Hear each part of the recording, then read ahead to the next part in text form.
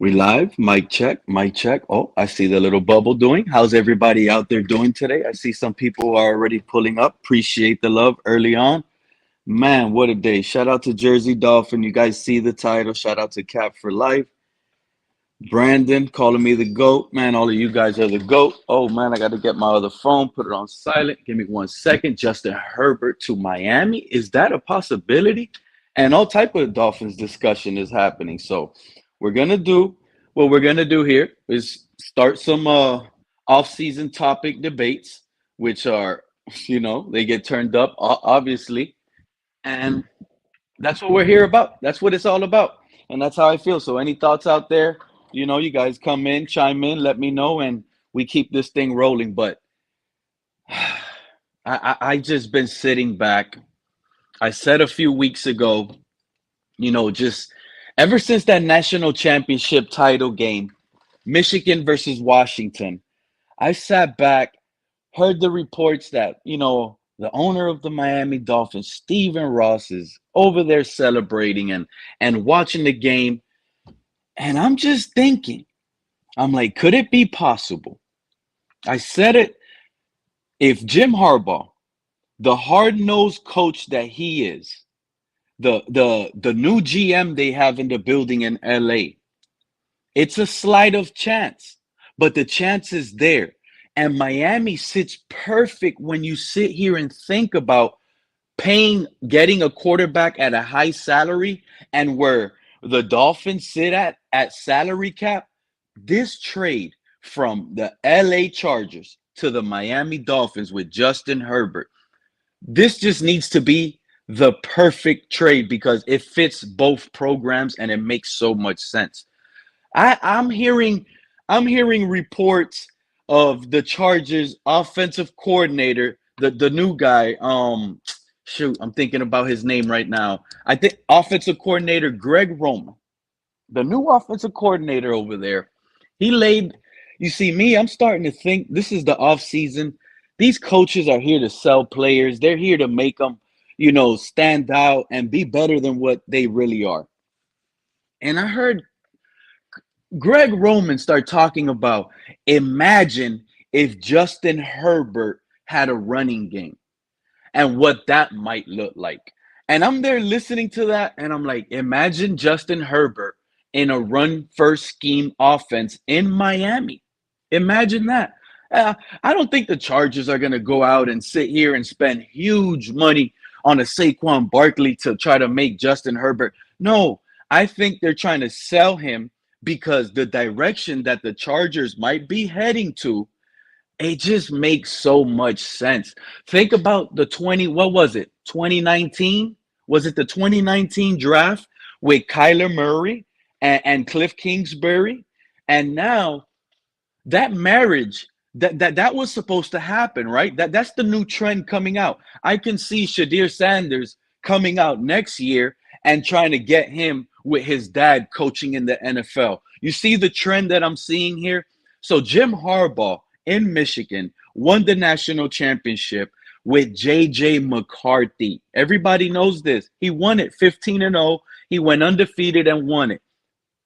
Why isn't he going to just draft him if he's in position to draft him? There's no lock between Justin Herbert and Jim Harbaugh. There's no lock between Greg Roman and that offensive coordinator who's new and Justin Herbert. They fired GMs already. This is the third head coach.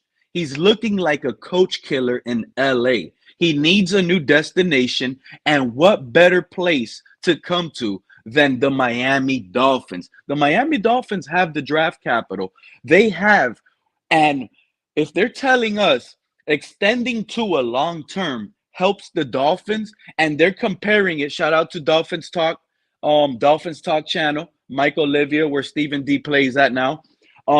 If they're telling me that breaking news, the reports are coming out that the Miami Dolphins in about 2.5 weeks are going to pay Tua a bag that's next to Justin Herbert and Jalen Hurts and Joe Burrow, and you're putting him in that circle, but at the same time, that helps the team long-term cap-wise.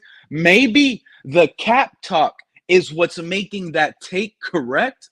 But the player itself, Tua, is not making that take better. It's not making the team better. So if trading for Tua and Jim Harbaugh and the Chargers draft their guy at 5, dude, they get their guy. Jim Harbaugh gets his guy. They're building a new team. They're out here with this new era. They're going against Mahomes. They have to go young and descendant, and and Jim Harbaugh is going to have to make a believer out of that team. So that's what I feel is the connection. Jim Harbaugh stands his ground. They make this decision happen, and on draft day, teams probably like the Dolphins probably traded up to number 8 to the Atlanta Falcons, gave up to whatnot. Now they're in the discussion to draft J.J. McCarthy or one of these quarterbacks. But little do the people know that trade could be potentially for Justin Herbert in a trade package. You see what I'm saying? So that's just what I firmly believe, guys, is about to go down. The NFL is going to have a crazy offseason. They always do. Something stirs the pot that makes news for months. And I firmly believe that team is the Chargers, that they can draft their guy, Jim Harbaugh. And then the discussion is going to be, who does Justin Herbert go to, right? He can go to almost 28 teams by the time you think about it. He can go to almost 28, 27 teams and improve their quarterback overnight. But you see, it's where it makes sense to land that. And that's why I sit here and think Miami coordinator, Mike McDaniel, the genius, and working with these weapons, Waddle, Hill, young stud tight end, and Julian Hill himself, this offensive line that worked miracles under Butch Berry. I mean, the world is seeming like a beautiful place if you're here with me in this whole rainbow talk, because it just feels right. It feels right. Justin Herbert to Miami just seems like the ordeal that's about to unfold and break records, news on all major platforms. This is what's necessary for both organizations, if you ask me. That's exactly what makes sense. Jim Harbaugh would have came to Miami. Let's say we would have not made the playoffs last year, right? Dolphins would have failed. Tua looked like he couldn't handle the load. Everybody in the organization would have most likely been fired. So if we would have moved on with Harbaugh, Grier would have been fired, right? Tua would have been getting talked about being traded out by every major platform. Jim Harbaugh and J.J. McCarthy would have been the hottest news in the game right now. That's what I'm trying to explain to people. So if Harbaugh would have landed in Atlanta and Harbaugh would have had the hottest name going and being linked to by every platform, Mel Kiper, everything you can think of would have had JJ going to Jim Harbaugh. But since he lands in LA and supposedly they have this franchise quarterback already in place, no. This guy can rock the streets and he can go the route he wants to take. That's the issue. And I firmly believe that that's a perfect scenario for both teams. I really believe that. Shout out to Jersey Dolphin. He says Ross is a jackass. He should have got us Harbaugh. You see what I'm saying, Jersey? Now imagine we would have got Harbaugh, Jersey. You don't think the J.J. McCarthy discussions would have been coming to Miami? So now, out of nowhere, they're supposed to be silent and ignored because the Chargers, who sit at 5, right? Sit at 5, are not being linked or discussed. Why? Because they have Justin Herbert. All I hear from this Miami Dolphins fan base is Herbert hasn't won anything. Herbert hasn't won even a division. Herbert made it to the playoffs and blew a 27-point lead. So Herbert chokes in the fourth quarter. That's all I hear from the Miami Dolphins. So if that's true, why is it so silent in LA with Justin Herbert so safe on his job on a high contract? How is that guy not tradable? Who would we give them? Brandon, good question. They're sitting at 5. They have a generational quarterback who, in my opinion, is a really good quarterback.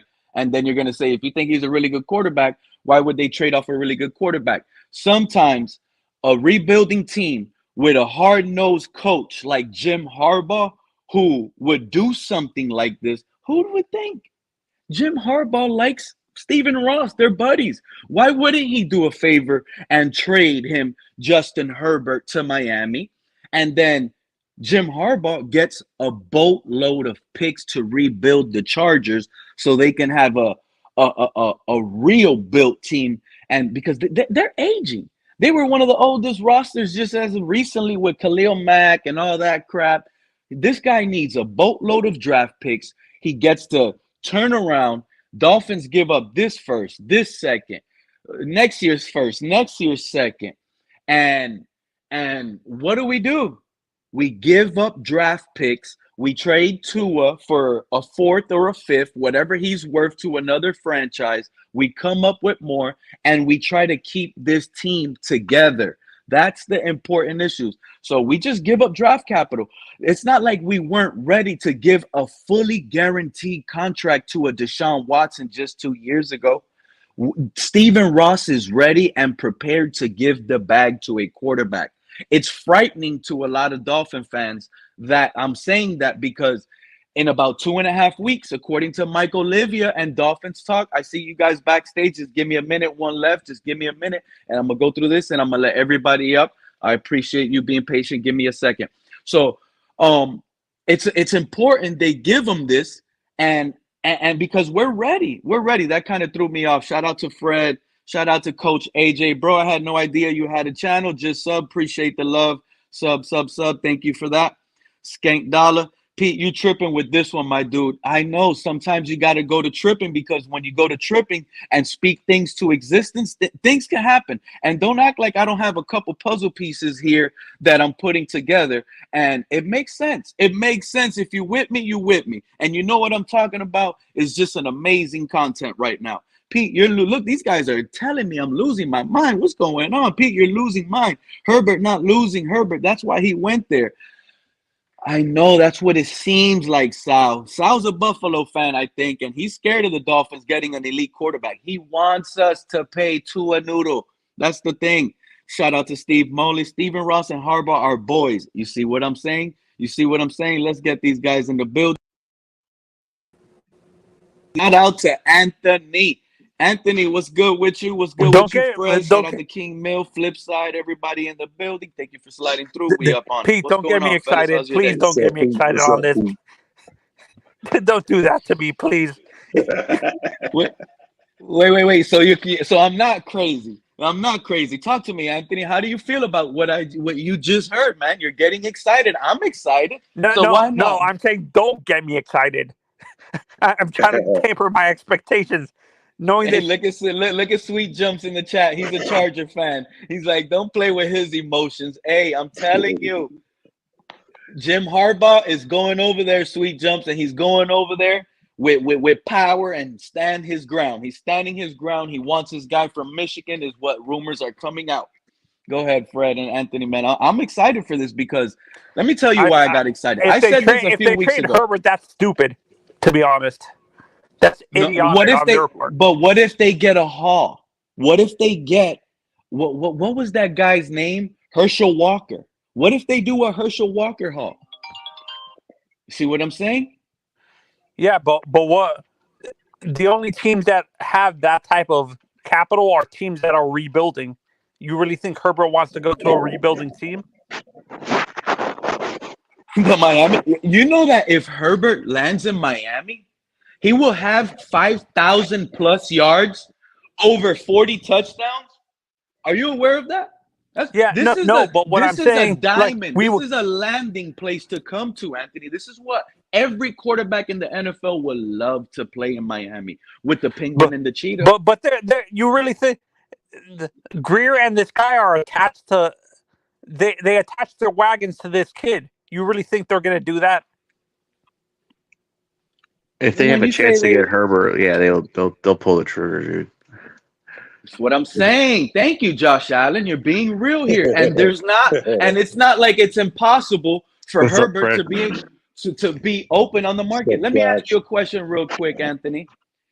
If the Dolphins would have failed, and everybody up here, if the Dolphins would have failed and not made the playoffs last year, do you guys up here think we would have went a different direction at coach and GM this offseason? Yes, we would have. I think there would have been more pressure, outside pressure on the Dolphins from the fans. Okay. I think they would have came up off. Yeah, I think they would have came up off coach and quarterback. Totally. And GM?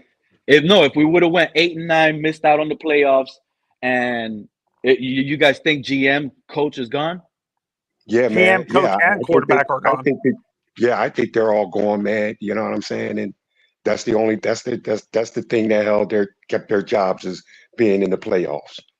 Pete, dude, How hot would it have been if Jim Harbaugh would have came to Miami as a head coach following the debacle on that season? If Harbaugh would have came to Miami, man, I'd have been so excited, man. I'd had Grier would have been a figurehead. I don't think Harbaugh respects him. Wait, I'm catching up late here. Is there a source, Pete, that the Harbaugh wants McCarthy, and that he's going to move off Herbert then, or? No, there's no source. But when you hear Harbaugh speak, like after the national championship game, he said like, "Oh, he loves JJ. He if he has the opportunity, he would bring him with him." I believe he also said so. Little things like that, and him winning the championship, him landing in LA. Him having the number 5 selection, right? Other quarterbacks are going to be off the table. Caleb Williams, Drake May. There's a really high chance. Jaden Daniels, that at 5, he's going to be in position to sit here, answer phone calls, and say, I have an opportunity to select J.J. McCarthy. I want to know what's on the table from other teams that are willing to give me for Justin Herbert. Chris Grier and Stephen Ross will be on that phone line. And matter of fact, they probably already left a voicemail by now. There's already a voicemail left. That's just what I feel and what I'm assuming. If Justin Herbert is on the market, give us a call. And I firmly believe that that's what Stephen Ross would do. So, but that's an idiotic move. Why you? I understand he likes JJ, but you're moving off an established NFL quarterback for a rookie. You're moving off. Tua? They would be getting Tua, right? No, they're getting a boatload of draft picks to rebuild the Chargers. That's what Jim Harbaugh is going to need.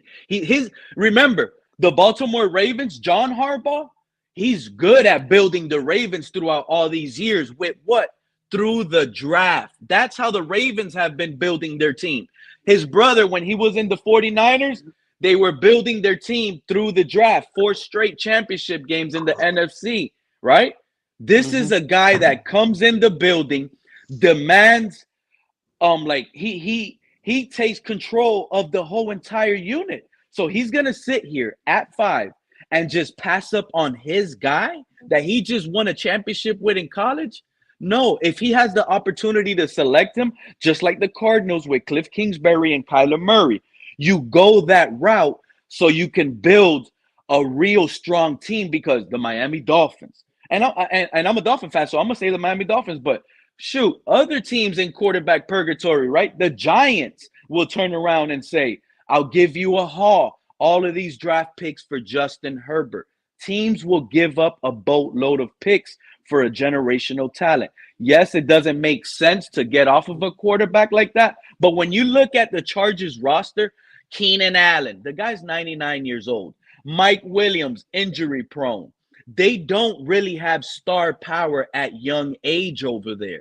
That's what's concerning. James, Austin injury-prone. Eckler, exactly. Austin Eckler. Look how old he is. Is he a 3-down back? That guy's more of a 3rd-down pass catching back. Like they don't have that. You see what I'm saying? And then they have that offensive line issue. This Chargers team is going to need a lot of young talent coming in the building, and trading Herbert away for a boatload of picks this year and next year gives this coach 2 years of rebuilding a program, getting them in their 3rd year conversation with J.J. McCarthy and everything they drafted to compete against the GOAT, Patrick Mahomes. That's the difference.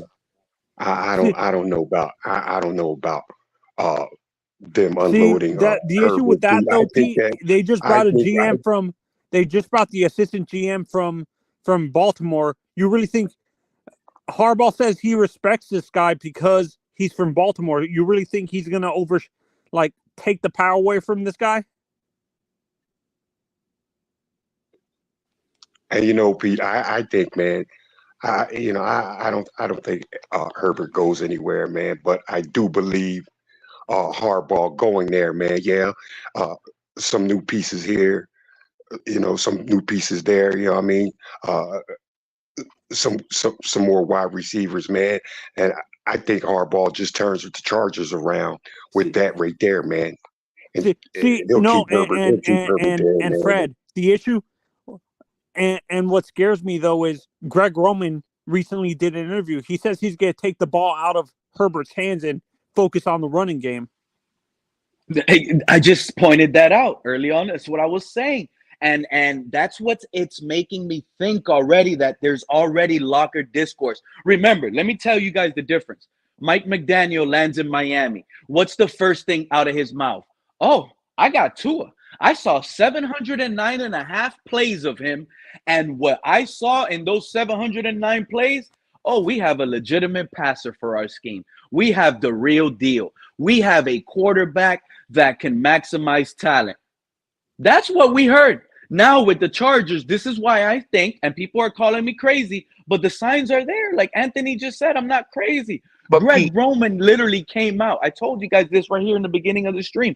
He comes out and he says, imagine Herbert if he had a running game. Nobody has seen this. So we're going to try to – you don't take the ball away from Justin Herbert. You know what that sounds like? Oh, imagine Dan Marino with an elite running game. It never happened, because when you stand on the sideline and when you're his coach and when you're watching practice, you're not thinking about the run. You're pass because you got the greatest passer in the game. That's what's happening. So that's why, Anthony, you said you don't want me to get you excited, but you repeating that and bringing it back is getting me excited because there's so much connections. I feel it, man. Just bring it to existence. And I think the JJ McCarthy thing makes a lot more sense now, because he's a rookie quarterback. You're gonna limit the amount of mistakes he has by having a running game and stuff like that. So, to be honest, with a Greg Roman as your offensive coordinator, a guy who's an old school offensive coordinator that focuses on the running game first, Fred, I don't think Herbert would mesh well with this guy, Roman. but Greg Pete, Roman. why not just take, instead of giving up all those picks for Herbert, theoretically, right? Mm-hmm. I mean, why not just? I like JJ McCarthy as a prospect. I think he's a little bit raw, but he's got a lot of raw, talent. Why not just take JJ McCarthy instead of sit him behind Tua for a year? If Tua plays great, hey, no big deal. You just hang on to him for a while. And if Tua does it, then you just put in JJ. No, you know why? Because they don't have room for mistake over here. They don't have room. Draft the running quarterback. Yeah, they can't trade draft the quarterback. Trade for the sure thing. At this point, you need a sure thing. You need a sure thing to convince, and even if they get the sure thing, their jobs might not even be safe. If it comes from Grier and McDaniel, they make that move. Oh, those guys will be here. There'll be statues of Chris Grier and McDaniel soon with the Super Bowl rings that will come with Herbert in Miami. You don't think when you watch Tua and I know it's one game, but when you watch Tua and Herbert this year, I thought Tua outplayed him significantly. I thought Herbert played a good game, but I thought Tua was on point. Yeah, do you agree with that or no? And the funny you bring that up, Josh Allen is the next John Elway. The issue with that is when you look at we always used to say that Tua was getting hindered or sabotaged, hindered by a guy like Flores. We could say the same thing with Staley. Staley was hurting the development of a Herbert. Well, this will be, what is this, Herbert's fourth coach or third or fourth coach now in 4 or 5 years or whatever it is. Some would say Yeah, that man. Staley, the defensive genius, was actually. So I heard reports that he was hurting the development of their other draft pick, Asante Samuels Jr. That's one of the young descended talent I, the Chargers are kind of wasting on defense there. I don't even understand, how did Brandon Staley even get a head coaching job, dude? Like, it's just weird, man. No, There's because they thought he was gonna be like the guy in LA, the Rams, McVay. I guess, man. I don't know. You see that? People say I make good points, but it's unlikely. That's that's why look, shout out to Nene. Yes, statues of Chris Grier. Big statues, 12 feet statues outside the Hard Rock Stadium. He pulls this Herbert. Statue of Chris Grier. I've heard guys say, man, assigning Tua, actually helps us, man, because we get to keep people here. Is that what I'm hearing? Well, it opens up cap space for the next couple of years. Yeah, no, It and helps us that's cap space that's this same old year. Dolphins, right? What you're just saying right there, Fred, is same old Dolphins. They want to keep a mediocre quarterback. Right. Like That's the thing I they have. did That's it the with- thing I have the this problem is with. going to be the How is it? Tannehill situation all over again. Except That's the thing I'm having try. How does that help the Dolphins, man? You still have this very limited quarterback with this same offense, man. So But Fred, what about Michael? What about Michael Penix? What about just staying put, not giving up any of your draft capital? Another quarterback I like, I love his arm, is Michael Penix. I love it. I'm gonna tell you, man. I like a lot of the rookie, the guys coming out of college. You know what I'm saying? But I have issues with Jalen Daniels, man. I think he's another Bryce Young. He's small like that. His arm, it doesn't have Jaden a big Daniels arm. is 6'3". Yeah, he's tall, but he's Okay. skinny. Remember they were saying the Yeah, same that's things what- about that's what Lamar Jackson? He's a small dude, man. He's a small dude, man. He's skinny. He's like 190. That's not what Yeah, I but the want in difference Miami, between man. Jaden, the difference between Jaden and Lamar coming out, Jaden has more consistent, a more consistent thing down the field. Lamar was like passing wise. Lamar coming into the draft was very limited, to be honest. Like so Jaden Daniels had. To me, Jaden Daniels is a Lamar with a more consistent arm, like a more coming out of college. Comparing them coming out of college, do you agree? I didn't see like I said, man, Daniels, he looks like a small dude. Even though he's tall, man, he's still a small guy, man. Can you imagine? This is an honest question. There's a lot of people. There's a lot of people saying the teams that would make the most sense for Tua, if we trade Tua, it would be like it would be the teams that would make sense because of the dome. The dome stadiums are because of the dome, or Just say it. Atlanta. Atlanta. Atlanta. the That's where he's gonna go. He's going to the NFC. He's gonna be there in the NFC South with Carolina and Bryce Young. And all his over there. Alabama Yeah. fans can just drive to and Atlanta. and Baker Mayfield. All the short quarterbacks are gonna end up in the NFC South. They're gonna have the short quarterback division. That's what they should do, because look, you send Tua to Atlanta for a fourth or whatever he's worth, right? He gets to play with all that young talent. Atlanta wouldn't have any excuse with Tua. They got the receiver, they got the tight end, they got the running back Bijan. They got it all for him. Send Tua to Atlanta, NFC. You don't think? That's where he'll be at. No, but they also said look at teams with multiple first round picks, like the Cardinals or the Bears. But the Bears makes no sense because he's gonna be playing in Chicago with cold weather. Exactly. So it don't make no sense him going. When it comes to me, when it comes down to, a quarterback can't go somewhere because of the weather, man. Like That's crazy, man. You know what I mean? Okay, I You know what, understand. Fred? I'm I glad you said understand that. If a I quarterback understand can't it's go very, somewhere because of the weather, then he yeah, shouldn't man. be in the NFL nowhere. Exactly. Shouldn't be in the NFL nowhere, man, because Yeah, you're man. going to, I don't care where you go, man. It's coming down to December.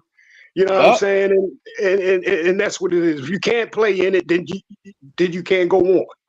You Yeah, can't go on. no, You shouldn't be Joe, drafted. remember, You Pete, think Bryce Young? You think Bryce Young will be able to play in Windy City, Chicago? I don't no. think so. I don't think Yeah, so. Then why is this guy drafted number one by the Panthers? You think I mean, Tua out there, Brock Purdy? No, man, these guys ain't yeah, balling no, like no, that in and Chicago. joking, I was being facetious when I said this. The only way to a successful as a football player is playing in the National Arena League or the AFL, the Arena Football League and stuff like that. In places where you're playing indoors, where he doesn't have to worry about the elements and stuff like that, which is this scary to this say is about a young kid and stuff like this is that. But this is where I am with it, guys. I mean, I don't care what your name is. I don't care what round you're projected to go in or whatever. None of that. I don't care about none of that. I'll take a guy like, you know, like a not a non, what I mean, high name. I mean, give me a strong kid with a good arm. I don't care what school he come from. You bring him in camp, you develop him, and you put him in your offense and grow him like that, man. I don't care what round you're in. I don't yeah, care what no, you and for want. me, the guy I'm looking at that fits a perfect example with taking away his injuries. Phil Jakovic from Pittsburgh. He's played most of his career in Wait, cold who from weather. Pittsburgh? Who from Pittsburgh? Phil Jakovic. Oh, I don't, I don't know who I that don't know is. who he is. I don't know who he is, No, man. no, But no. He's the quarterback from the Pittsburgh He, the Pittsburgh Panthers. yeah, he's not being talked about much, but he's underrated. I wouldn't be shocked if his name comes up Yeah, a little he bit higher I during the like Joe combine. Milton. played Joe He has Milton in some the The third talent. reason why round. I say that, he's used to cold weather. He's used to the he's used to the playing cold weather because he started his career in Notre Dame, then he went to Boston College, then he finished his career in uh in uh in Pittsburgh playing for for Steve Adazio over there and stuff like that. So, and for me, I don't. This is why I hate about football fans when they see that a player moves around, they blame him and not looking at the whole situation in mm, college because maybe the new coach doesn't want him as his starter, so he has to move. Like it's not that he's Joe Burrow had to transfer. yeah, yeah, no, yeah. that what you just said. Joe Burrow's a perfect example. The the coaches might have told him you're not going to have a chance to start here and stuff like that because we like one of the other quarterbacks a lot better than you. So he had to transfer to LSU to start. So let's look at the whole situation before we judge the kid for transferring out and saying he was afraid of competition and Hey, stuff like where that. did And where did also where did Burrow transfer from? He was at Oklahoma to Ohio. LSU. He was No, at Yeah, Ohio State. Ohio State. Had Dwayne Haskins, Joe Burrow, and Justin Fields in the same quarterback room. Which is insane. no, and they had CJ. No, it was they had Or CJ Stroud. in that quarterback room too, and they were Yeah, it's nuts. Yeah, yeah man. no, and But let me like I ask you said, guys. You see that question by Brandon R on the screen? How do you guys feel about that? That's why the Justin Herbert to Miami makes even more sense, right? We a quarterback away like when we had Fiedler, and he Exactly. expects disappointment. You see what I'm Exactly. I, saying? I agree with him. I agree with him. We're a quarterback away. We're a quarterback away, bro. The quarterback position was holding us back, man. You know what I'm saying?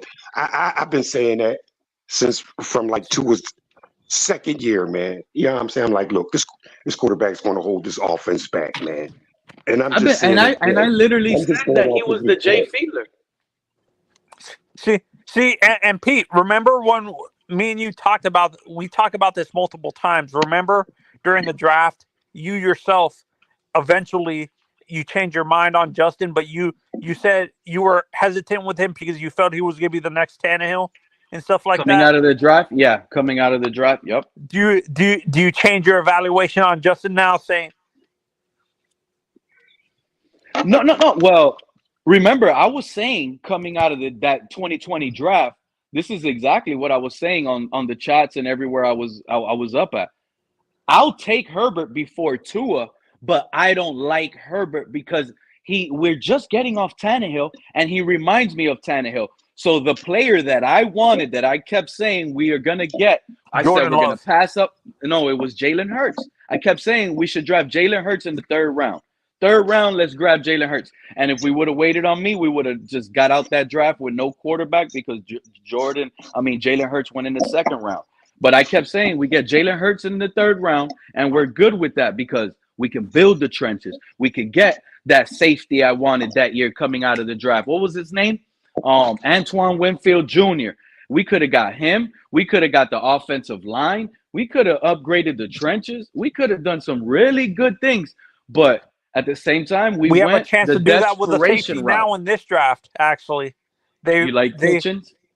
Yeah. They're saying this kid is Buda Baker with better coverage skills.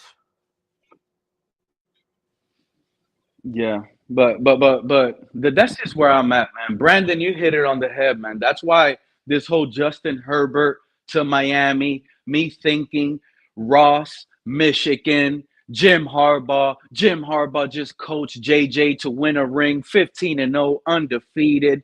Like, there's drafting at 5. So you think they could get a boatload of the Chargers?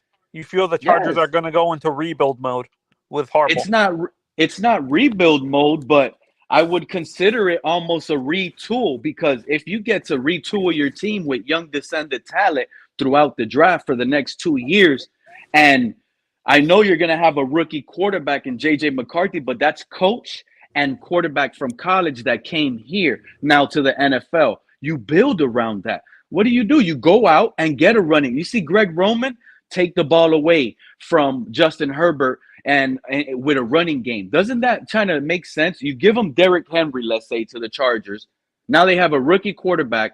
That's what he means. You're going to let the rookie quarterback grow into his team. You could turn around and trade Waddle, right, to the Chargers for that 5th pick, or for Herbert and a lot of draft picks. And now J.J. McCarthy has Quentin Johnson, the rookie they drafted last year. They have Jalen Waddle. They have a rookie quarterback, an upgraded offensive line coming off they'll have a young team now with draft picks to look forward to fight with. Right now, under Herbert, that aging roster, Keenan Allen, Mike Williams, Austin Eckler. Does that sound nice and intriguing to a coach like Jim Harbaugh? Is Jim Harbaugh going to turn this aging roster in year 1 and turn them into Super Bowl contenders now? I don't believe that. No. And for me, I think I like what you're saying, Pete, but I think the teams that have the capital to do this are rebuilding teams. But the issue with that is, you really think Herbert wants to be stuck in a situation where he's in Atlanta or with the Bears or with the Cardinals in Miami? No, but does Miami have enough draft capital though? Of course we have draft capital. You could go, on draft day, you could go up to 3 years back. So you can use the 2024 draft, the 2025 draft, and the 2026 draft. Who won't have draft capital? Plus Jalen Waddle. Of course, but if you add Jalen Waddle, remember now you got to loosen up on the draft picks. But the only thing it doesn't matter about the draft capital. That what matters is what you said, salary cap, right? So if extending Tua to a Justin Herbert type deal helps the Miami Dolphins long term with salary, why not trade for a quarterback in a win now mode? We're not rebuilding. We have to win now. And this regime has to do it now.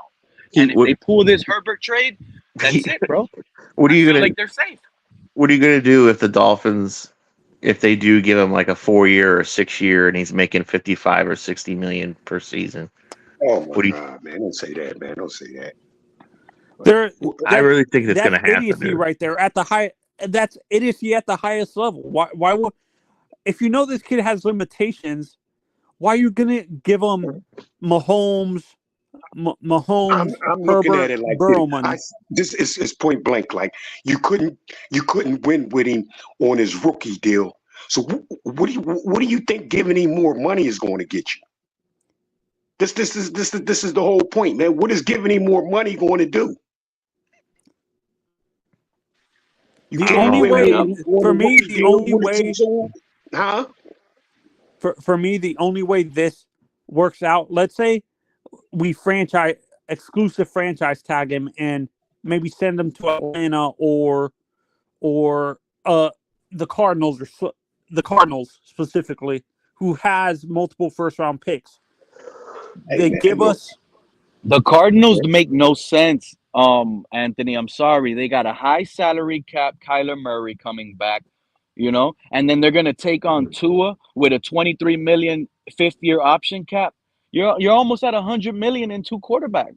You're not that's not gonna happen. Not the Cardinals. no that's what I'm asking. Do you guys think maybe there's is it too early in his contract to even think of maybe outright cutting Kyler? No, I like Kyler Murray, man. I think he's pretty good. He hasn't. Shout out to Cap. There's still potential there. yeah, man. He doesn't have anything to work with over there, man. He needs wide receivers over there. Two or three more offensive linemen. You know what I mean?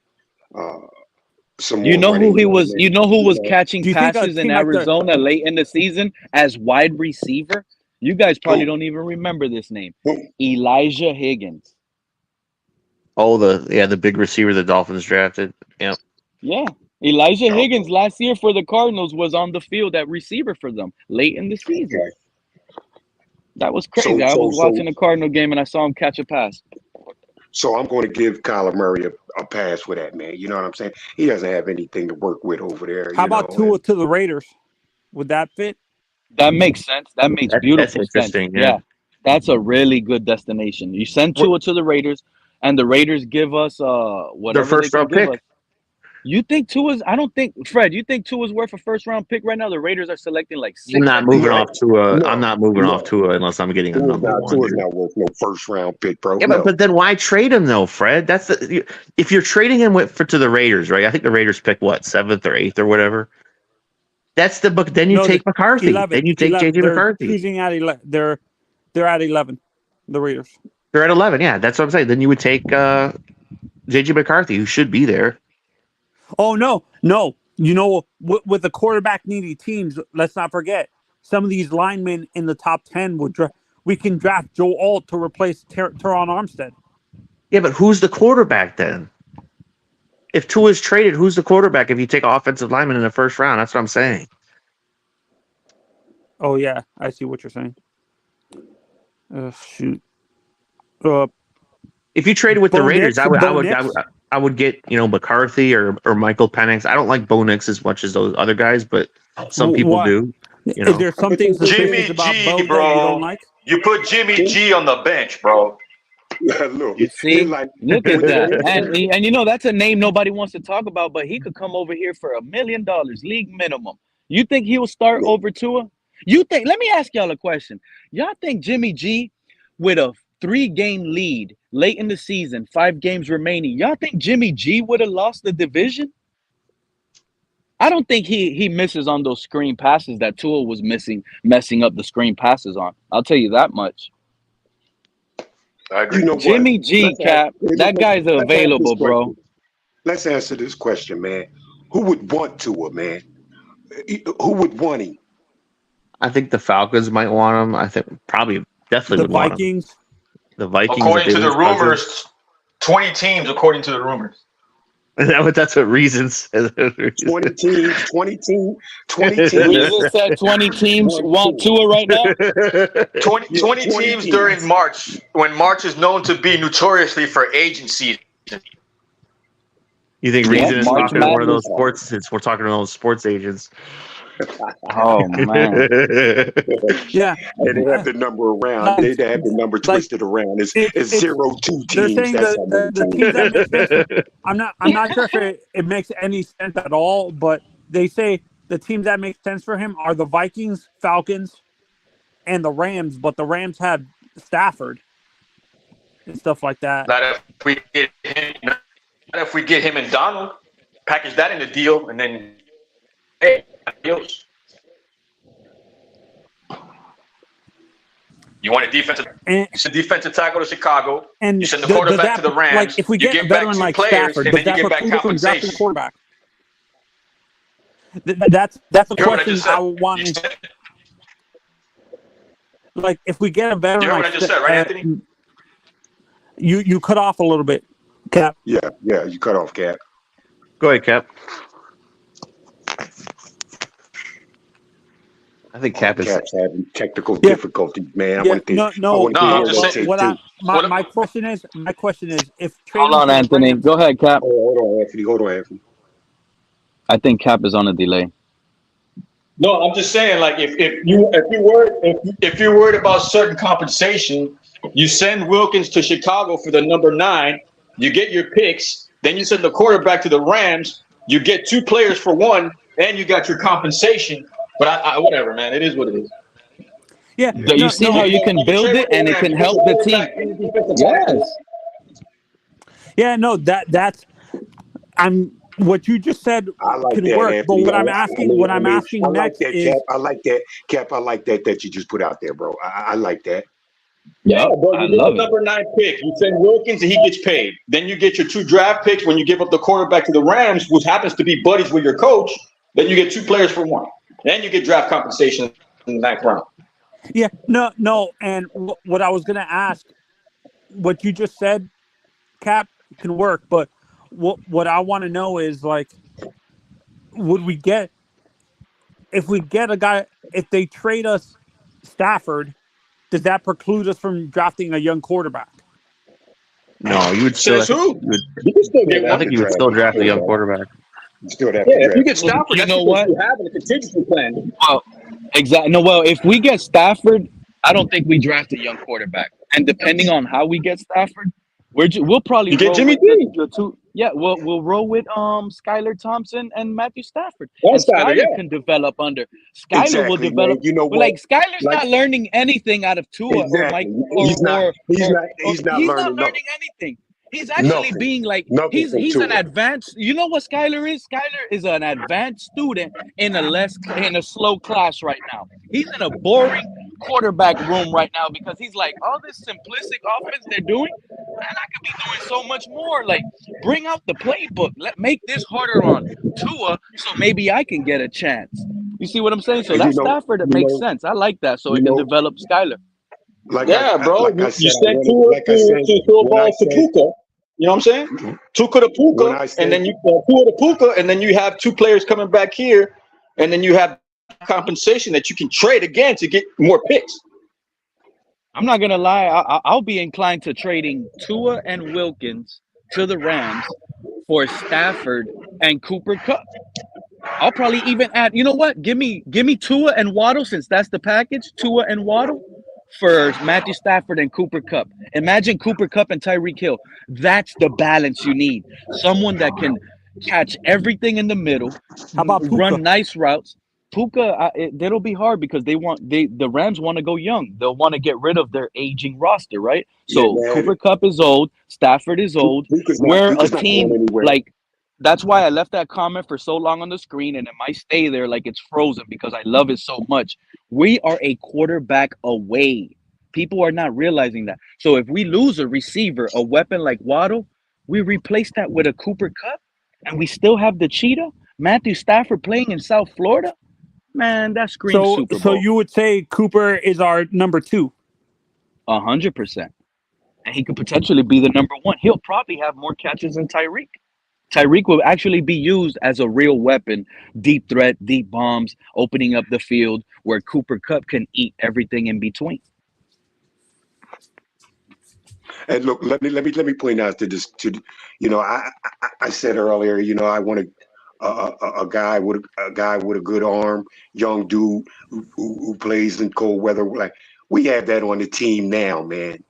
We have that on the team now, and it's a damn shame that we're thinking about drafting a quarterback that's I hope is what I just said. But he's on the team right now, man. Cold weather guy with a good arm and mobility.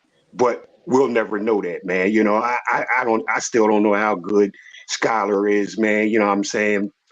Well, But the issue with a guy, I Yeah, I like agree with Skylar. that I part. like I would Skylar. I'm love to going to see say a Skylar guy for like a year. Skylar, man. A guy like Skylar, man. You know, I like and that's Skylar what too. it I is. love that guy.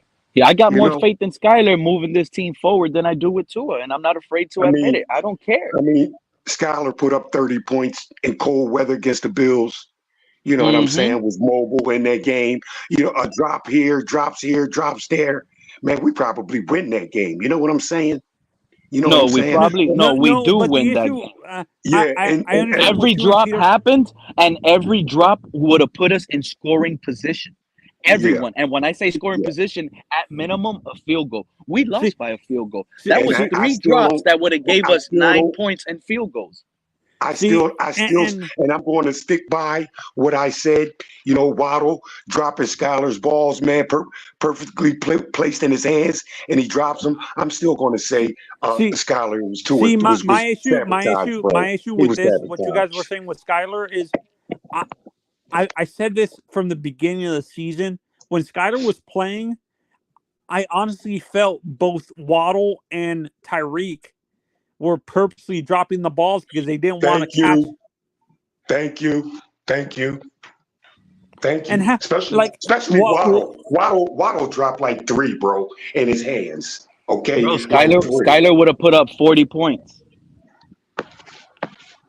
Yeah, no. And how unprofessional is that? That just because you're not with the quarterback, the starting quarterback, you're doing that. Like that means you should trade these two guys if they're going to be unprofessional like that. Why keep them on the roster?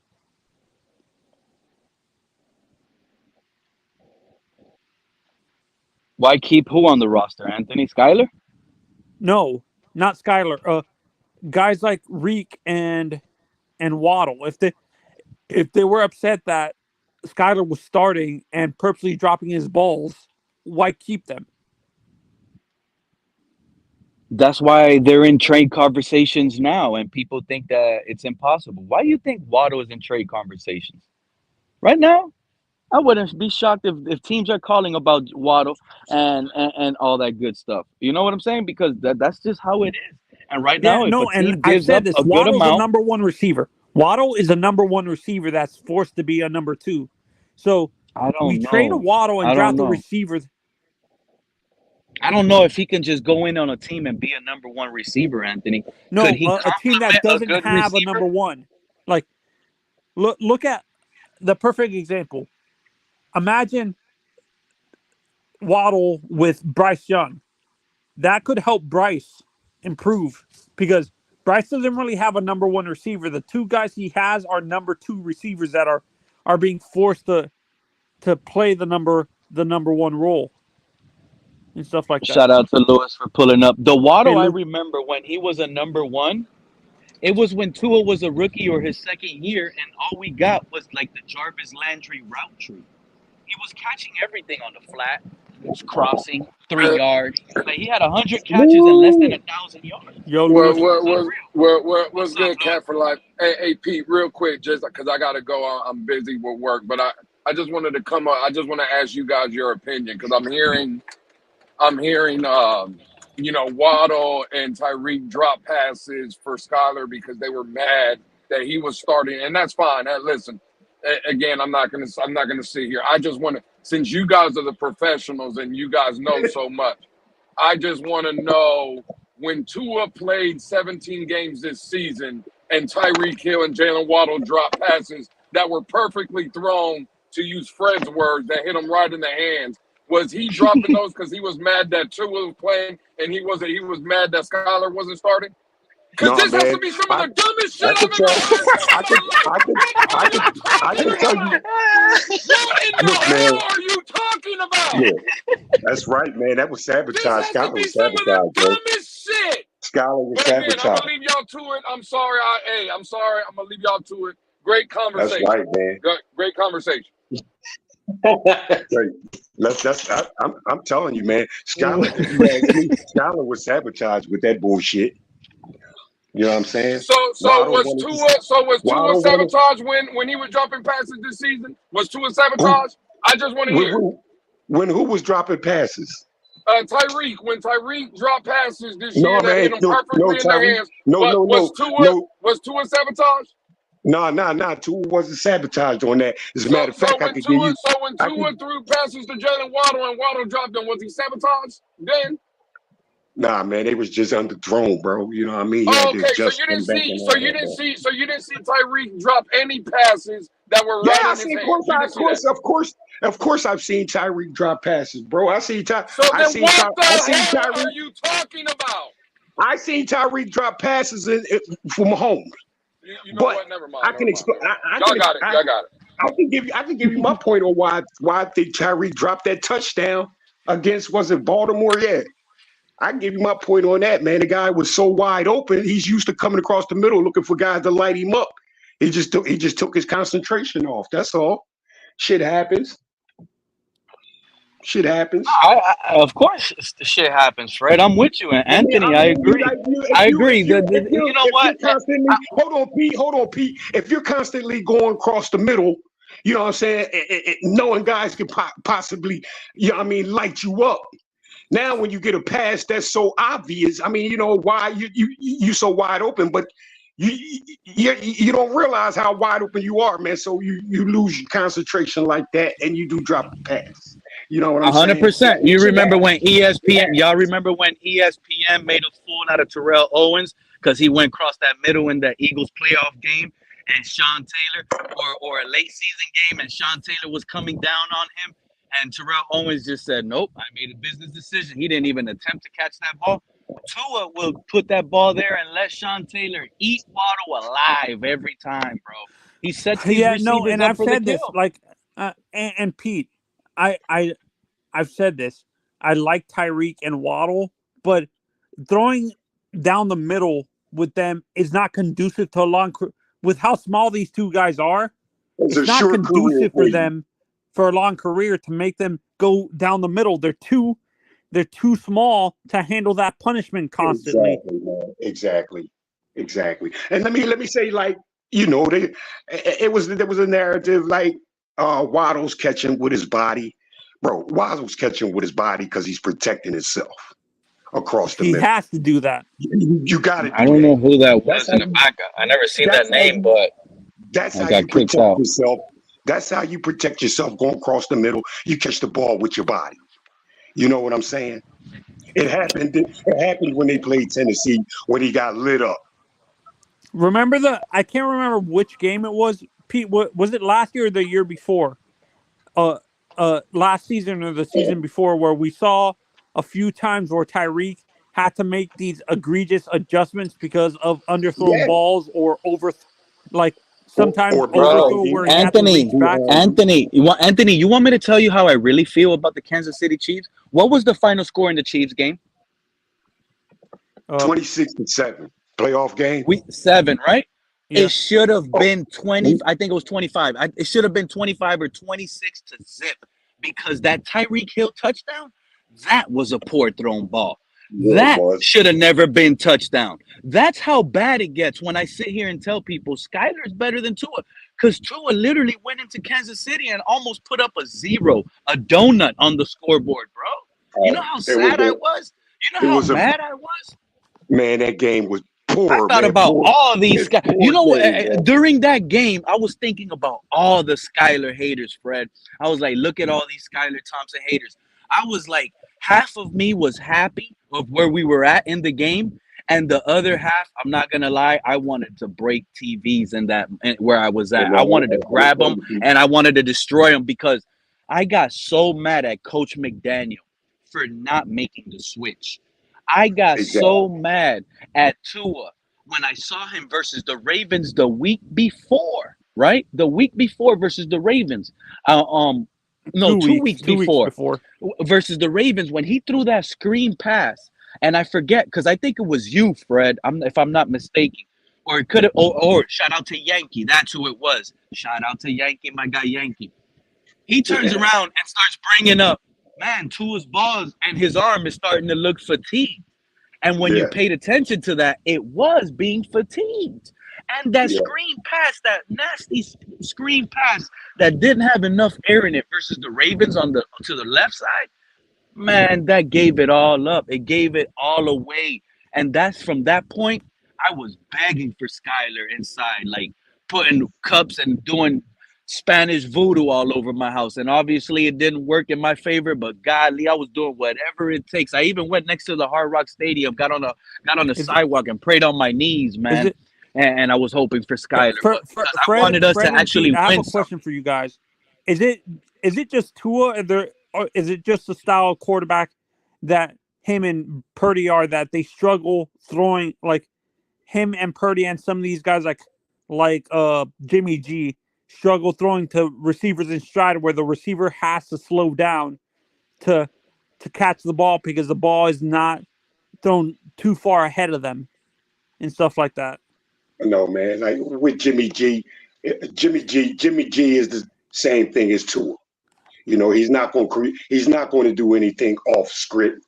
You know what I'm saying? He's just going to try to No, fit I'm a talking about the ball in there. pass. I'm talking about.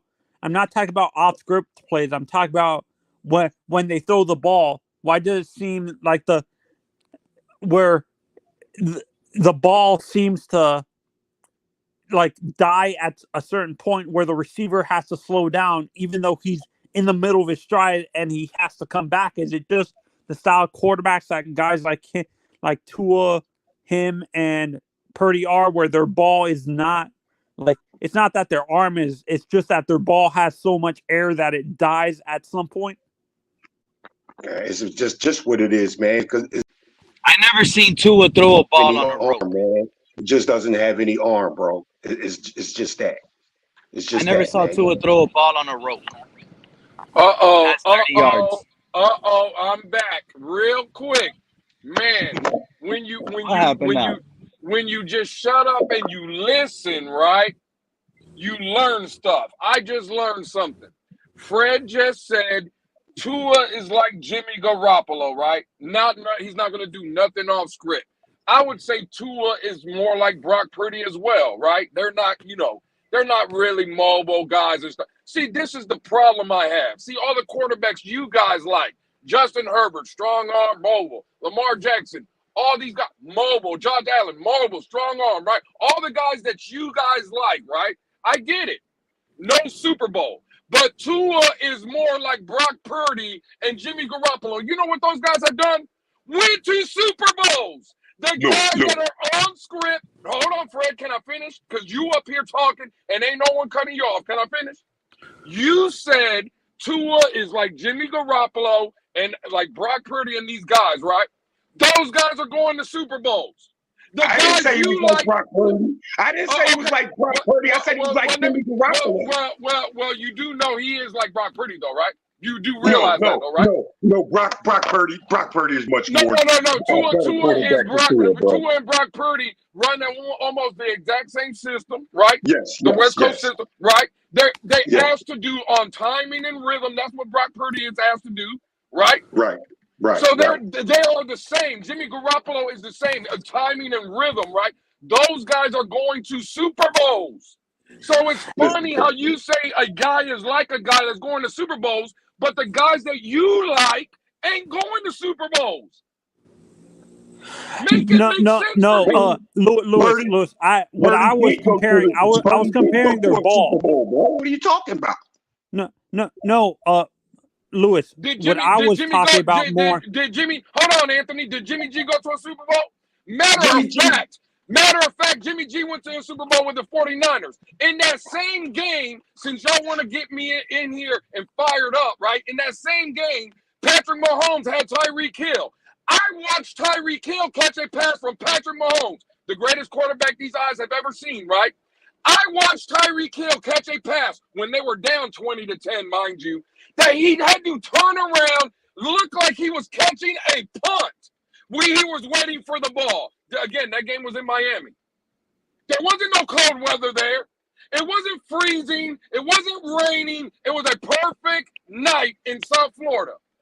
Tyreek Hill had to turn around, wait for the ball to hit him. He caught it like a punt in a Super Bowl. Was that a bad throw by Patrick Mahomes? Because I heard Pete say that we should take that 7 away because it was a horrible throw from Tua. I'm not here to debate that. What I'm asking you is that throw Yeah, there was right a horrible throw from Patrick Mahomes, that throw in the Super Bowl got Kansas City back in the game. So, Pete, should we take that throw away? Because it was a horrible throw from Patrick Mahomes to Tua. But I never hear you say that. But again, I'm going to go back to listener. yeah, no, I agree with you. That was a bad throw, but but what? That's a rarity for Patrick. Patrick rare, like I think it's more common with these quarterbacks that are known, like Patrick Rare. I don't think Patrick has a low percentage of underthrown balls. Anthony, we're talking about now, man. What's going on? We're talking about now. You know, Super Bowl was just played a couple of weeks ago. We're talking about now. I ain't going back on no 2-3 years. I'm talking about today, bro. Today. Yeah. No. And what I was saying, it's more that I like those quarterbacks. I understand why people like them, but there's a tendency. What I was saying, I wasn't complaining. I wasn't. I'm not saying that he forces the guy to look back. Is what I'm saying. When you see their ball, it feels like the quarterback, a guy like Tyreek. It's hard for him. Guys like Tyreek and Waddle, when they're in stride, they're in stride. Sometimes it's hard for them to like break and come back because the ball's underthrown. Like, yeah, but check this out. Hey, Fred, and Anthony. Let me tell you something. Lewis could come in here and huff and puff like the big bad wolf. But let me tell you, I'm the smart pig behind the brick house. Let me ask y'all something. Let me ask y'all something. You got the homie about her? Hold on, EM. He could come in here like the big bad wolf, right? He could huff and puff all the wooden houses. But I'm behind the brick house, Fred. Are you with me, Fred? Are you with me, Anthony? Yeah, let me ask you two. Let me ask you two guys a question real quick. Is the NFC a little easier route to go to the Super Bowl than it is the AFC? Yes, it is. You notice that Lewis is out here mentioning all these spot throwers in the NFC, right? Brock Purdy, Jimmy Garoppolo. All this crazy stuff is Tua. Will Brock Purdy or Jimmy Garoppolo or all these NFC spot throwers, will they turn around and make it past Mahomes, Joe Burrow, Lamar Jackson, Justin Herbert, all of these guys in the AFC? Come on now.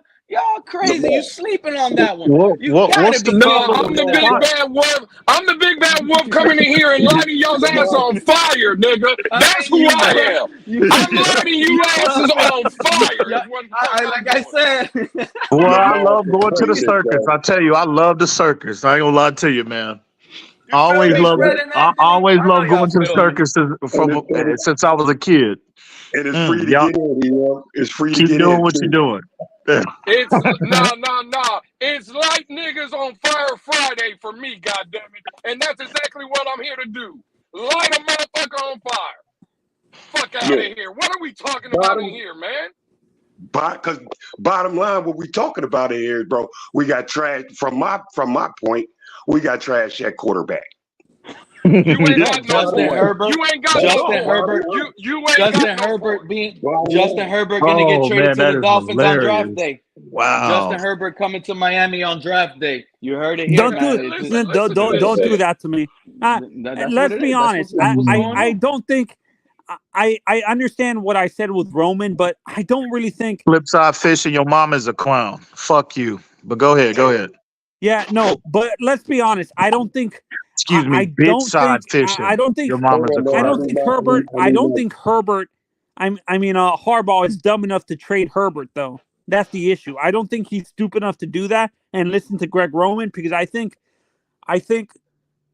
I think Bro, Harbaugh is going to take Greg control of that Roman offense. Greg Roman don't want to get rid of him. What the fuck are you talking about? Like, honestly, what are we doing in here for real? I know we're gonna come in Greg here and Roman troll don't. and we're gonna, but what the I fuck are we just Greg talking Roman don't about want to here? get. I just Greg, came up to ask about that comment about the NFC being so easy to make it to the Super Bowl. Why didn't your beloved Baker Mayfield make the Super Bowl? Oh shit, get him, Dre. Get him, Dre. Why didn't your beloved Jordan Love make the Super Bowl? They were steps away. They were steps away. No, It's the no, no, no, easy no. You path in just the said it was easy. NFC. You just said it was easy, and the It's an easier limited path. quarterback is the one that made the Super Bowl, not those guys. It wasn't the quarterback. It was the team No, around we're The them. saying limited quarterback. I think limited quarterback the is the road one who made the Bosa, Super Nick Bowl. Bosa, Chase Young, Armstead, Fred The- Warner, Greenlaw, Ward. I mean, So, look at the so, squad. so, What's which that other quarterback safety? made the Super Bowl? Halafanufa? Was it the Come on, they limited got Brock the top Purdy, tier. or was it the amazing Baker Mayfield? It was Christian McCaffrey, Brandon Ayuk. No. It was Which Kittle. quarterback It was that stud represented? offensive What line, quarterback CMC, represented the NFC in the Super Bowl? it was Spot the Purdy. 49ers. Okay, Spot all Purdy. right. No further questions. It was Spot No, Purdy. no, Shout out to but KP. What's up, KP? What's up with you, Andre? Thank you for Dre, sliding too, bro. what I'm saying, the way I'm looking at it, I think the NFC is not as deep. Like when you look at the gauntlet that the Dolphins have to go through to get to the Super Bowl or to the AFC Championship, is going to be a lot harder compared to what you see in the NFC. Most of the teams in the NFC are rebuilding teams and stuff like that. Except for the top Listen, teams. I'm not arguing with y'all. I'm agreeing with y'all. NFC easier, but somehow That's it. Brock Purdy is advancing over these quarterbacks that y'all like. It's crazy. And somehow you're not listening to the answer as to why. I mean, I can't believe I'm sitting back and hearing you guys make an argument for the least talented player as the preferential one. Are you guys anti-intellectual or what? How dumb I can you think get? so. How You are the worst player for the position. You deny you don't want the more talented option. You don't want the guy who with the best tools. You argue for the guy with the least tools. I want the guy who played in the Super Bowl, not the guy who So gets you want the eliminated. best team. Let's just get it straight and stop with the buffoonery argument. He had a better team around him is the answer to your question, brother. Okay. It doesn't get any more. It doesn't get any more complicated than that. So wait, Stop with the false argumentation.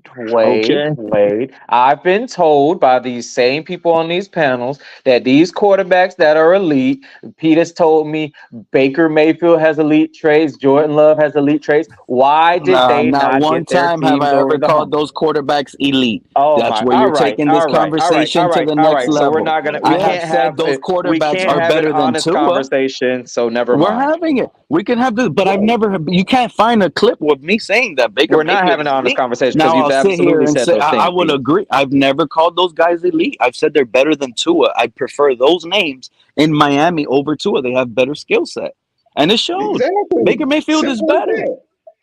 I've never called these guys. Not even Skylar Thompson. You've never heard me say Skylar Thompson is elite.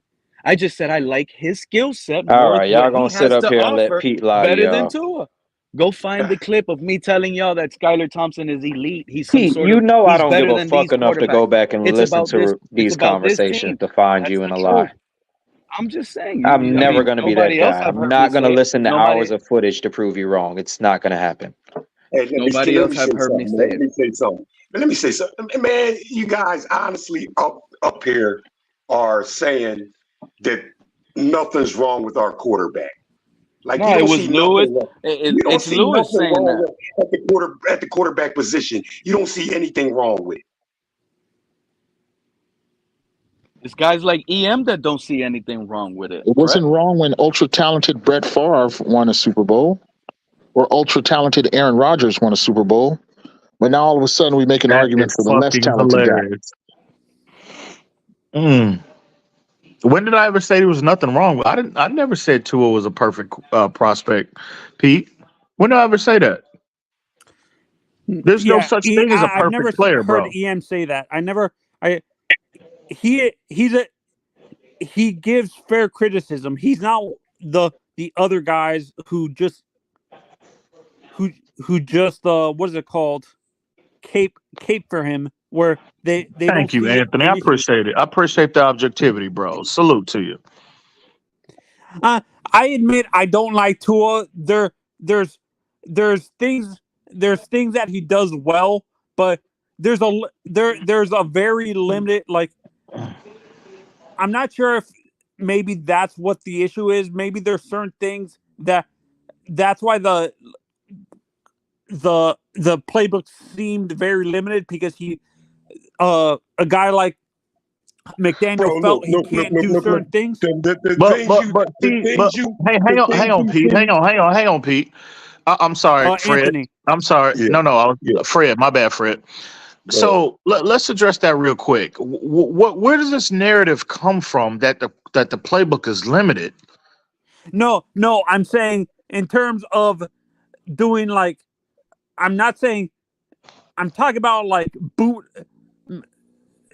When you look at the Kyle Shanahan offense, you saw he was doing a little bit of bootleg. Like, he did a few bootlegs with what's his name, Brock Purdy. But see, that's not a Tua issue. We've seen Tua do that earlier in his career. We've seen Tua do that at a relatively high level. Not consistent. Since he's been in the Not league. consistent enough is what I'm saying. Well, that's not. He can't. I mean, that's a coaching issue. It's not like Tua don't have the ability to do that. We've seen him do it. So that's not a Tua issue. That's a play calling, a coaching issue. You can't put that on Tua. He can only all the quarterback can do is execute the play that's being called by the head coach, by the offensive coordinator. That's where I disagree with you. That's where I disagree with you a little bit, EM, because when you look, let's say, I'm not comparing the situation, but when you look at guys like a Dak or a Dak and what's his name, a Mahomes, you see them the ability. They have the ability to audible or like do all these bootlegs. They change the play at the line. Do you think there's not? Do you think it's just you didn't say anything about audibles. You said bootlegs. You said nothing about changing the play at the line of scrimmage. To a bootleg.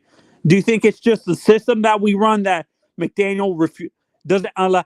Is not allowing Tua to do bootlegs, or is it just Tua doesn't have maybe the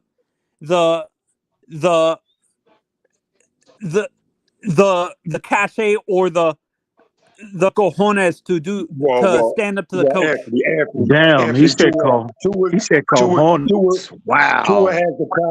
Tua has the power to do all that, bro. Audible, all that. You heard your boy Omar Kelly. But we've seen him do it. He's got the power to do whatever he wants, man. Audible, you know what I mean? This and that. He's got the power to do that's that. why I'm asking. But does he have? We've never seen Tua do. We've seen him do that, right? We've seen him with Audible. Absolutely. I don't see him do it consistently enough. I've seen him do it in spurts, but I've seen him audible. Yes, I've seen him audible. Okay, so again, but we know he has the ability to do that. Now, again, I can't confirm or deny whether or not Tua has complete freedom at the line of scrimmage, like Aaron Rodgers or Pat Mahomes or whatnot. I don't know that, right? But we've seen Tua do it. So if you see a player, display on film an ability, right? It could be, from a mental standpoint or a physical ability. We know they have the ability to do it if they're showing it on film, bro. So again, it's to your point. It's not consistent, is what I'm calling out. Again, right? But the point is, and again, this is why I'm addressing Ollie. If the shoe fits, I mean, I don't know what else to say. But the people that said that he can't do this and he can't do that, a lot of the things that they're crying about, lack of mobility, right? Not being able, weak arm. Not being able to audible at the line of scrimmage, etc. All these things that a lot of these, anti-Tua individuals, right? I'm not anti-Tua. Well, there's a lot of our fan base that's anti-Tua, right? So the things that they whine about, you're seeing Tua, you see him do it on tape, bro. Like, again, the whole deep ball narrative. And like how you were saying about, Anthony, about how many times have we seen, underthrown balls and receivers had to turn around and really readjust to the football because of the ball was underthrown. We didn't see that this year. No. We did. Hang on real quick. Let me rephrase. What I said was, what I noticed, I didn't say that Tyreek or Waddle had to come back for the ball. Is when they were in the middle of their stride, it seemed like they had to slow down because the ball was a little bit underthrown. We haven't seen that this they year. had to readjust. We did not see this year. I'm talking about in the 2023 season, right? Underthrown balls, that was not an issue this year for Tua.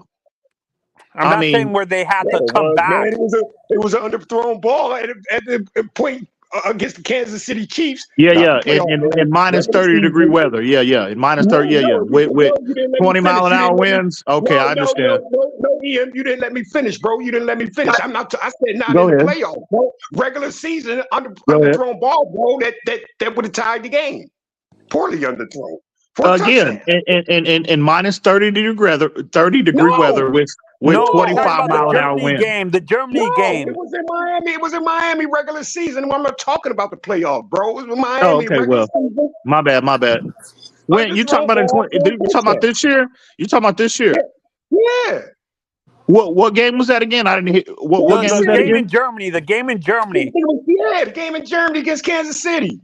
When did he he underthrew who? He underthrew Cedric Wilson, bro, for a plain touchdown. Man, come on, bro. Let's first off. Hang on. Hang on. Okay, I'll get.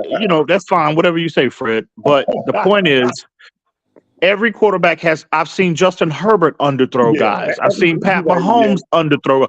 My point is about Tua in 2023. It hasn't been it was nowhere near the issue that it was in its first 2 years. No, that's the point that I'm making. Yeah, for me, what I'm saying, what I'm not saying underthrown balls where they have to like physically come back and readjust their body is what I'm saying is it seems like with Tua specifically, I'm not sure if it's just the style of quarterback that guys like him and Purdy are, where they have so much air on the ball that the receiver has to slow down, is what I'm saying, in the middle of their stride. I'm not saying underthrown where they have to physically come back for the ball. Have you guys seen Tua in college? You guys saw Tua in college, right? Yes. I see a little bit. So when he was coming out, and he was the number one QB coming out the draft before he got hurt. No one ever talked about his arm, right? So then he damages his hip. And listen, I'm a Tua guy, and I do believe that we got some damaged goods. But when Tua was in rehab and he talked to his trainer, Nick Hicks, they said that he couldn't even lift barely anything, right? So his first year was getting in NFL shape and rehab. His second year, he was bulking up. That's why he didn't run. Which is why he shouldn't even have been drafted, bro. Which is why he shouldn't. But here's the thing, though. So now, He said it. He did say it. It was like 2 years ago. He said it will never be 100%, obviously. So now, so imagine if he didn't hurt his hip back when he was throwing bombs to Ruggs and to all these guys. He was never throwing deep, crazy balls. So he never had an arm. So this talk about, but why is he underthrowing? Why can't he? He never had an arm. So now, right? He never had an arm when he was healthy. So now he broke his hip. So now he got a broken hip or a rehabbed hip. So now you're gonna take away from that. So this whole notion is like, man, he's never gonna have the deep ball because he never had it. So but you and EM are the rational part of his fan base. The guys, I've heard his hardcore Tua fans say that this guy has an elite arm. Like when he was in Alabama. Tua's never had an elite arm. But he don't have a weak arm either. You don't need to be and have elite arm strength, bro. Some of the greats we've ever seen. Brady didn't have a great arm. Peyton Manning didn't have a great arm. Joe Montana didn't have a great arm. Young Peyton Manning had a gun. Never had a great arm, bro. So again, just Brett because Favre had a great arm. Aaron Rodgers had a great arm. You can win both ways. I'm not saying, again, what I'm saying is, Tua is not the talent that those guys are, but his arm is not a problem, bro. And again, no, you don't I'm not judge saying his arm is a problem. What I'm saying, I can have a rational conversation with you guys, but when I go on Twitter specifically, I hear these Tua guys say that when he was at Alabama, he was throwing 60, 70, 80-yard bombs at Alabama. No, I mean, I don't know when that was. I never saw Tua. First off, what guy throws 70-yard bombs? Who does that consistently? I agree. And Josh Allen don't even do that. You know what I mean? Yeah. So just real quick, I'm gonna step out. Just real quick, just keep in mind too that it might happen. I'm not saying it is, but I would love it because, for me, I would love Tua to be a little bit more mobile. But if you guys look at his 2020 tape when he was shaking dudes and he was booking it, he was about 20 pounds lighter. And I'm not sure if y'all know about the whole bodybuilding, and you can't. The right way to bulk up is you bulk up, you get strong, right, and then when you want to cut and get that six-pack, you slowly cut down. So don't be surprised if Tua comes in this year a lot lighter. He bulked up this past year, right? Everyone made fun of him and whatever. He bulked up on purpose. So don't be surprised that his trainer has a plan to make him come in a lot leaner this year. So now he's stronger. Now his hip is fully repaired or whatever. He might be a lot more mobile, which would be huge in my opinion. His hip's not fully repaired, bro. I don't think you can ever come back from an injury no, like that. You're right. Not fully repaired, but a lot stronger than what it was. I mean, he might not, but again, even if his hip will never get back to 100%, right? He's still got enough mobility to escape trouble, get outside the pocket on occasion, extend the play, either make a play with his legs or make a play with his arm down the field.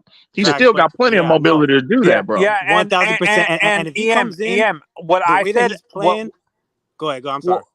What I was gonna say is, what I want Tua to do is be like, he doesn't have to manipulate the pocket.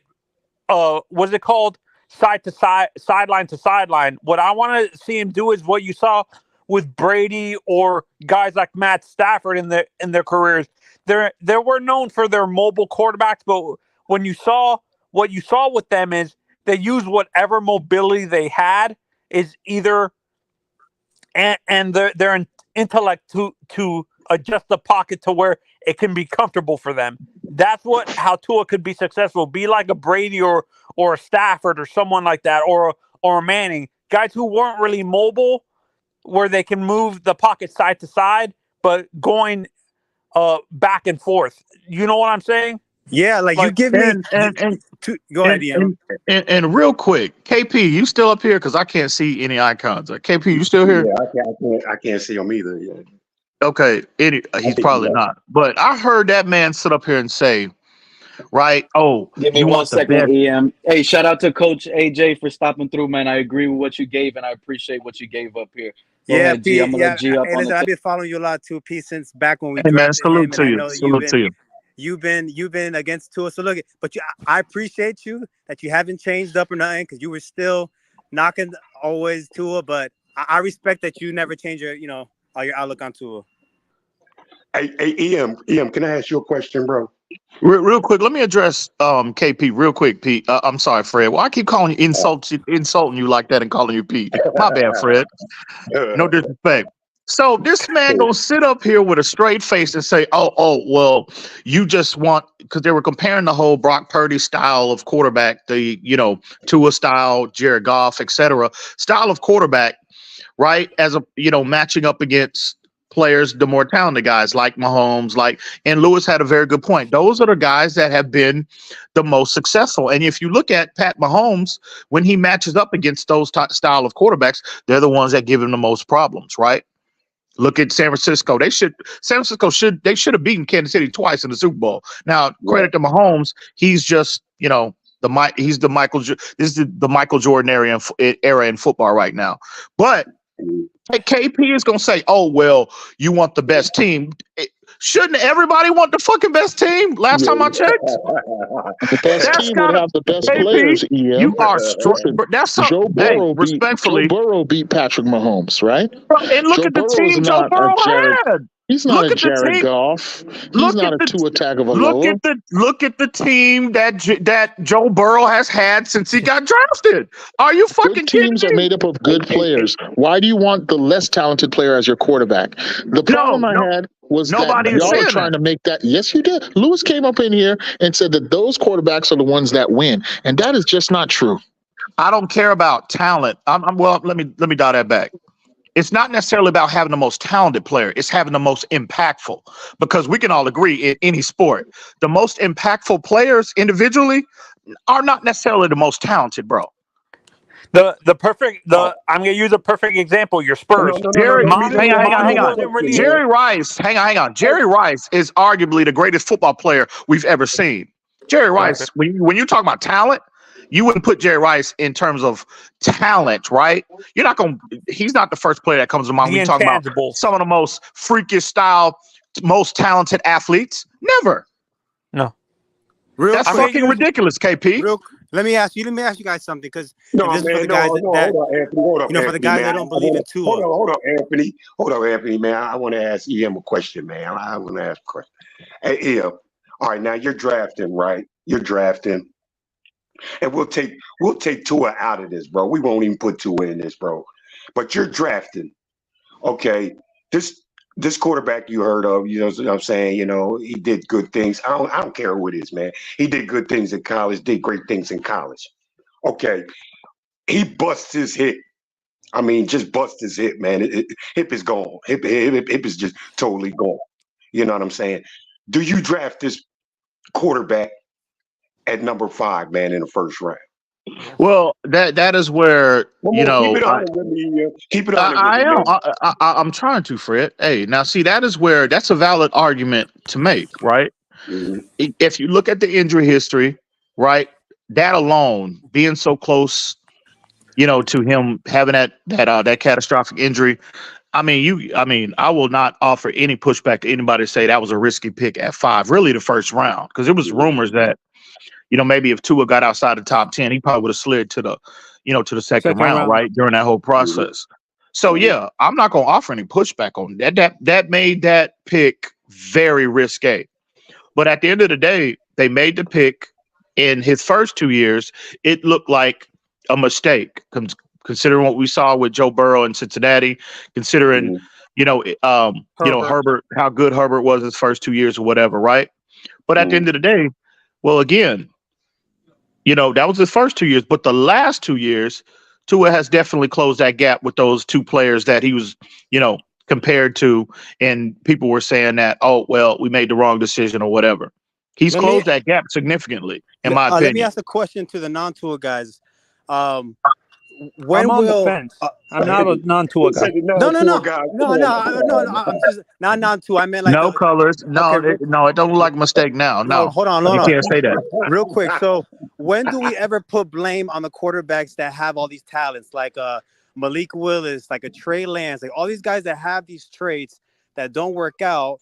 Why do we always blame the coaches or the team that they're on? How we always blame Tua for everything? You got guys like Trey Lance and Skyler. Look at Herbert. Got these arms. Hey, look at Herbert, right? They sit here and the very same thing that they complain about Tua about, right? They complain about, right? The same things. Herbert has gotten how many coaches fired now? How many coaches is he on now? This is third coach. Okay. His third. How many coordinators he done got fired? So I won't put Herbert there, but I won't put Herbert there because Herbert has been balling out. But I'm talking about the guys like Trey Lance, Malik Willis, like all those guys. Like what's their excuse? But my point is, here's my point. Tua has been, if you're talking about just balling out, just putting up numbers, Tua has done the exact same thing Herbert did the last 2 years as Herbert did in his first 2, right? But he don't have the wins. But Herbert hadn't, bro. Again, one playoff appearance, right? One in his first 4 years, right? They had a 27-point lead, right? Gave that up, got bounced out the first round, right? But where's the criticism on that? About that? Hang on. Where's the if you're gonna be fair and objective, right? Where's the criticism? Where's the criticism at? I have a question about you brought up the loss. We blame Herbert. When it comes to Tua and his losses in big games, we always blame the coaching and stuff like that, and we always blame everything around him instead of putting it on the onus on the quarterback. But we can't then not blame the horrible coaching calls that Staley made. How much can Herbert cover up when Staley's making stupid calls? Y'all don't give that. Y'all don't extend that grade to Tua. You can say the same thing about Mike McDaniel self-admittedly the last 2 years, right? His coaching hasn't been, again, as consistent enough, right? But you don't extend that grace to Tua. You give it to everybody else in the league, right? Herbert, Burrow, Mahomes, etc. But you don't extend that to Tua. Why is that? If you're fair, right? If you're not biased. Let me answer it, right? Man. Let me try if you're not completely in your feelings in a negative way about this player, right? If you're objective. Y'all are not objective. You got idiots. Right? Yeah, man. It's because with me anyway. With me anyway. It's because it's the team that I love, bro. I don't care about what San Diego's doing. I don't care about what San Francisco's doing, bro. You know what I mean? But y'all do that though. I'm not even want to go as far as to compare quarterbacks to Tua. I don't even want to go as far as that, tell you the truth, man. I just want for my team and what I'm not seeing at the quarterback. That's all where I'm at with it. I don't give a shit what Mahomes doing. I don't give a shit with Purdy doing, Herbert. But you do. When you criticize Tua, y'all are quick to run and compare him to those players. Y'all do it every fucking day. What are you talking about? I don't. All of you, hey, not you, Fred. I don't need to compare. Y'all do it every day, bro. What are you talking about? Look, I don't need to compare. All I hear to Mahomes, and nobody needs to compare him to all Mahomes. I hear on panels, all I hear in Twitter spaces, all I hear in chats, like you got fucking idiots. I'm not in Twitter, bro. You don't hear that coming from me, man. Hang on, Fred. Hang on. Hang on. Let me finish. Let me land. Right? On YouTube, Twitter, look at this idiot, this bitch side fishing right here. This motherfucker ain't never been right about nothing, don't know a goddamn thing. He can't even spell football, right? Properly. So you got all these idiots whine, right? When you're criticizing Tua, you run and bring up other quarterbacks. Again, what we just talked about. Why was Tua under so much scrutiny the first 2 years? Why? Because everybody was comparing him to Herbert and Burrow. Joe Burrow. Y'all do it every day. What are you talking about? Look, I know they get fuck out of here. I know y'all are biased. Y'all are clearly biased. Y'all never wanted him, right? Just say that. And that's fine. All I'm saying is just stand on that. If we're gonna right, because the arguments that you make, and I'm not saying all of them, but a good portion of the arguments that y'all sit up here every fucking day make are some of the dumbest shit, some of the dumbest takes you will ever find on the goddamn internet. That is a fact, bro. The same shit that you criticize the two on, you give passes to other players. Y'all do that, bro. Y'all are some of the most hypocritical. So what? We're fans. Okay, we're not claiming to be experts. You're hypocritical. You are claiming to be an expert, and we've lost for the last 3 years. We haven't won a playoff game. So, in my opinion, it's your educated take that looks dumb. My educated take, right? Again, my evaluation on Tua has been validated. He's in the MVP conversation 2 years in a row, right? At the top of the league in virtually every category, 2 years in a row. Y'all said he would never be drafted. No, keep on going with more accolades because what results with our team is 0 playoff wins. And you fail to realize that that's where we fans are coming from. And we're Again, not going to no. bow down to See, that now false y'all are moving the talk any goalposts. longer. No. Okay? Now y'all are moving. Now y'all are moving the goalposts, right? First, you said he would never be drafted. Second, you said he would never be a productive player. Then you said he would never be a Pro Bowl caliber player. Then you said he won't be an MVP level player. And he has made all of y'all, you included, KB, look like complete buffoons right now. And now You y'all can are moving have the whatever goalposts. opinion you want of me. That is fine. Okay? But I'm explaining to you No. I'm just that saying, has your he not opinion outperformed you all's does not expectations? define me. You can have a party Has he hey, not KP. outperformed your Hey, expectations, KP. KP? He's dumb. But listen, we have KP, zero playoff has he wins. not exceeded your expectations? Didn't you No, one of the ones that as a said number 5 draft pick, he has not met my expectations. wow, He really? has not Okay. saved our All right. franchise. All right, so And I real don't hear quick, you guys moving the goalposts talking about we need to build a better team around him. When let me he have was supposed to be, But we're supposed to be isn't tanking that the for a approach? Isn't that savior. the approach of every team? Shouldn't you want to put the best team around your Of course, players? but that's not what you sold us. so let, yeah, What? but so let me Sold ask you you. what? What are You you don't talking draft about? a game manager at the number 5 position, buddy. Bro, stop it.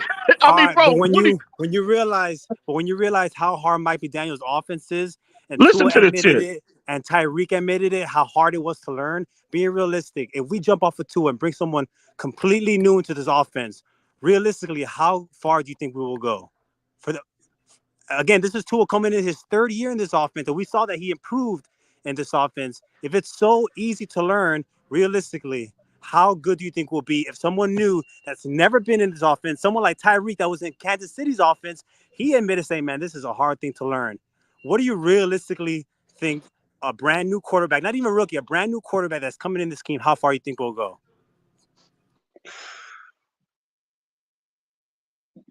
It's hard, right? Like, we could bring in Justin Fields, Herbert.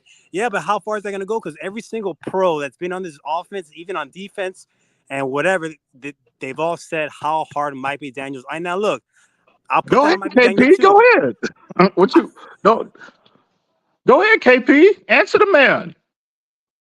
What's so hard about you've been in the offense for 2 years now. If it's so hard to learn, bro, you just won the pass. You just won all quarterbacks in passing yards, man.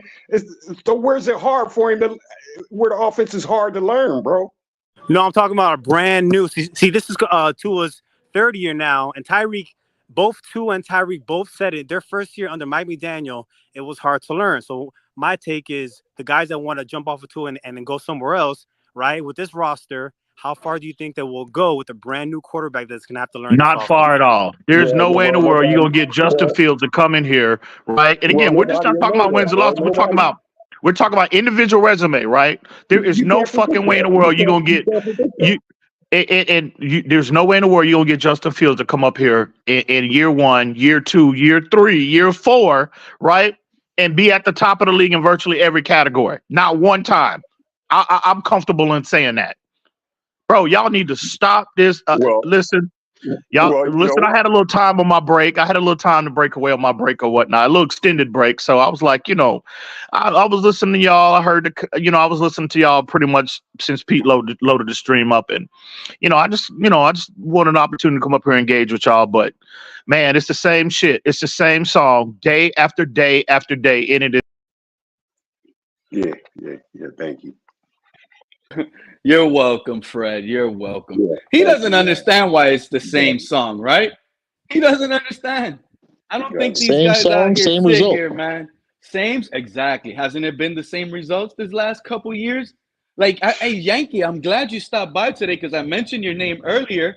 I just sat up here earlier on in the stream and I said, Tua's fatigued arm late in the season, like Yankee called out, is a huge reason why probably McDaniel could not have called deeper routes or long plays. His arm was fatigued out. They want to blame the weather, the cold. Come on, this guy wasn't even it's bad. Guys like EM want to sit here and defend the guy, which is fine. They're using the stats, so it's hard to fight. But at the same time, you just got to use your eye test with this guy. You can't win. That's all it is, man. And not that when we lose these important games, it's how we lose them, bro. It's like no fight back. You know what I'm saying? Nothing back from this quarterback, man. You know what I mean? Like You know, just the games are just abysmal, man. Abysmal.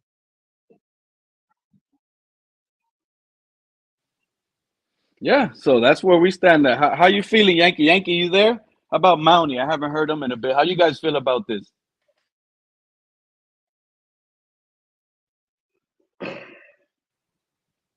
And just real quick before I go, I appreciate you, Pete, for having me on.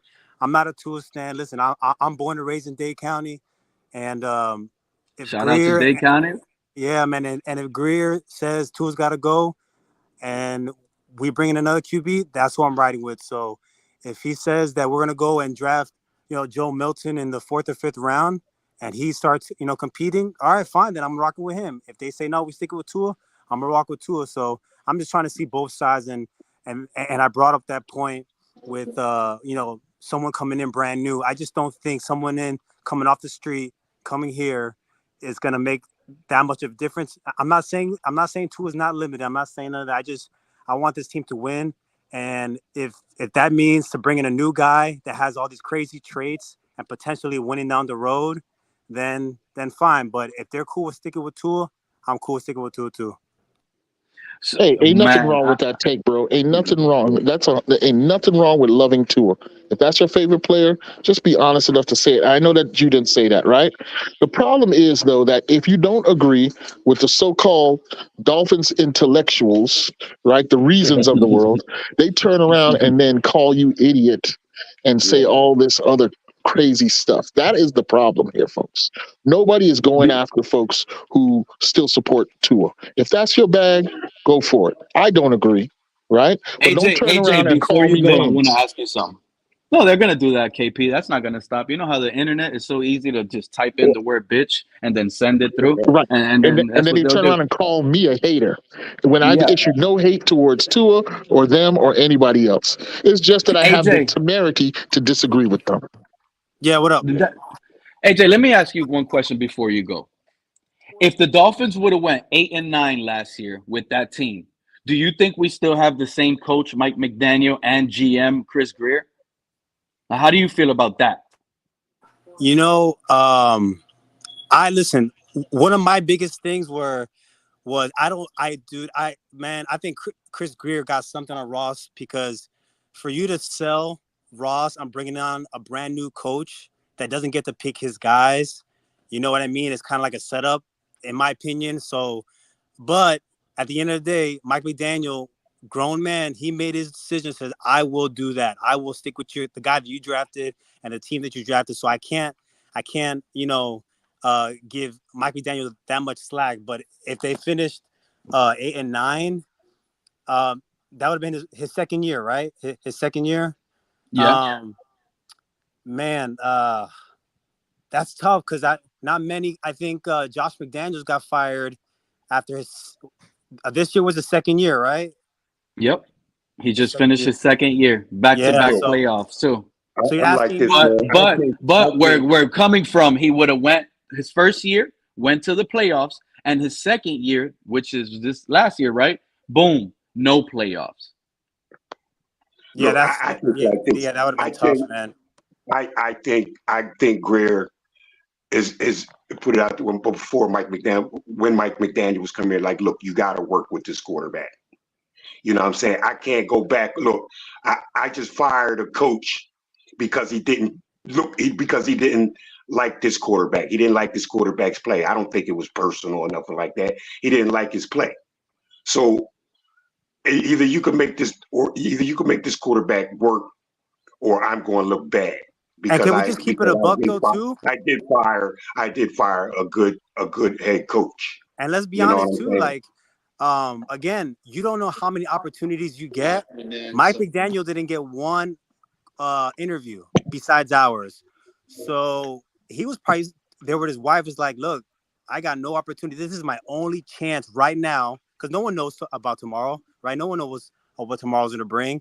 So he kind of had his hands tied in a way. He's like, look, I'm going to give you this whole team. This is yours, but you got to do it my way. No other team is offering you a job. We are. So it's tough, man, because it's like, this is my dream to be a head coach. No other team is giving me it, but I have to take your team. That's kind of hard to pass up. So I don't blame Mike McDaniel for doing that, but it's tough because it's not his team that he drafted. And I also feel sorry for coaches that it either here or is going to come here, because they're going to have to go with Tua, because if you don't go with this quarterback here, then it makes me look wrong, and it makes me, speaking of Grier, you got to make this guy work, because if you don't, then I don't. So Grier, just Grier survived what, Gase and Flo, right? Was Grier here with Gase? What's that again? Was Chris Grier of the GM for Gase or no? It was Tannenbaum. Oh yeah, it was Tannenbaum and Grier. It was both of them intertwined. See, so that's what I'm saying. Like, something's not right, bro. So not many GMs make it past two coaches. You know what I mean? So he was in the conversation of hiring Adam Gase as a first-time head coach. Then he went out. Everybody, when we got rid of Gase, we wanted an experience. Some were even calling at that time Jim Harbaugh. There was reports of that coming out at the time. Boom. They told us, oh, we're waiting for the Super Bowl to get Brian Flores. This fan base was upset we hired Brian Flores. It took one season of Brian Flores for the majority of the fan base to fall in love with Flores. Then we end up falling in love with Flores because he's building it right, it seemed like. And boom, he fires him, hires another first-time head coach. So that's 3 first-time head coaches in a row. But yet the owner tells us we're not going to do the same thing. That'll be like insane to do it all over again, the same thing over and over again. So I just don't trust this organization, nothing they say. Just like Grier said last season, or like 11 months ago in that interview, he'll never trade Jalen Waddle. Oh, the Jalen Waddle pot is getting hot for a reason. And the discussions are going to be out there. Wide receiver needy teams, they'll be out looking and about, seeing if they can get someone like a Jalen Waddle out of Miami who's desperate and can't even afford their own draft picks when they do hit on the picks, because they price themselves out of Miami like Christian Wilkins. But that's where we're at. 3 years in a row, rookie head coach. Hey, just real quick again, Pete. Appreciate you for for having me on. All the guys on the panel, appreciate y'all, and I'm gonna step out. Appreciate you, man. So yeah, like a bottom line, man. This.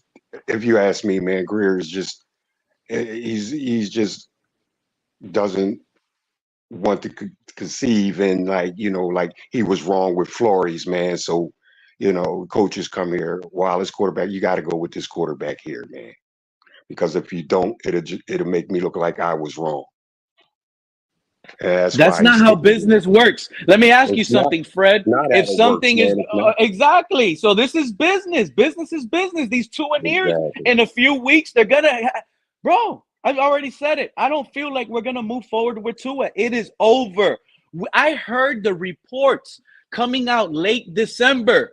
In December, I started telling people, dude, Tua has to wrap this division up. Can you imagine, Fred? Listen, this is what happened. And I'm going to break it down in a marriage term, right? Stephen Ross was prepared to get married. He had everything set up in place.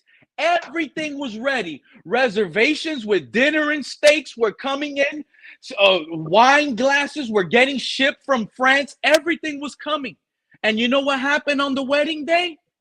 You lost. You found out she don't want you, or something happened. You know what? That one thing that happened was Tua losing the division, having a home playoff game in Miami with 3 games left to play, with 5 games left to play, and a 3-game lead. Week 18, the final game of the season, you win and you hold that in. And you let Buffalo go on the road, play on your football field, and your offense is supposed to be the greatest show on surf. Remember, they compared it to the greatest show on turf, but since we're on the coastline, now we got surfboards, so we switched it up. We're the greatest show on surf. What did they do at home versus the Buffalo Bills? Did they not screw it up?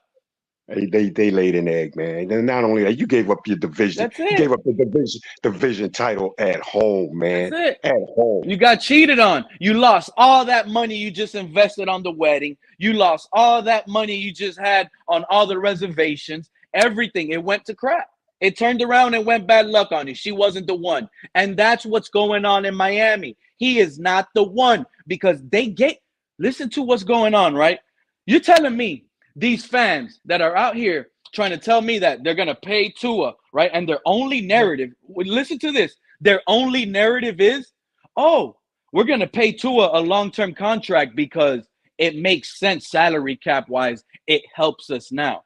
That makes no sense if he's not that guy. He's not that guy you're going to be able to sell to the world, especially in Miami here. So if he's not that guy, you're just going to try to help yourself with salary cap. There's a million ways to help yourself with salary cap instead of going that route. That's crazy to me. That's totally crazy to me. I don't get why Mountie keeps coming up like so many times. I don't know what's going on with Mountie. Mountie, what's going on, pimp?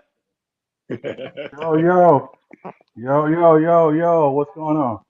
What's up, Not man? much, man. Yo, man, listen, I was trying to come up when Ian was in here because that was nonsense that he was talking about. He just came backstage. He just came backstage, so I'm gonna let him up and let you guys go at it for a bit. I'm gonna pull myself down, Mountie. And people in the chat saying I kicked him out, but he was already saying he was leaving. Now he's coming back, so that's why I got him out so I could come in.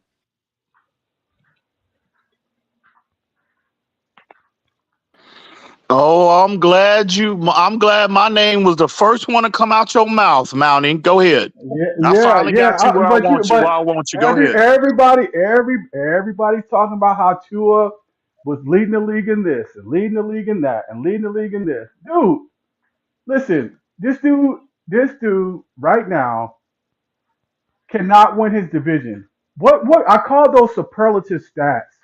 Yeah, okay, you lead the league, but you can't seal the deal when you need it. When you don't show up when we need you to. So what good is these stats when you fizzle out at the end of the season? Like, I don't get it. It's frustrating. It's like making out with a chick and then just to know you're not getting none at the end of the night. You wild. You sound like you got a lot of experience in that category, but go ahead. No, I'm good. Hey, but it happened to me once, though. I will tell you, it happened to me once. Nah, but it seemed like y'all kicking it, and then you ain't getting none. So Mountie, real shit though. Like, when have you ever heard anybody that comes with, they use that as an argument, right? That's a legitimate concern. That's a legitimate argument, right? Again, EM Dolphin fan is not the name that should be coming out of your mouth in regards to this specific argument about him not being, paraphrasing what you said, but him not being the best version of himself. This nigga right here, bro, I documented that going back to college, right? An area of concern of Tua moving forward. So that, again, my name should be coming out of your mouth about this argument. Well, you didn't say earlier that he led the league in every category. Absolutely. Absolutely. Yeah, exactly. That's what I'm referring to. So, but the point is, all I said was, again, players, when you talk about when you're talking about evaluating a player, it starts with the goddamn statistics, bro. Every quarterback, like if Xavier Howard, look at him in his first 2 years in the league, right? He wasn't definitely the Xavier Howard that we learned in his first 2 years that he was in his next 3 years, right? There's a process. So the first process of development, right, is to be considered and evaluated properly in terms of, money and contracts and all of that, right? The first thing players take to negotiating table is, where do I rank amongst my peers? Because that validates you in terms of the contract that you are seeking. That's the first part of it. Exactly. That's the first part. That's the first part of it. And my only point with Tua is, again, the last 2 years, 4-year player, the last 2 years, he has ascended to the top of the league individually, statistically, at his position. That's the first part. Right now, the second part, the second level he needs to get to is to be the best version of himself, when the team needs it the most, when we get to the postseason, right, etc., right? Winning football games. That's the next phase. So all I said was, again, when you look at the trajectory from year 1 to year 2 to year 3 to year 4, right? He is on an upward trajectory in terms of his development. And again, the idiots out there, right? The casuals, the true casuals, right? We all know who they are, right? I got a laundry list of individuals in the community that don't know shit about this fucking game, right? So when players get to the next level, right? To get to the next level, that's a skill set, right? You got to learn how to win. You got to learn how to be the best version of yourself in those critical moments, right? And the only way you do that is through repetition. And again, those ain't my words. Though, go listen to Michael Jordan. You can Google any interview, and he talked about how he had to learn how to beat these teams, right? In the Detroit Pistons, the Boston Celtics, the Lakers, right? The Portland Trailblazers. He had to learn how to do that. And I think, in my opinion, right, with Tua, and not only Tua, but Mike McDaniel, but Tua, we're talking about Tua now, right? He's now in the middle of that cycle, learning how to win a division first, and then ultimately, hopefully that turns in, he learns how to win, and that equates to a championship at some point. Go ahead. But that again, we all need to exercise patience. I don't know what else to tell you. What you're saying is, what you're saying is he's on the correct trajectory. So we have to wait even longer. We have to wait for him to develop further. Well, isn't that what Justin Herbert? Isn't that the Chargers what they're doing now? Okay. Here.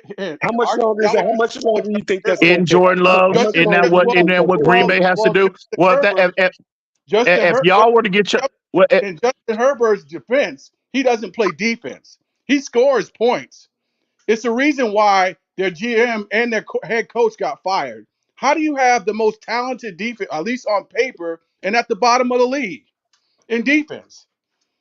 Well, again, that's a fair argument to make about. But he can't throw the ball and play defense too. Okay, well, if you're gonna make an excuse, right? And that ultimately is an excuse. Is that not valid? Yeah, it's valid, but isn't it valid that Tua didn't have? I mean, how many the starting O-line this year? How many games did they play at healthy this year? That don't matter. We were playing musical chairs with linemen. Yeah, I will. That don't matter. I'm not saying it doesn't. Okay. I'm not saying it doesn't. Again, but you're saying, we're playing. When we played Kansas City this year, everybody with the exception of maybe one guy, which is Robert Hunter. No, Connor Williams. Connor Williams and Isaiah Wynn were not in that game. It's sub-freezing temperature. But again, people talk like how many defensive players we didn't have? Still weren't cold at all either. How many defensive players that we didn't have? It matters. Tua don't play defense. Tua don't play defense. But we only could put up 7 points. Right. Oh, and that's fair. That's fair. They didn't. No, I'm not trying to push back on that. But that same defense. I'm getting tired of Mike McDaniel, dude. What's that? I'm getting tired of Mike McDaniel. I'm more tired of him than Tua. Well, I'm glad you clarified that. But the point that I'm making is, again, I want things when I want it too. I'm no different. I'm a human being, right? I don't like to wait on anything. You know what I mean? So I'm with you. I would rather him be, Patrick Mahomes now. He needs to give up the fucking play calling. He needs to give it up and be head coach. I would rather have Mike McDaniel be Andy Reid right now, but that's just not the case, bro. Andy Reid had to get to this version of Andy Reid, right? But Andy Reid, he progressed. He wasn't a head coach right away. What are you talking about? Andy Reid, he was a head coach in Philly, but he was a coordinator. He was an offensive coordinator in places. He was a quarterback. Yeah, but when Andy Reid took over Philadelphia, Andy Reid was always the division championship winner. No. When Andy Reid came from, I don't think. Correct me if I might be wrong, but I don't think Andy Reid called plays for Mike Holmgren. I think Mike Holmgren always called plays. He was an offensive assistant, right? A high-ranking and highly respected assistant.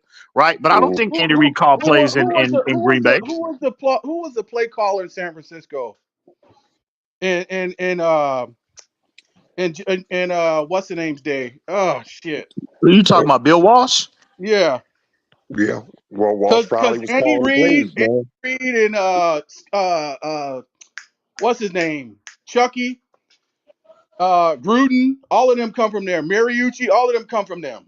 Right, but again, yeah, they were on the staff, but did they call plays? You said call plays. You said he was a coordinator. I'll look it up, but I think, if I'm not mistaken, I think Andy Reid was a part of that. I think. Well, yeah, he was on that staff in San Francisco too. He again went to Green Bay. He was on that staff in Green Bay as well, right? Yeah, he didn't call plays though. But he didn't call plays. You said call plays. You said coordinator, and I'm addressing what came out of your mouth. Yeah, so I'm thinking he called plays in San Francisco or up in there at some point. No, but I don't. Look, it's like this. Look, even last season, Mike McDaniel. It's times where we're killing people on the ground. He's dropping Tua back 35, 40 times. That's too much. 20, 25 times and run the football. We gashing motherfuckers on the ground. It's like he's doing shit on purpose to sabotage the fucking game. So let me ask you this, Mountie. Seriously. Real shit, right? No trolling, nothing. So your biggest, according to what you just said, your biggest issue right now is more so Mike McDaniel than Tua. So if Mike McDaniel becomes, a more balanced coach, right? I think, and I agree with you, right? This team is too pass happy. I think he's falling in love with, obviously with Tyreek, right? And he should. Tyreek is the most dynamic weapon in the league. But you can't be this pass happy and expect to beat these upper tier teams because they're built different. They're built the right way. They're built from the front to the back, right? As opposed to the other way around. And to get, again, it's good to have speed. It's good to be able to stretch teams. But at the end of the day, stretch teams horizontally and vertically. But at the end of the day, bro, that power football is what wins, right? Year after year after year. And Pat Mahomes, you look at Andy Reid, his style. Andy Reid can be, in terms of his play calling, as pass happy as any coach in the history of the National Football League can be. But he took, and look at what he has at his disposal, right? Go back to last year, right? They won with Tyreek Hill, right? And they looked at Tyreek at some point, and they felt like he priced himself, the money that he was asking for, that was a little too rich for that Andy Reid and their front office wanted to play him, right? For more targets, he pressed for more targets too, man. Right. Hang on. So what did he do? Right. What did he do? Right. Got his ass up out of Traded him away. Hang on. Traded him away, and he made more investment on the O-line, made more investment on defense, and philosophically he changed. They're a much more balanced approach now than and especially when it comes to the postseason. So in my opinion, that is why they are they're sitting here in a position to really be a dynasty moving forward. It's not only a personnel change, but a philosophical change. So my question to you about Mike McDaniel is, okay, I know again, your words, not mine. You said that, you're more upset with him than Tua. But if Mike McDaniel adopts some of that similar approach that I just highlighted, right, is Tua good enough, you think, right? If you alter the approach and you become more balanced around him, is he good enough to get you where we all want this team to get to? He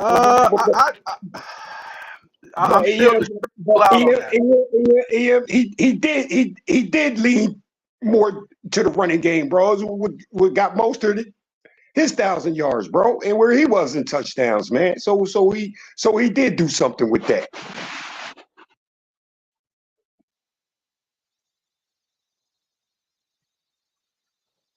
Mountie. Yeah, I'm here. So again, you didn't. What you think? Well, I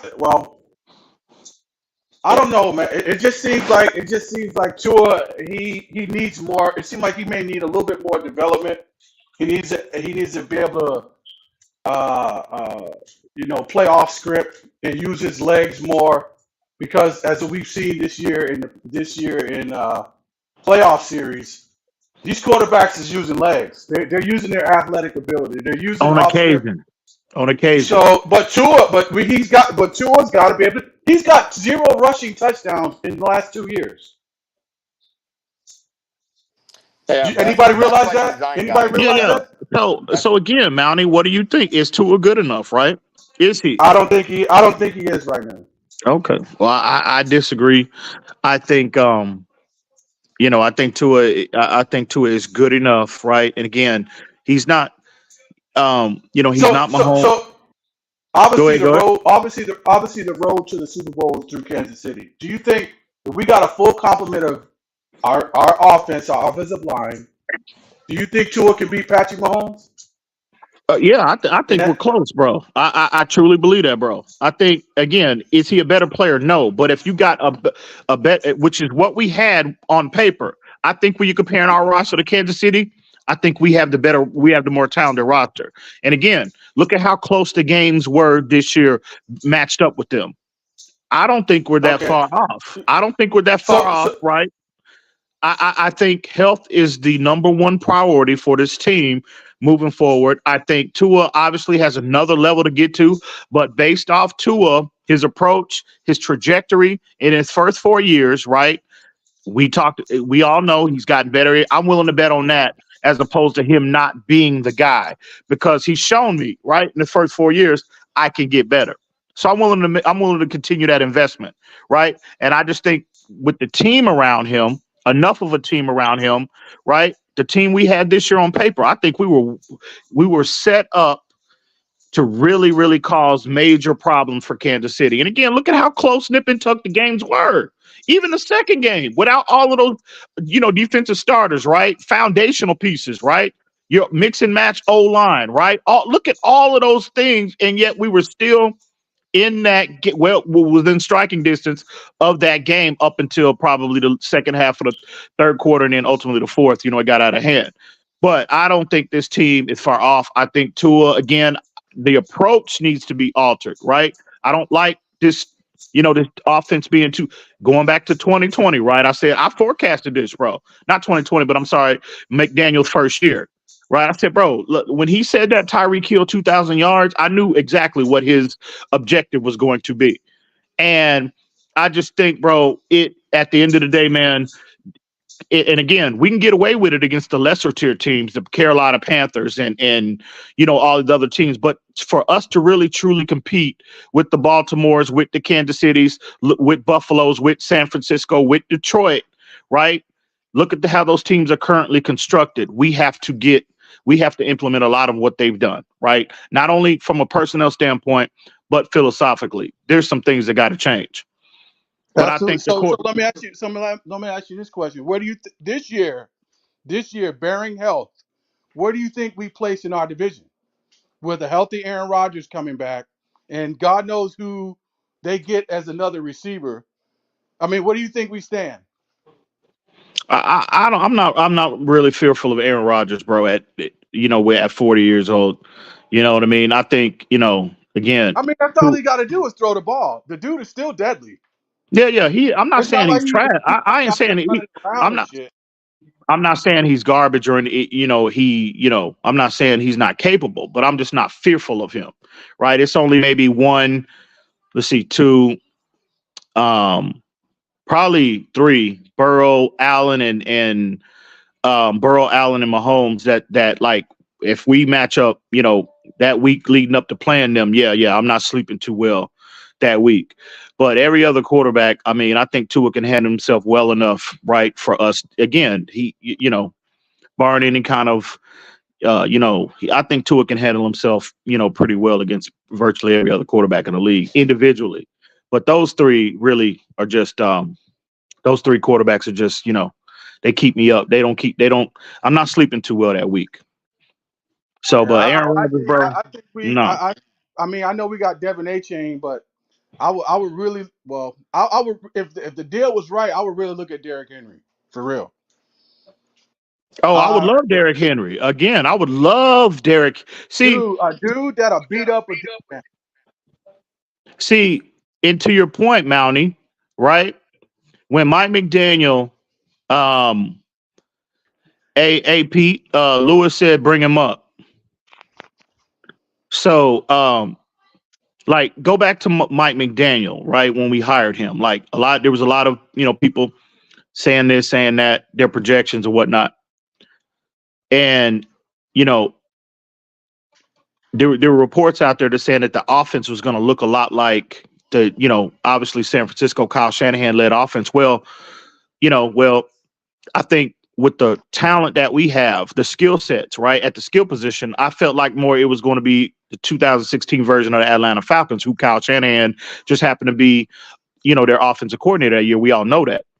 Yeah, I said it's going to resemble that, but I felt like for us to get to the level, again, deep playoff runs and ultimately the Super Bowl, we need to be more of the 97-98 Denver Broncos, right, who grandfather Shanahan was the coach of. Look at how balanced that team was, right? And you had John Elway.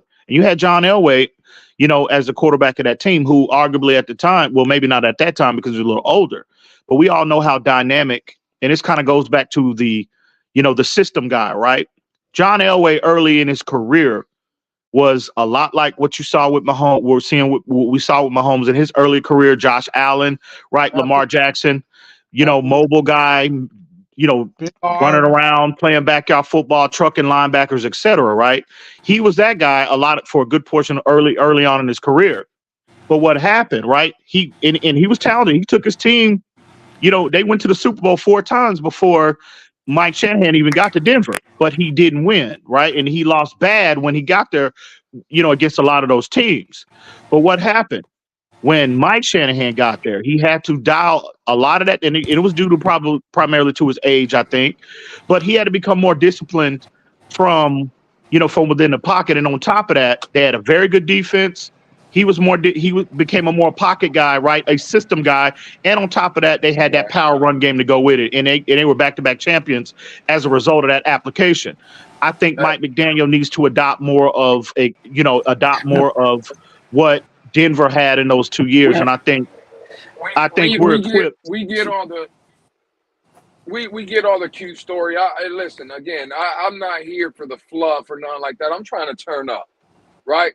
And I just think it's funny when, now that EM's on the panel, and I don't know, I'm not trying to insinuate anything, right? So, Mountie, don't get mad when I say this. But every day, Mountie, whether it's on YouTube or on Twitter, I hear you bring up Tua shit the bed, Tua's not the guy, Tua can't do this. If the Dolphins move forward with Tua, it's a mistake. It's always Tua. Now EM is up here and he's asking you questions, and the first thing you say is you have problems more with Mike McDaniel. No, bro, stand on your square. I do. Because he's the leader of the ship. But you never bring up Mike McDaniel. I do. I always do. You always, bro, stop. Yesterday I always you were do. on this. You're lying. Don't lie. Just stand on the square. Why? Because Mike McDaniel, I never said nothing about Mike McDaniel. You never bring up Mike McDaniel. You're always the Dolphins, if they make a mistake and sign into it. And again, I don't care if that's your position, but don't sit here and try to make. Well, now bro. You never bring up Mike McDaniel. Did I not tell EM I don't think he's good enough? Well, no. But don't sit here and try to tell. Oh, well, I have more concerns. I do. See. EM, you there? Yeah, I'm here. I don't know what he's talking about. Oh shit! God damn. Well, what I was gonna ask you guys: do you guys think the reason why McDaniel is so pass happy in terms of? Well, listen. The way I see it is this. Wait. I didn't hear what he said. I didn't hear. I didn't hear what he said. What you saying? Is there any reason why Mike McDaniel is so pass happy? Because he's got the toys that he's got available to him. He got Jalen Waddle and Tyreek Hill. Let me finish my question. I think this man from day one, Mike McDaniel, and again, new year, first year coach, first 2 years, right? He was a rookie head coach. I think this man and again, look at the storylines that was hanging over this team in regards to the quarterback position and just the team in general. I think that man, right, he was more focused on his establish himself right? His focus was placed more on that as opposed to what's the formula and blueprint for us to win games, right? I thought he was too caught up in making Tua an MVP, right? Because at the time, there's a lot of people in the community and, nationally didn't feel like Tua can be a productive player at the position, right? He was focused on that. And then on top of that, once they turned around and made the trade to Tyreek Hill, again, Tyreek Hill's words, not mine. First thing came out of his mouth was 2,000 yards, not how you settling in, is your family okay, how the kids, etc., right? 2,000 yards. So I think first and foremost, his focus was misplaced, establishing them two players at the highest level at their positions, right? And again, how I think it's more a reflection on him because again, how as a rookie head coach, what's the best way to fast track your name being, again, put all these genius. And again, he was well on his way early on the first part of the season last year, right? A lot of people was anointing him this genius. Oh, he's revolutionizing the football game. He's changing. He's a game changer, right? That man was more focused on establishing himself again with establishing Tua and Tyreek as the best players of their position more so than what the blueprint we should adopt to win games. That's what I think. But I was told I was crazy about that. Well, that's a wrong formula. If that's the case, that's a wrong formula. Let me finish what I was asking. Actually, I never got to finish the whole question. Oh, my bad, Anthony. Oh, I asked you what did you say. You didn't say anything. Okay, go ahead. What I was asking was, do you think the reason this season specifically, do you think the reason why he became so pass happy, not because of the weapons he had, but because of the lack of trust, the consistency of his running backs? Maybe he doesn't trust the running backs to consistently run the ball or the O-line. Well, if that's can you use that as argument for the passing game? If you don't trust the O-line for the running game, why would you trust it for the passing game? That's I don't think. Devin Achane had an 8.7 rushing average. Yeah, but it's not necessarily, and that's fine. Go ahead, Luke. And I'm saying we don't have to agree with it, but I think people don't understand. I think he has the utmost confidence in Tua. Whether it's right or it's wrong, like why do we always got to reach? Is that overconfidence? Why did he do that? He has the I don't know if it's overly or not, Anthony. What I'm saying is he has the utmost confidence in Tua. And sometimes, again, I won't sit here and debate that it's a detriment, right? Whether it's right or wrong, that's a whole different conversation. But I think when we reach, the fact of the matter is Mike McDaniel believes in Tua. There's people in this fan base that don't. There might be people still in that building that don't. But one guy in that building absolutely believes. So when the pressure is on, I think Mike McDaniel says, I'm going to put the ball in my guy's hand, and his guy's Tua. I'm going to put the ball in Tyreek's hand because that's my guy. I'm going to put the ball in, and again, whether it's right or wrong, that's fine, but let's stop reaching for all these things. The fact of the matter is Mike McDaniel has the utmost confidence in Tua, and that's why he puts the ball in Tua's hand. So you don't think on Hard Knocks when he's screaming, "We coming for your records, Dan Marino"? Yeah, I think he was trolling to some degree, but I think that man was dead. I think he was dead serious when he said that. Absolutely. That's the confidence that he has in this quarterback, right? Yeah. But see again, I'm not saying you're not correct, but my only not necessarily pushback, but that's the wrong approach to have because does Andy Reid trust? You think he trusts Pat Mahomes? Absolutely. Yeah. Well, Andy Reid has adopted a style to where a more balanced approach. He's taking the ball out of the greatest quarterbacks. Right? The greatest quarterback arguably to ever play the game, right? He's taking the ball out of his hands. Well, more recently, the last 3 years, because he knows. Because again, the objective is to win. The objective is to win. The objective ain't to have gaudy statistics. And you have to learn that, right? And that's cool. But you're telling me that a guy that's coached 20 plus years in the league knows that. Mike McDaniel's in year 2, and 2 years ago, the last time we faced Kansas City in Miami, I believe it was a 4th and 1 that they went for when Miami had went for a game. They didn't give that ball to that running back. They put that 4th and 1. Now again, it was just a quick little flip to Tyreek to the flat or whatever. But that was a pass, was it not? So again, we sit here and we get in our feelings talking about, oh, well, we should have. It's feelings. It's because it doesn't work. Because no one would have a problem if Tua was executing on those plays when it was called. No one would have a problem if Tyreek wasn't dropping passes when those numbers were called. We only have a problem in hindsight because we're playing Monday morning quarterback. Again, does Mike McDaniel have to do? Does he have to do a better job? I would agree. But this narrative, but we keep asking the same question. Why do you think it is? Because he believes in Tua. Because he believes in his players. That's what it is. Now, whether it's right or wrong, again, that's fine. But stop asking the damn question of why does he do it? No, I think again, I think he believes in Tua, but it's again to the detriment of the team.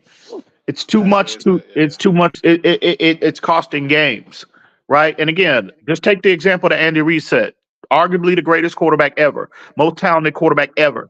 He has taken the ball out of his hands in the last three because again, the objective is to win. This is why I think Mike McDaniel, and it's not like and I'm critical of Mike McDaniel. I think he's learning his way in the league.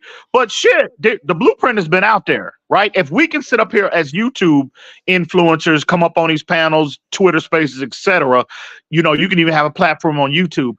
If you can sit here and highlight the areas on how to properly win games, how the fuck he can't? Because I think he's motivated internal. I think he's motivated from a more personal level.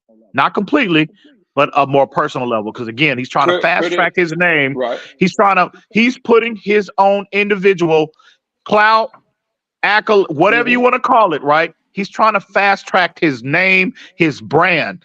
The best way to do that, going back to last year, I don't think the best way. He thinks the best way to do that. To me, the best way to do that is to win fucking games. But he thought in his first 2 years, the best avenue to go down was to establish these guys as the best. He put that as his number one priority, opposed to adopting a blueprint to win games. And that is all fair and that's fine. But let me ask you this. If Mike McDaniel is watching the same all 22 that everybody else is watching, right? All these film experts we have in the community, right? All these people, if Mike McDaniel is sitting there and he's like, well, damn, everybody, I go to these YouTube channels, I go to all these Twitter Spaces, I hear what they're saying about me, but when you throw on the film, there's plays to be made and my players are not executed. Why the fuck do I got to change? That's the coach I want to be. This is who I am. And if it's one thing, again, if there's plays that are not, if you call something and we could play Monday morning quarterback and you're like, damn, you know what? This shit right here don't make no sense. Why didn't I run the ball here? Because this dumbass play call I called wasn't going to work. And bro, you turn on the film and there's plays to be made. Like we want to sit here all the time and cry about the third wide receiver when there's people running open underneath. We don't have a wide receiver problem. We have an execution problem. That's what we have. Oh, no, I think with that. Yeah, could that not be the case? I think it's a combination. When you look at all 22s, that it makes sense. I think it's a combination of both. It's a combination of both. Because you can sit up here and say you can sit up here. We only talk about one though. So, but again. Were there not plays to be made from in the Super Bowl, right? Were there not plays to be made? You can make that argument about Andy Reid and the Kansas City Chiefs, right? That they were leaving plays on. You can make that argument about anybody, right? But we're talking about changing. But at the end of the day, it's changing. Why do we have to change if there's plays to be made? Why? No. Well, again, execute better. I don't have to change shit. But you can sit here and it's easy from afar to say that, but human beings are imperfect creatures, bro. You can't sit up here and say in any fucking game, oh, you're gonna have 100% execution. That don't happen. That does not happen. You have to forecast plays not being made. Not only as a coach do you forecast plays to be made, you have to forecast plays not being made as well. So no, that don't happen. You can sit here and say and want that, but at the end of the day is all you can hope as a coach. I can forecast running the ball on 3rd and 1 though, and forecast it getting stuffed. But no one cares about that because all we're in our feelings. We need to run the ball. How many times last year when we played the Baltimore Ravens, they got a very athletic quarterback in Lamar Jackson, right? They got a very good offensive line, right? We stopped Lamar Jackson on 4th and 1, I believe, twice in that game. Who would have thought? Do you think that the Baltimore Ravens thought the Miami Dolphins were going to stop them twice on 4th and 1?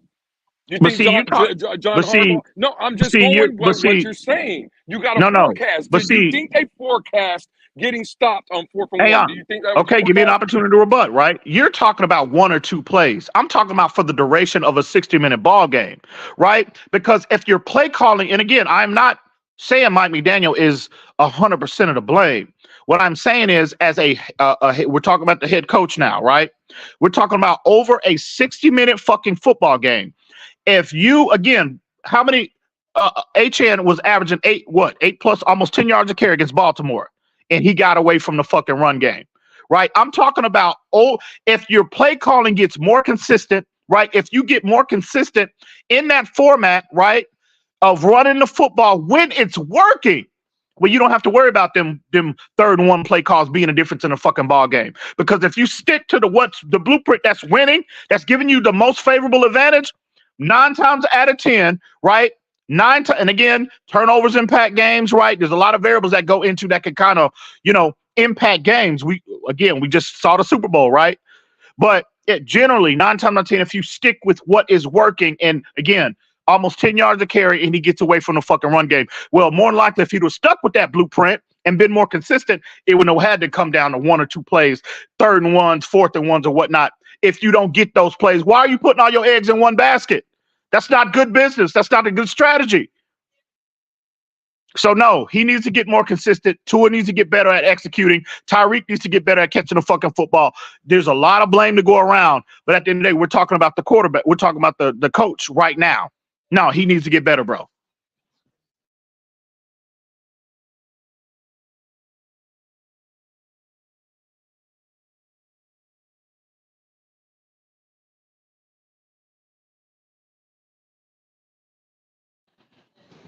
I ain't mean to drop the goddamn mic, but goddamn. Yeah, I didn't mean to body so many niggas at one time. Ain't nobody scared of that shit. I did not mean to body so many niggas.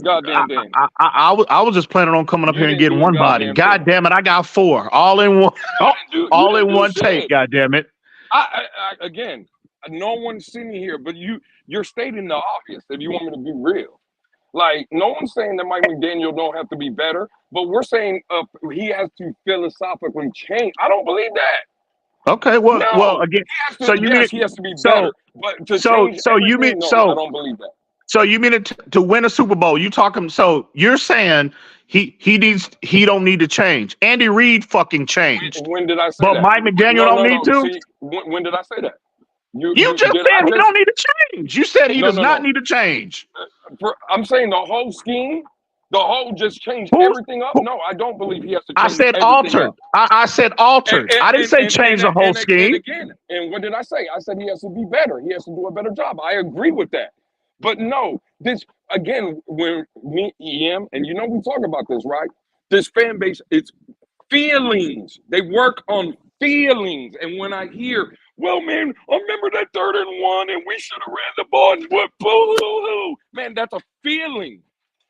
That shit don't make no sense because on that 3rd and 1, if there's a passing play that's called and it's worked, but we didn't execute, that's not a problem. Again, well, I don't believe we should have just ran the ball there because people are in their feelings. Well, again, I'm talking. I don't come down. I don't. Me personally, I always come to from the perspective, what could I have done over 60 minutes as opposed to 1 or 2 or 3 plays in a game? What could I have done better for 60 minutes? That's always the perspective I'm going to take.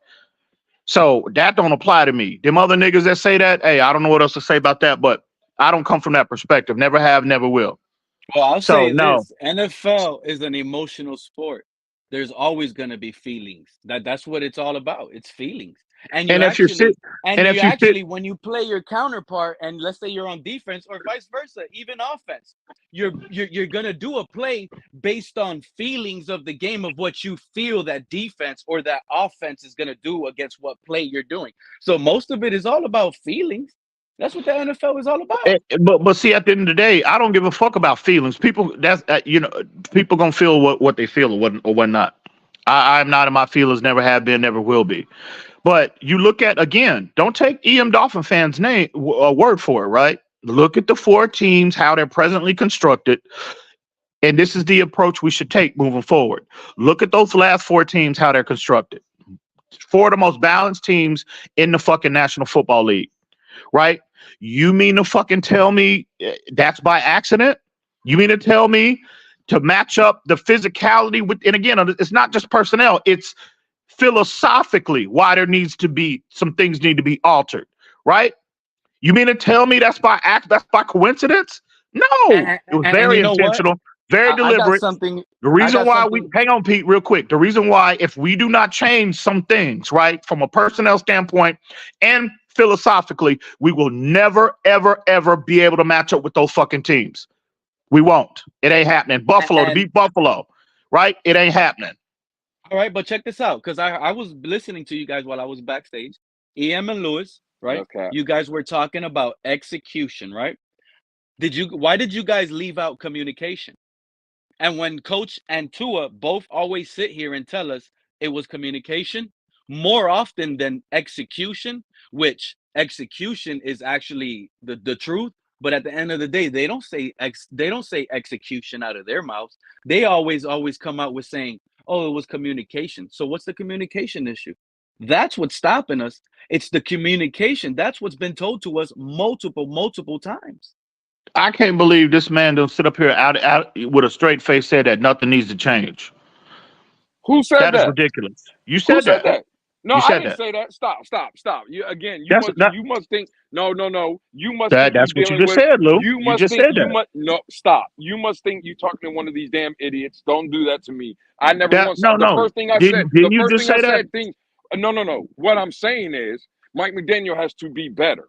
Just like I believe Tua has to be better. Who needs to communicate better? I believe Jerome Baker has to be better, right? I think the team has to be better. But this narrative that we have to change the philosophy of what this team. No, we don't. You mean to tell me, so that tells me, and again, so you mean to tell me, right, as pass happy as this team is, philosophically, right, if you go in to this coming up season, the 2024 season, and you facing these teams that are, again, the most balanced in the league, that are at the top of the league,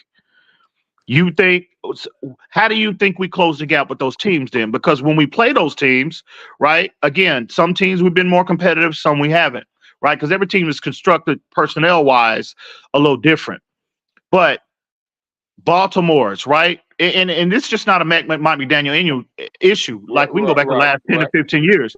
When we generally play these power teams, power-oriented teams that put the run game as a priority first and stopping the run second, right? On the defensive side of the football, number one, we don't play well against them, bro. Right. Let me ask you a question, right? Because you mentioned, just like I mentioned a month ago, about the last 4 teams that were playing in the NFC Championship and AFC Championship game, respectively. We all know who those teams were. Let's go with the team that won the Super Bowl, Kansas City. When the Miami Dolphins this season in 2023 matched up with Kansas City the first time in Germany when we lost 21-14, you want to sit here and tell me we lost that game because of the running game? Are you trying to tell me that if we would have ran the ball more, we would have won that game? Is that what you're trying to tell me?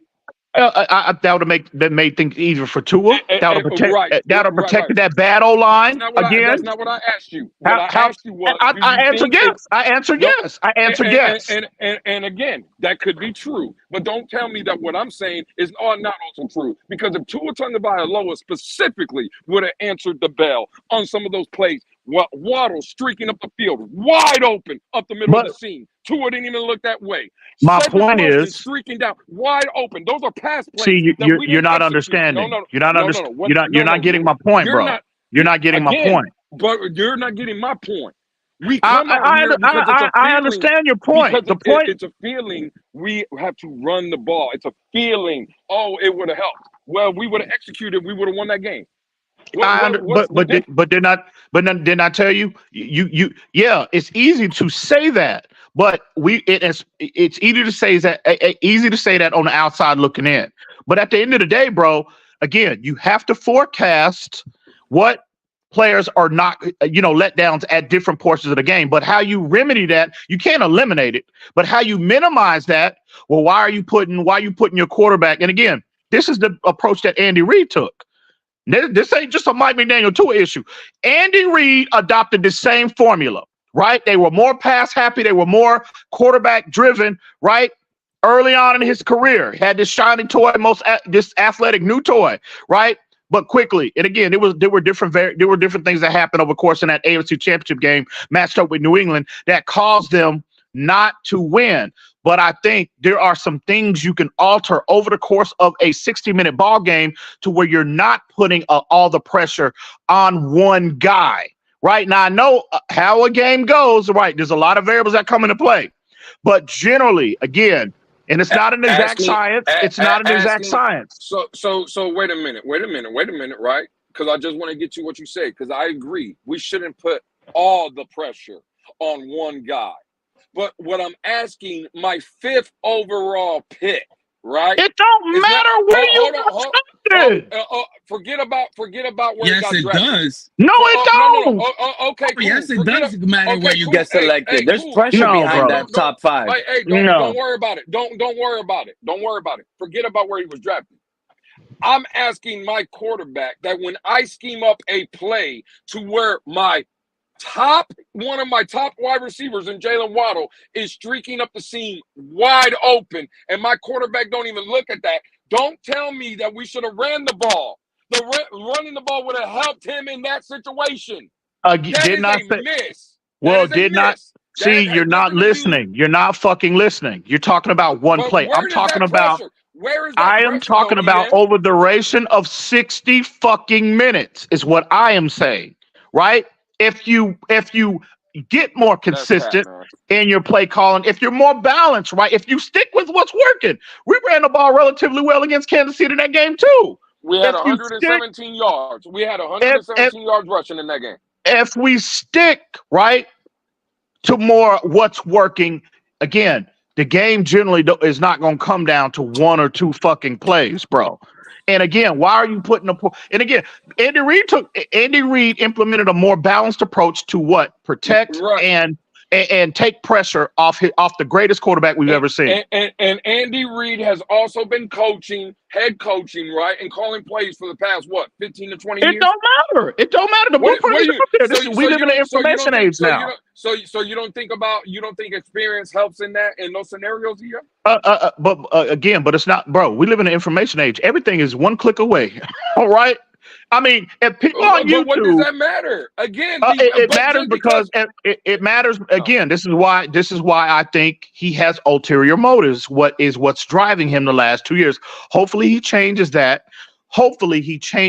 In 2024. But at the end of the day, bro, if people on YouTube can highlight before a game, not just after a game, right? Before a game of what favorable matchups. Talk about different approaches you can implement to win the game, right? If people on YouTube can come up and formulate a plan, why the fuck he can't? He the one that's sitting in that office getting paid millions of dollars. And again, that goes to my original point. That's fine. People on YouTube can come out and say whatever the fuck they want. But then there's also other people on YouTube that come out and say, when they're also watching the film, there's plays to be made and we're not executing. And that's why when we come out and we say there's so much hate on Tua, right? Again, I'm not trying to say what you're saying. I'm agreeing with what you're saying, EM, right? I'm not what's saying the debate here? What's the debate here? Because it's not 100%. I don't agree with you 100%. I think that 2 things can be true. You just want it to be one-sided in what you're saying to be 100% true. Can I chime in? Can I chime in on this? Because EM, you can say what. Look, let me tell you something, EM. What you're saying you're wording it right. It makes sense.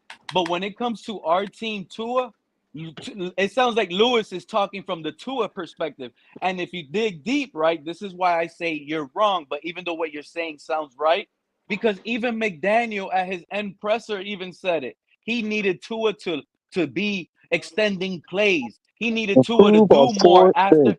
He needed Tua. And then what did Tua say after the season was over? That should be a topic of discussion because that is a topic of discussion. Shout out to Omar Kelly for writing the article I read this morning, right? But when The you four say it's a things, problem, the though, Pete, four, you cannot say yeah. Tua needs to be better.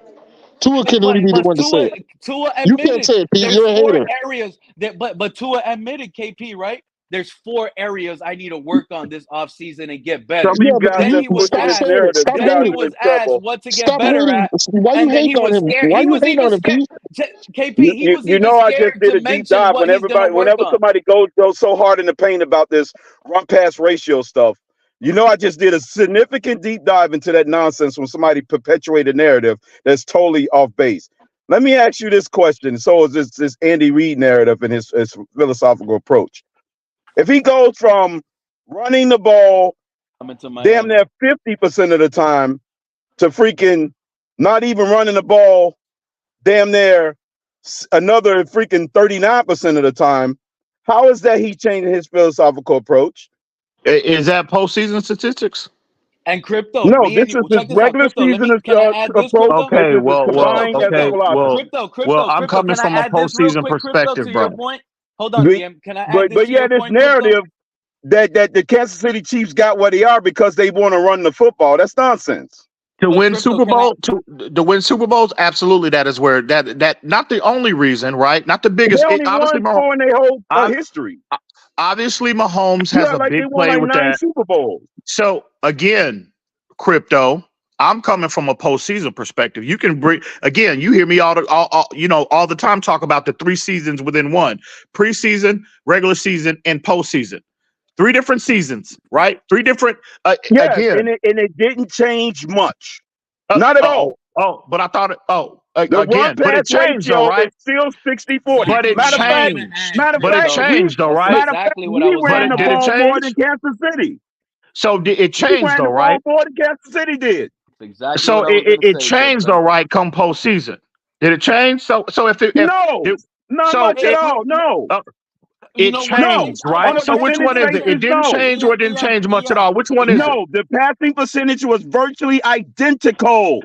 So again, But did it so change? EMs Did it then Lewis, change or didn't at all? the execution No, I'm changed, telling you, it EM. stayed the same. No. The Because execution 1 minute you changed. said it did change, but not by much. At the other side of your mouth, you saying In it the didn't other change at all. I direction, could sit here meaning and that they answer that. passed even more in the playoffs. Nah, I disagree with that. Isn't I it disagree with ironic that. Isn't it ironic? Okay, Isn't go it look it funny, up. right? Hey, crypto, You isn't acting it like ironic, they ran the ball 80% of the time for philosophically to Who balance said out that? them Who passing the ball 80% of the time in the who regular said season. that? Stop it. Who said that? That's Who what said you're that? perpetuating. No. Hang on, Pete. Hang on, Pete. Wow. What I am saying is, again, let me explain it for a 5-year-old. Let me break it down for a 5-year-old can understand, because that's obviously what I have to do, right?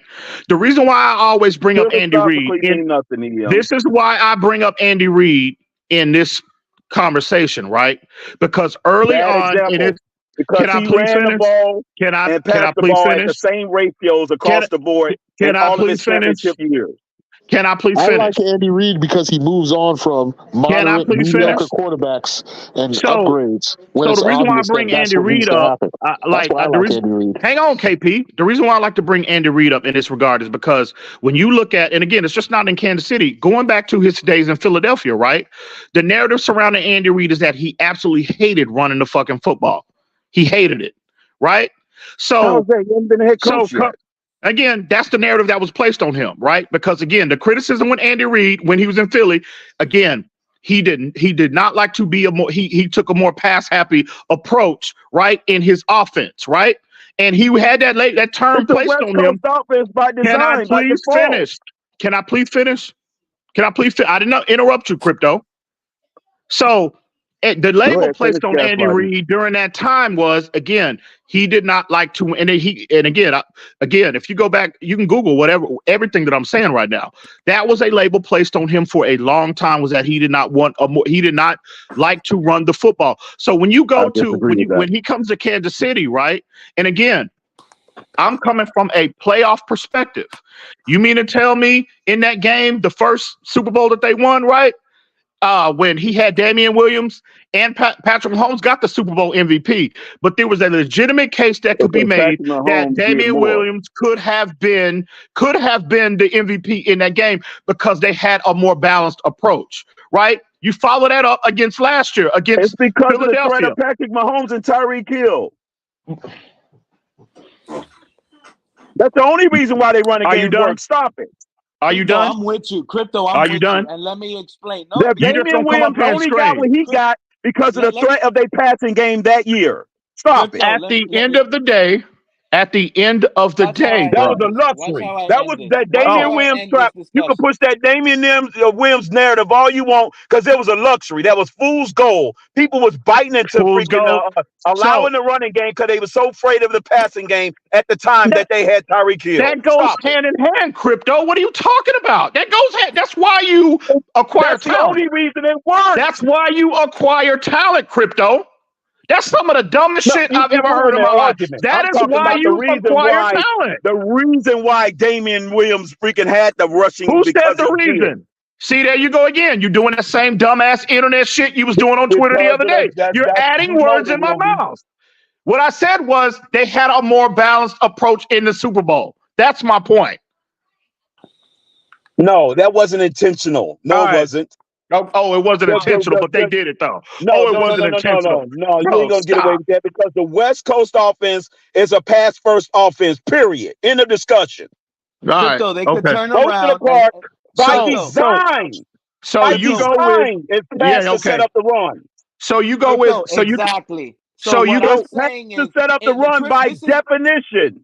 So the ratio is higher skewed towards the pass. That's by design. That's the design of the offense. That's the blueprint of the offense. No, a West Coast offense is a balanced approach. That's where it's always been. Pass to set up the run. That is where it's always been. It has been a balanced approach. East and west, it was the same with Bill Walsh. It was the same with Bill Walsh. It was the same with George Seifert.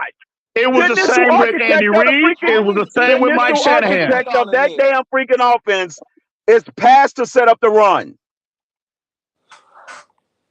I don't get how you use short passing games to set up the run. All right, okay. So look at the design. I'm done. Go Google West Coast offense. I am done. And tell me what is the definition of it. I am done. I'm done. Crypto. I'm not. All Crypto is going to do is scream. The balance in that offense is 60-40 because, like I said, yet again, the Super Bowl champion won with the 60-40 ratio yet again. And that's now that's balance. The 12th time that's in what 14 balance years. is. Exactly, Crypto. And let that me is what balance happened. is. What are you talking about? That's the definition of being balanced. Like I said from day one. Since Mike you didn't McDaniel say shit. Through the door. You didn't say shit, Crypto. Yes, you never said Mike anything of substance. Stop. Me and Crypto getting backlash. That is the definition of being balanced, bro. Crypto getting backlash for that. And this is the problem. You're saying 60-40. That is exactly the point that I'm making. So for you to sit up here and scream for 30 minutes, thank you for validating my point. Thank you for validating my point. 70-30. Isn't that what Mike McDaniel implemented? Not against the better teams, for the most part, no. Because he's down by 100 points. That's not his fault. Nah, I disagree. No, I disagree with that. Now, we got down against Buffalo. We got down against fucking Baltimore. But we didn't get down against Buffalo the second time. We didn't get down big against Kansas City in either game. Yeah, we did. We eventually got down big against Kansas City. No, we didn't. Just a slow trickle. No, it was 26. What are you talking about? Those were close games, bro. No, it got out of hand in the fourth quarter. It was out of reach at that point. It felt out of reach, but to Buffalo, we lost 21-14, right? But it felt like we had no chance. Yeah, it was closer in the Buffalo matchup. So you just sat here and screamed for 30 fucking minutes, and you brought up a 60. That is as balanced as you can possibly get. Yeah, but we lost to the Ravens. According to NFL standard. But that is as balanced as you can get. Trying to make it like it's the Chicago Bears and run the ball 60% of the time. See, hang on, Pete. Hang on real quick. Hang on, Pete. Hang on. See, that's the problem right there, Crypto. Again, you doing that same shit you was doing. Why do y'all?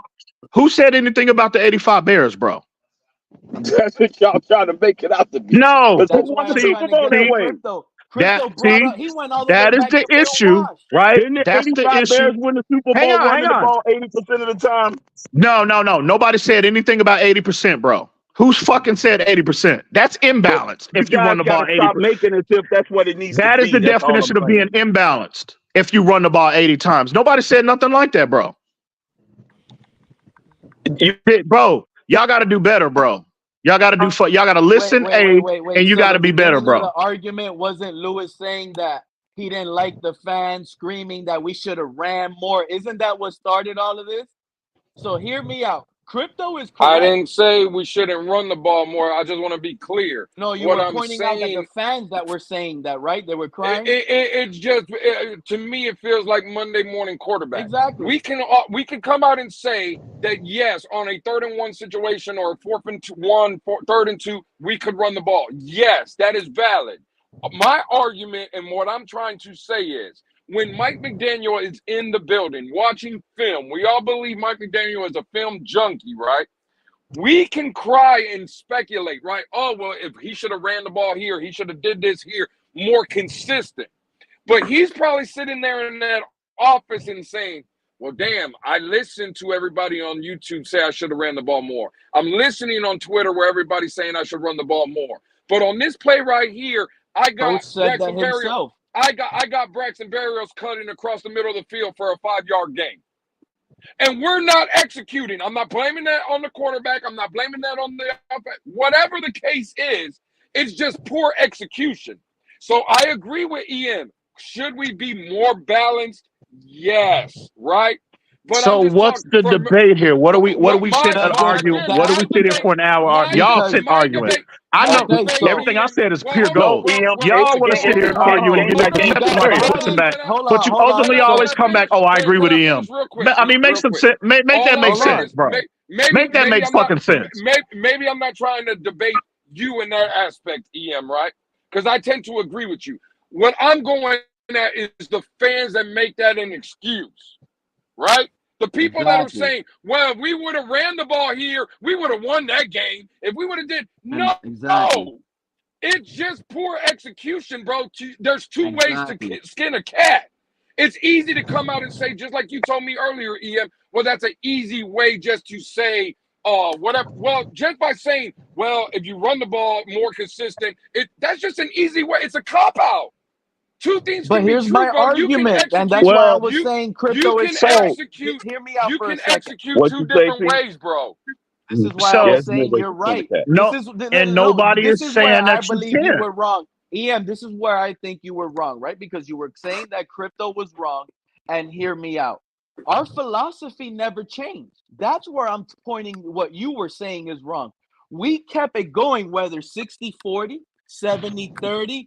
It was that same situation. We were past happy because when our run game was working early on in the season, that's when our passing game was working. Remember that. Late in the season, what was some of the fans, Tua doubters like myself and others, complaining?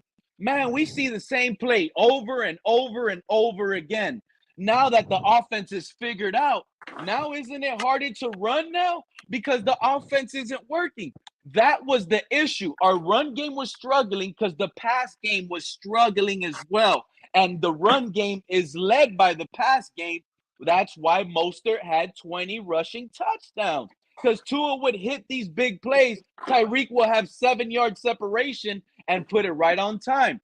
Boom. We had the big plays helping our run game out. When the big plays stopped, our run game fiddled out. That's what it is. Yeah, we never stopped being like different. The minute he was able to grab a hold of Tyreek. See, we never changed nothing. It was the same stuff. See, look at Q. Pull up Q's comment. Pull up Q's comment. That's why I'm paraphrasing. Well, what did he say?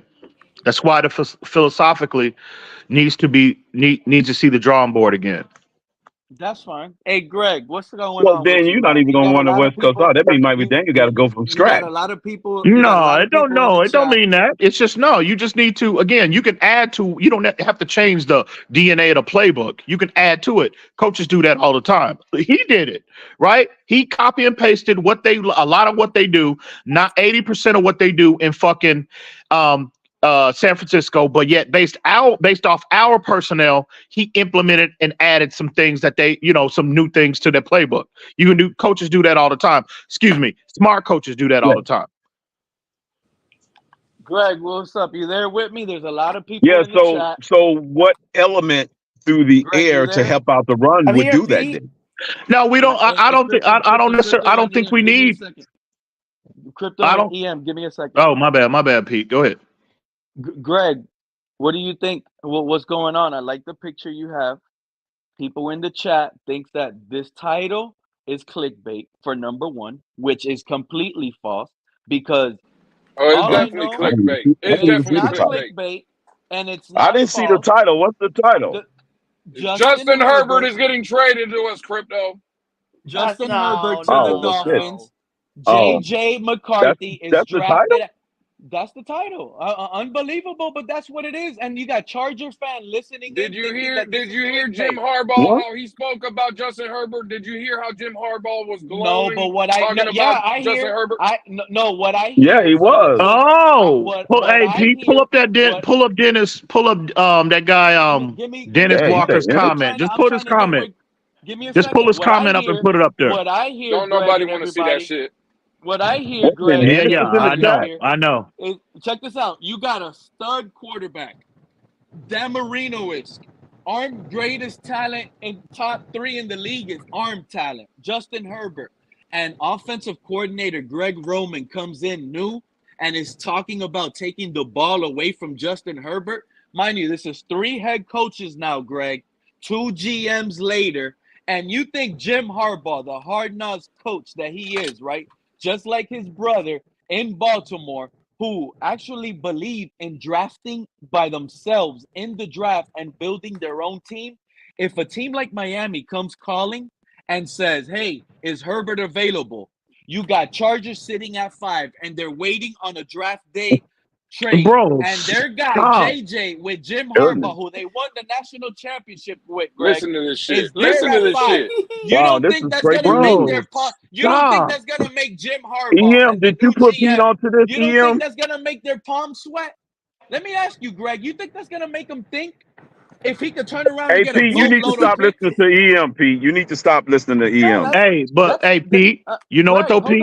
Let me give you a little time real quick. What do you think about that, Greg? Because JJ McCarthy to the Chargers seems like a high chance, and then Herbert to Miami, right? Because this is what I hear. And shout out to DolphinsTalk.com, Michael. No, put your money where your mouth is. I got $1,000. Shout out to Stephen Daniels, who was up there a few days ago, right? They were up there, Greg, and they mentioned that you're gonna be a rich man, Lewis. I got $1,000 right now that Justin Herbert is not the Dolphins. The Dolphins in 3 weeks, right? Yeah, are I'm definitely. Pay Tua. I'll add to that 1,000. The Dolphins you bet. in 3 weeks. I need to make a little money on the side. You at an all-time low right now, bro. You better than this, bro. I'm putting the puzzle pieces together. Y'all don't want to listen to this trade or what? Hey, I got you know what though? You want to listen to $1,000? Because I got $1,000 right now. You want to listen to that? I'm not taking no bets. I want in on that. Greg, you with me? I want in on that. I'm trying to get in on that too.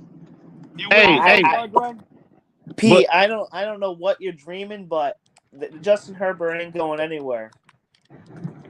So you're in the possibility stage of of the JJ game, yeah. McCarthy. So you gonna boot him, Pete? So Pete, you gonna kick him off? So you think, Greg, you think there's a higher chance we draft JJ McCarthy than actually trade for Justin Herbert?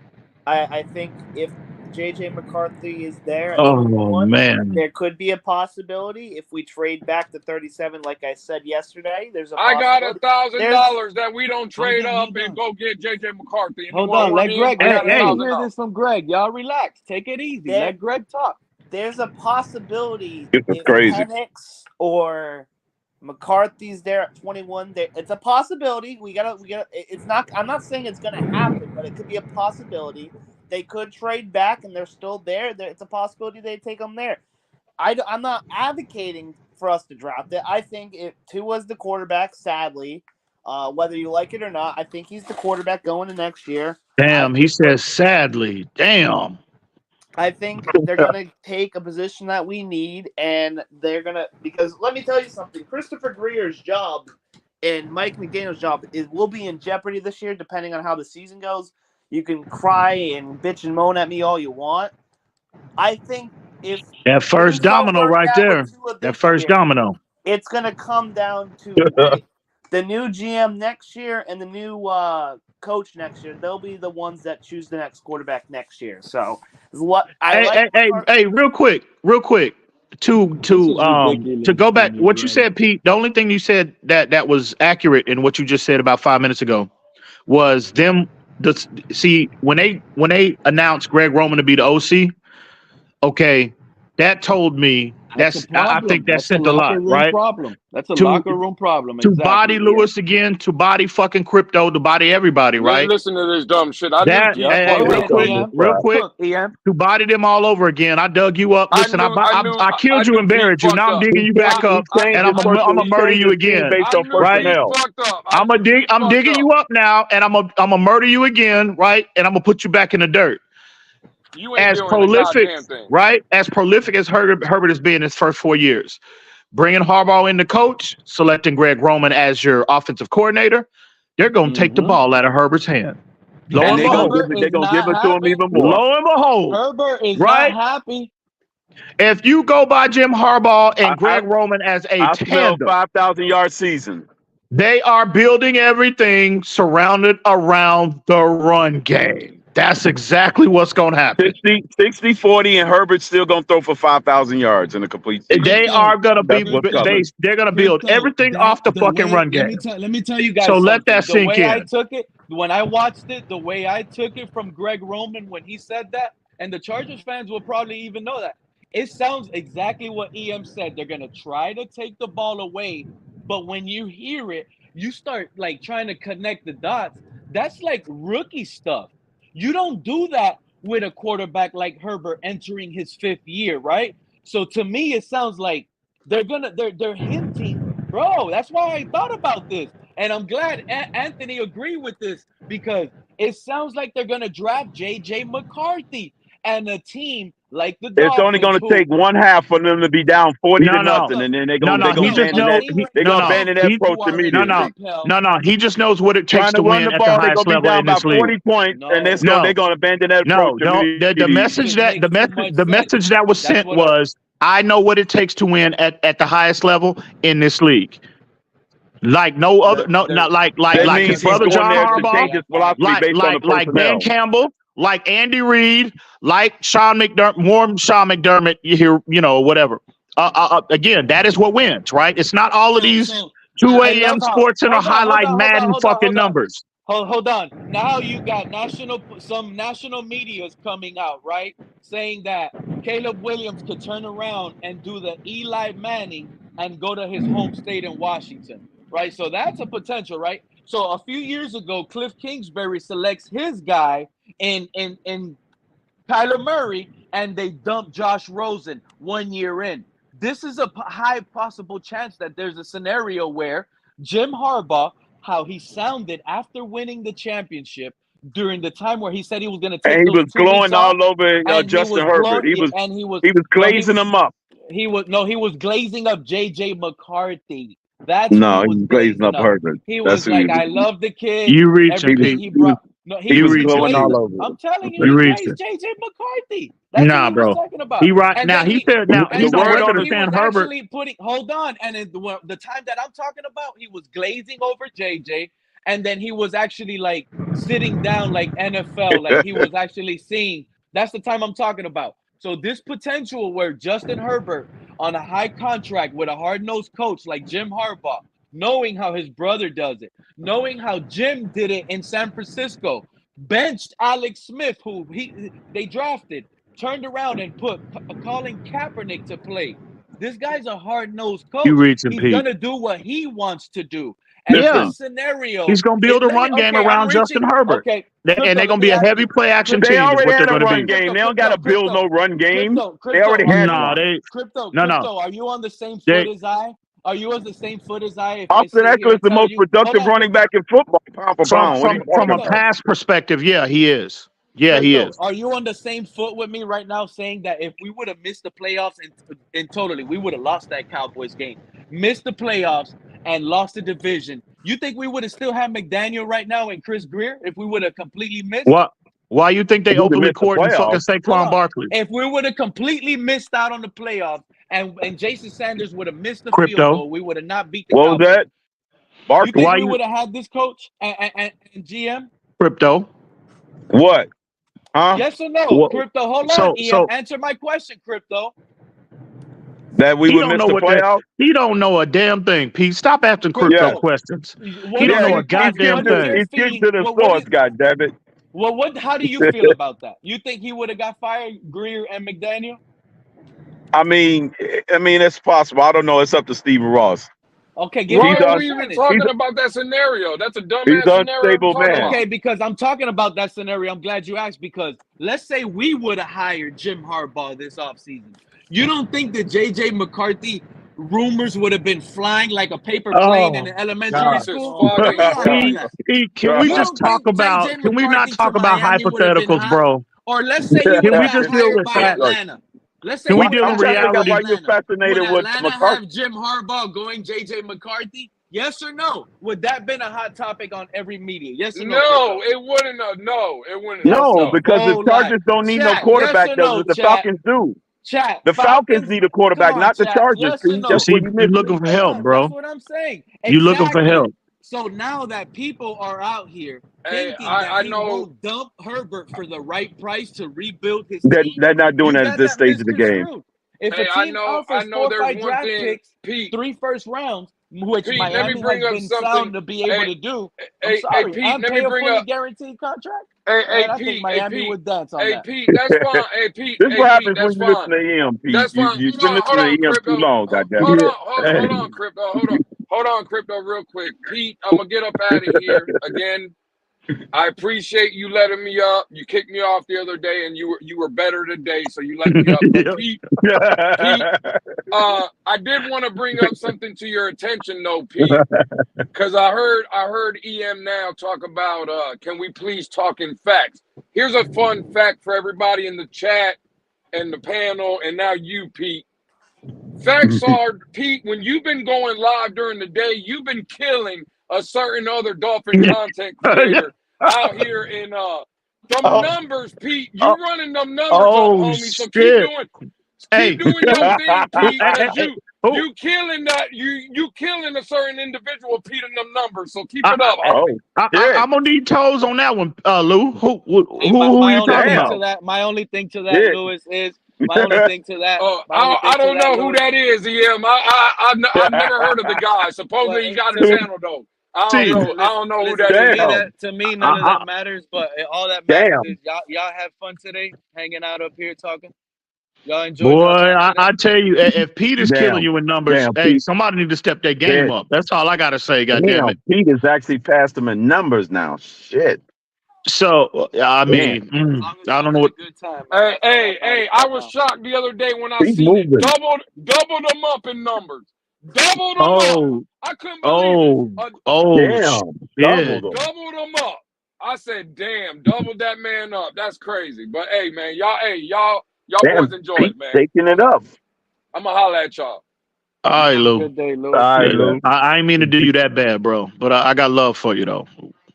That's a goddamn lie. Stop lying. I mean to do him like that. I murdered this nigga. Stop lying to these guys. Paid for the Stop funeral. lying to these goddamn people. Bought him the nicest casket money can buy, and put dirt on him. Lowered in the ground and put dirt on him, just to dig him up yet again and repeat the process.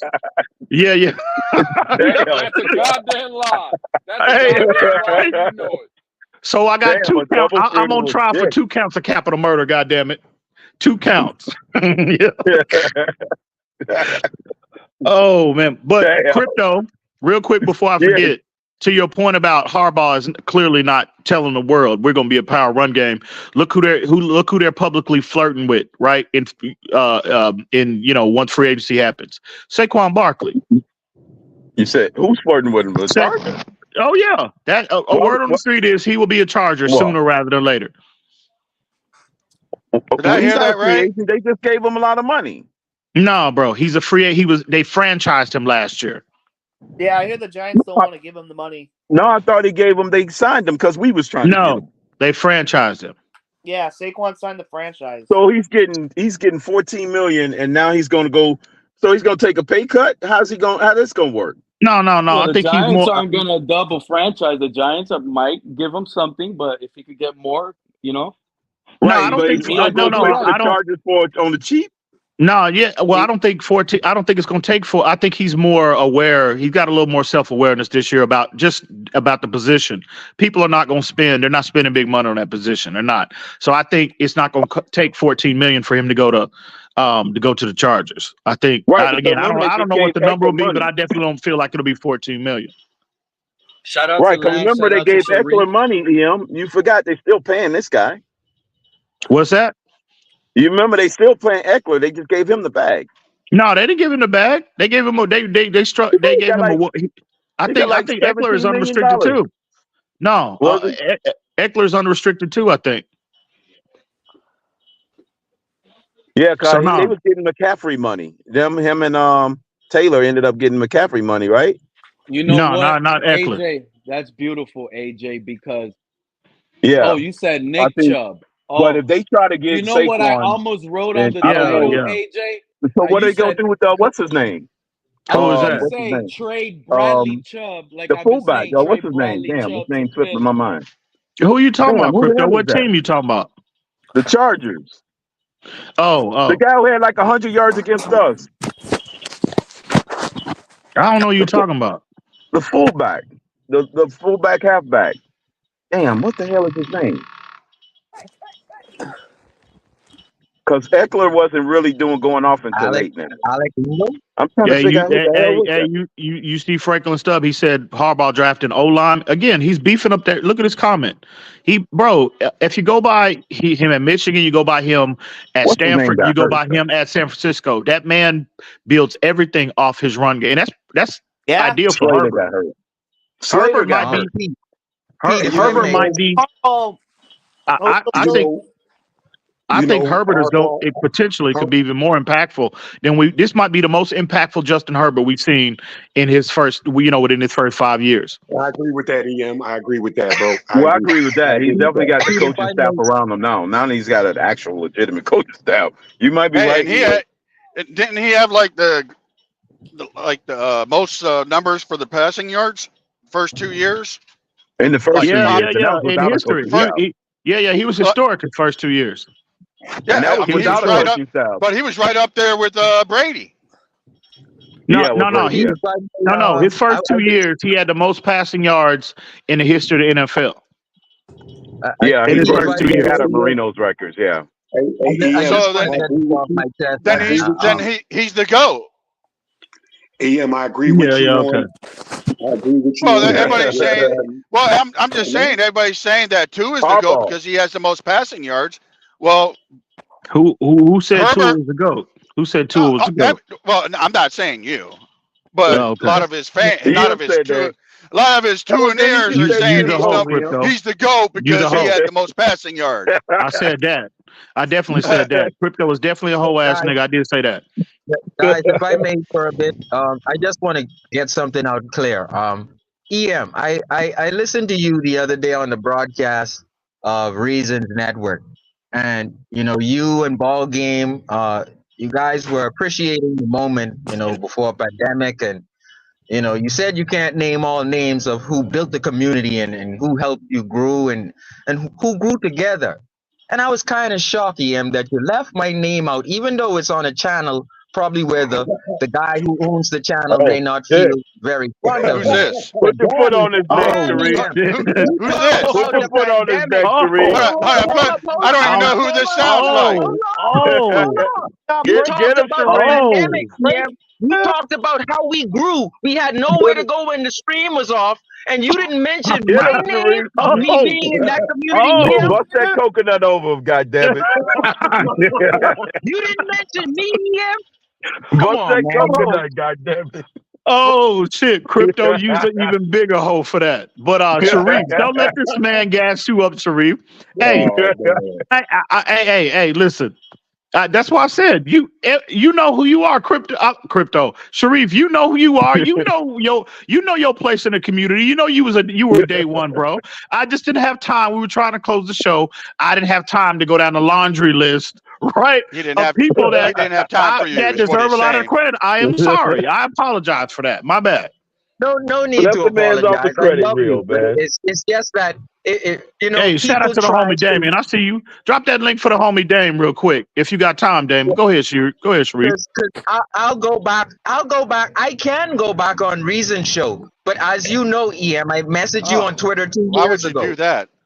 Someone who had a wrench removal removed my wrench. Somebody moved his wrench. Oh shit, he's feeling some kind of way about that. I could not control the chat anymore. Get that kale out. Get that kale and them coconuts out. Because my wrench was removed, I said then that means I'm not wanted on the channel. I took it personal and never came back. So that's what really happened. We said Reason booted me a long time ago. He broke the news on Peak Channel why Sharif don't go over anymore. Okay, so nobody's blocked me. Reason don't hate me. It's just that someone who said you got blocked. Who said that? Who said you was blocked and couldn't go on this channel? Oh yeah, who? Lewis. Oh, okay. Lewis blocked. I don't know. I don't know who that is. Fan of the year said that. Oh, fan of the year. God damn. Yeah. You gave him another award? You gave him a second award? Oh shit. Damn, why you do that, man? Hey, you gave it to him back to back, Sharif? God damn. Somebody go tag that man that Sharif is on his neck right now. He gave him the award for the second year in a row. He's a back-to-back winner. Damn. 2024. Shit. Let me just continue, right? I love ball games. I really do. I love EM because of what I've learned from EM. I always say the C gap, A gap, leverage. What is setting the edge and so Reason wants us to be not casual fans and no film. I say this, right? When you'll enjoy the game more when you do that. And I'll leave it right there. But that's what you're supposed to say. Yeah. And you know what, Sharif? You know, I've always said that, bro. And again, nobody knows. And I'm being real now, right? No trolling. But goddamn, casual fan of the year, he won it again. The voting is done. Oh shit. But anyway. Damn, he just bypassed the finalist list and gave him an award. That's one thing that I always used to say. I can't stand listening to Reason. Hey, man, that man ain't here to defend him, so that's fine. Y'all can have y'all opinions, but I'm just saying, I don't know. I just don't like his voice. And that's okay. It's screechy. I'm not doubting him. His voice is like chalk, like nails on the chalkboard for me. Hey, man, that's fine. Again. Hey man, you can have your own opinion. Hey, it's some people in the community that don't fuck with him, so it is what it is. We all got our people that fuck with us and people that don't. But I would, but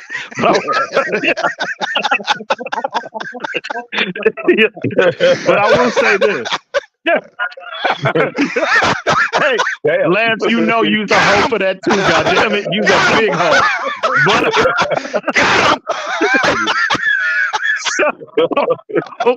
So look, that's twice I got him. But I got him last week too. Oh shit. Hey. So to Sharif's point about when you know a little more about the game, about the detail of football when you're watch. Oh, okay. Lou, I'm sorry, Pete. I just got a text message from a certain somebody. He wants you to let him up right now. He said he backstage. So anyway, what's the point? Oh, yeah. To Sharif's point, when you do get a little more knowledgeable about the game of football when you're watching it, bro, it's so much more entertaining because you know a lot of what's going on. You know what I mean? In terms of like strategy, why are coaches calling this play on offense, and then why is the defensive coach trying to counter that, and how he's trying to counter that play that's being called. Man, fuck all that. So when it's just more entertaining. I was told that they got Sharif up out of there. Sharif can come up here. Sharif can come up here and lie, kick, scream, call me casual fan of the year, throw all the coconuts he fucking wants. Everybody in this goddamn fucking community knows Sharif is trash. The man has been trash for 4 fucking years. Reason ran his ass up out of there. He don't want your ass around there.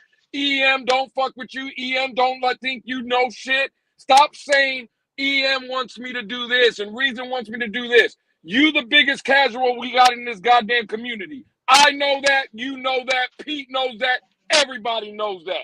You're fucking terrible wherever you go. If it's on YouTube, you're terrible. If it's on Twitter Spaces, you're terrible. I bet you they tell you you're terrible in the fucking Bahamas. Stop using my goddamn name for fucking clout, because all you're doing is chasing right now. You're fucking terrible. Everybody knows you're terrible, but I'm the only nigga that will come up here and say that you're fucking terrible. God damn. Shit. God damn. Oh, fuck. Let a motherfucker really know how you feel. Sharif. Right? There was a pin drop. Sharif, the floor is yours.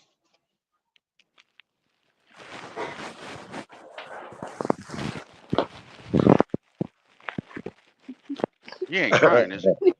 Nah, he's terrible. That's what it is. All this shit, Reason didn't block you. You right. Reason probably didn't motherfucking block you. But I bet you won't be up on that goddamn panel, though. I can promise you that, goddammit. I can promise you that. Yeah, damn. You might be able to use your fingers in that chat, motherfucker. But I guarantee you your voice, it got blocked on that channel, nigga. I bet you won't be able to go up there and speak. Because you're terrible. And no one will tell you that, but I'll tell you. You're fucking terrible. You've been terrible. God damn. Damn. I see Dame in the chat. Dame brought up the Florida Evans. Damn. Oh, how about those Reds? How about those Reds? Tired of this motherfucker always using my goddamn name for click. Fuck out of here. Sharif, where you at, Sharif? The only reason you relevant right now is because you brought my name up in this goddamn chat. Oh, Lewis is the casual fan of the year. No one takes you serious unless you mention my name. Even in a joking matter, you're a hoe. Everybody knows it. Oh, Stop using my fucking name as to get clicks. God damn. Hey, Sharif, I'll drop out so you can come up, bro. Sharif, where you at? He might can't come up.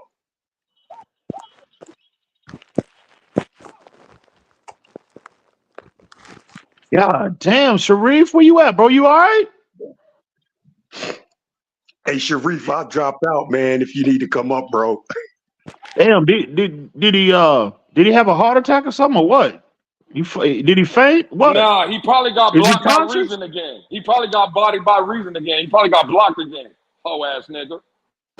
Oh shit. Man, that's bad when you get damn by Reason.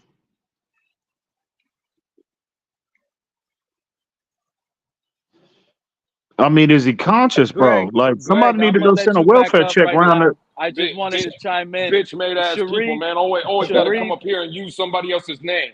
Don't nobody give a fuck about him. The only reason he came up is because again mentioned my name. Fuck out of here. Defend yourself how you want to defend yourself. I want you to know, Sharif, I like Panay Sewell take.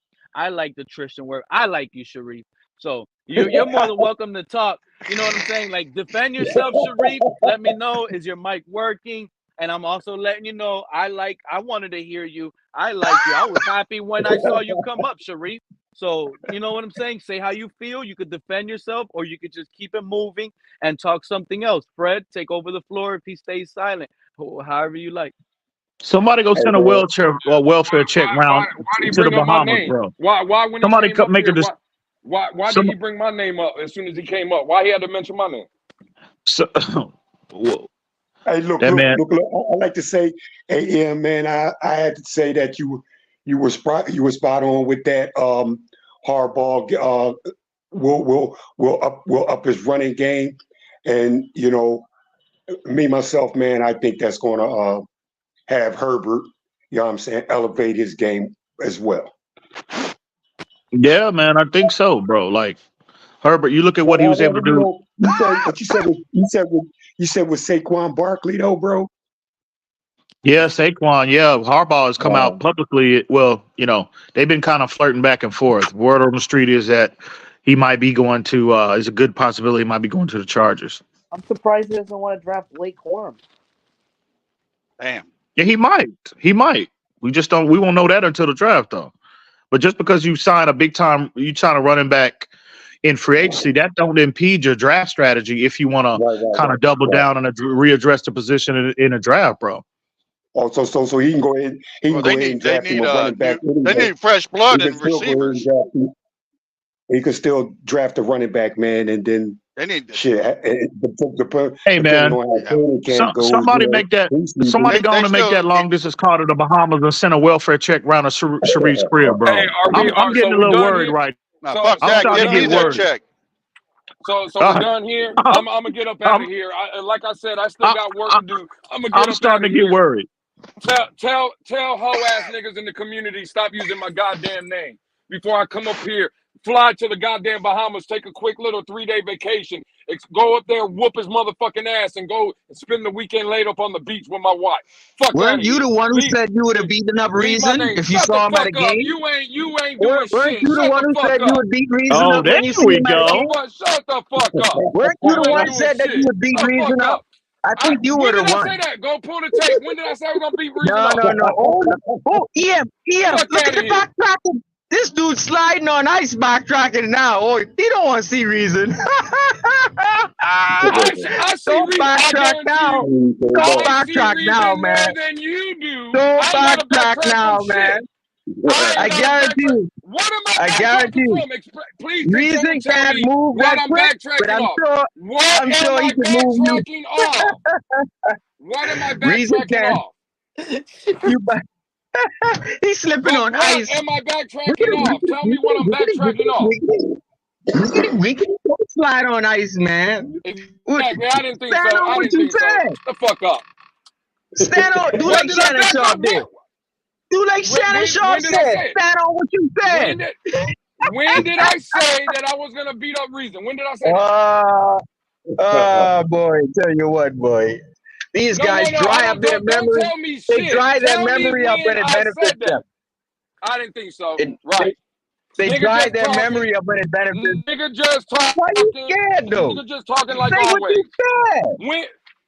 When did I? Okay, when did I say it? God damn! I tell you what. I'm saying it. Tell me when I'm saying it. When did I say it? You could bow out. We gonna forgive you. The community forgives guys. It's not about bowing out. I'm saying, tell me when I said it. I don't know if Reason would, but it's the not community about bowing forgives out. you. It's telling me again. It's not about bowing out. It's about telling me when I said it. That's what I'm asking you. Let's be clear. When did I say it? Yeah, Sharif, you got to have some facts, bro. You can't assume. Exactly, I didn't think so. Shut the fuck up. You got to. Yeah, that's reckless, Sharif. That's reckless. You can't be doing that. Now, if you got any evidence presented, if not, you need to walk that back, bro. Yeah, have you ever seen ice melt under somebody's Achilles? That's what he's doing. He's backtracking like ice on his Achilles. Sharif, if you got some proof, you need to present it. If not, bro, you know how the internet goes, bro. Like, I'm sure somebody is sending a message to Reason as we speak. Not me. I'm just saying some of his people that follow him closely, right? I guarantee you they reaching out to him right now and saying that, oh, Sharif said this about Lewis, said this about you. Yeah, man, so if you got any proof, bro, come on, man, don't do that. We can all not get along and go out and get after each other, but don't just dry as lie on somebody, bro. So answer this, Ian. Answer this, right? After we know he was awarded the most casual fan of the year, right? What proof out of all alleged 11 alleged things that I am, right? Can you prove one of them? Just like Shannon Sharp said, now the tables turn. Nope. Nobody ain't gonna say, Lewis, substantiate one of those things you said about Sharif. Get the fuck out of here. Look, man, look. You know what? I ain't gonna say shit, man. I ain't fuck. But you got to have proof up here, man. I think, man, and you know.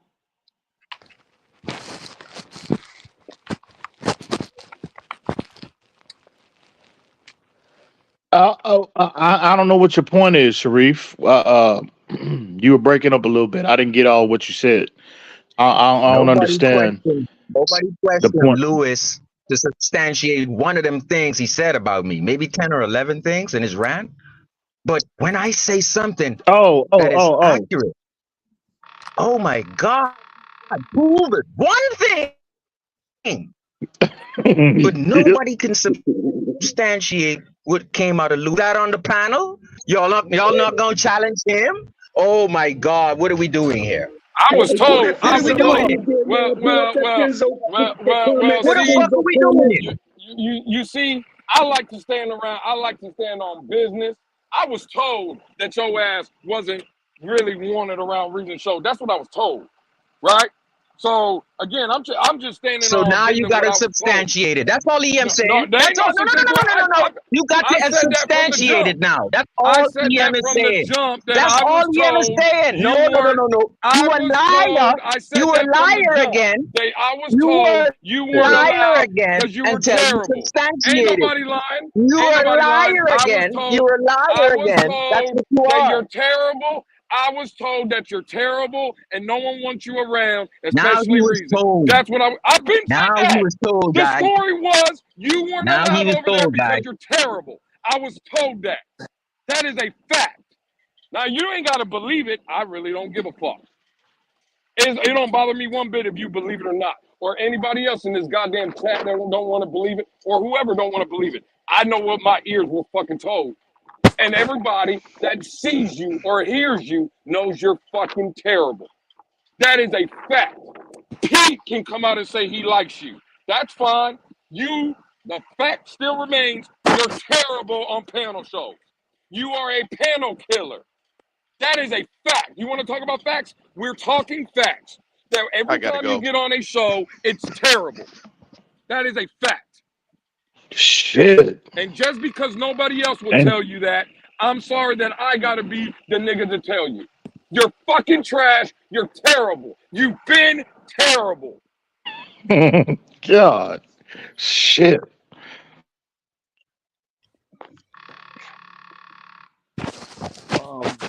Sharif, the floor is yours.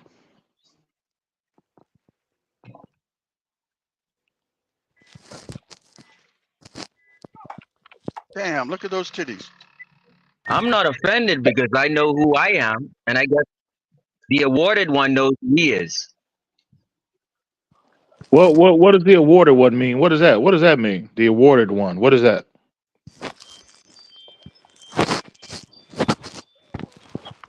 Yeah, he left. Lewis, pull out your Hall of Fame jacket for casual. Is that a new religion? For Is there a new casual. religion?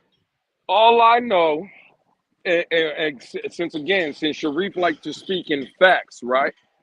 I get reached out again. See, I got text messages in my phone that say, "Hey Lou, you want to pull up tonight to have a show?" Right? A certain other individual's pulling up tonight. Why don't you pull up so we can talk about the Dolphins? You got any of those text messages in your phone, Sharif? How many Dolphin content creators? How many Dolphin content creators, Sharif, are contacting you to be on the show, Sharif? That want to talk to you, Sharif. Can you prove that? Because I could prove that people are doing that for me. Can you prove it? So why? So if you're so smart, Sharif, and you're the end all be all, why ain't they coming to you, but they're coming to the casual fan of the year? Oh shit. Trey is a whole ass nigga, by the way. Take that goddamn comment off that screen, Pete. Trey ain't nobody. Don't nobody give a fuck about Trey. Trey is a whole ass nigga. But go ahead, Sharif.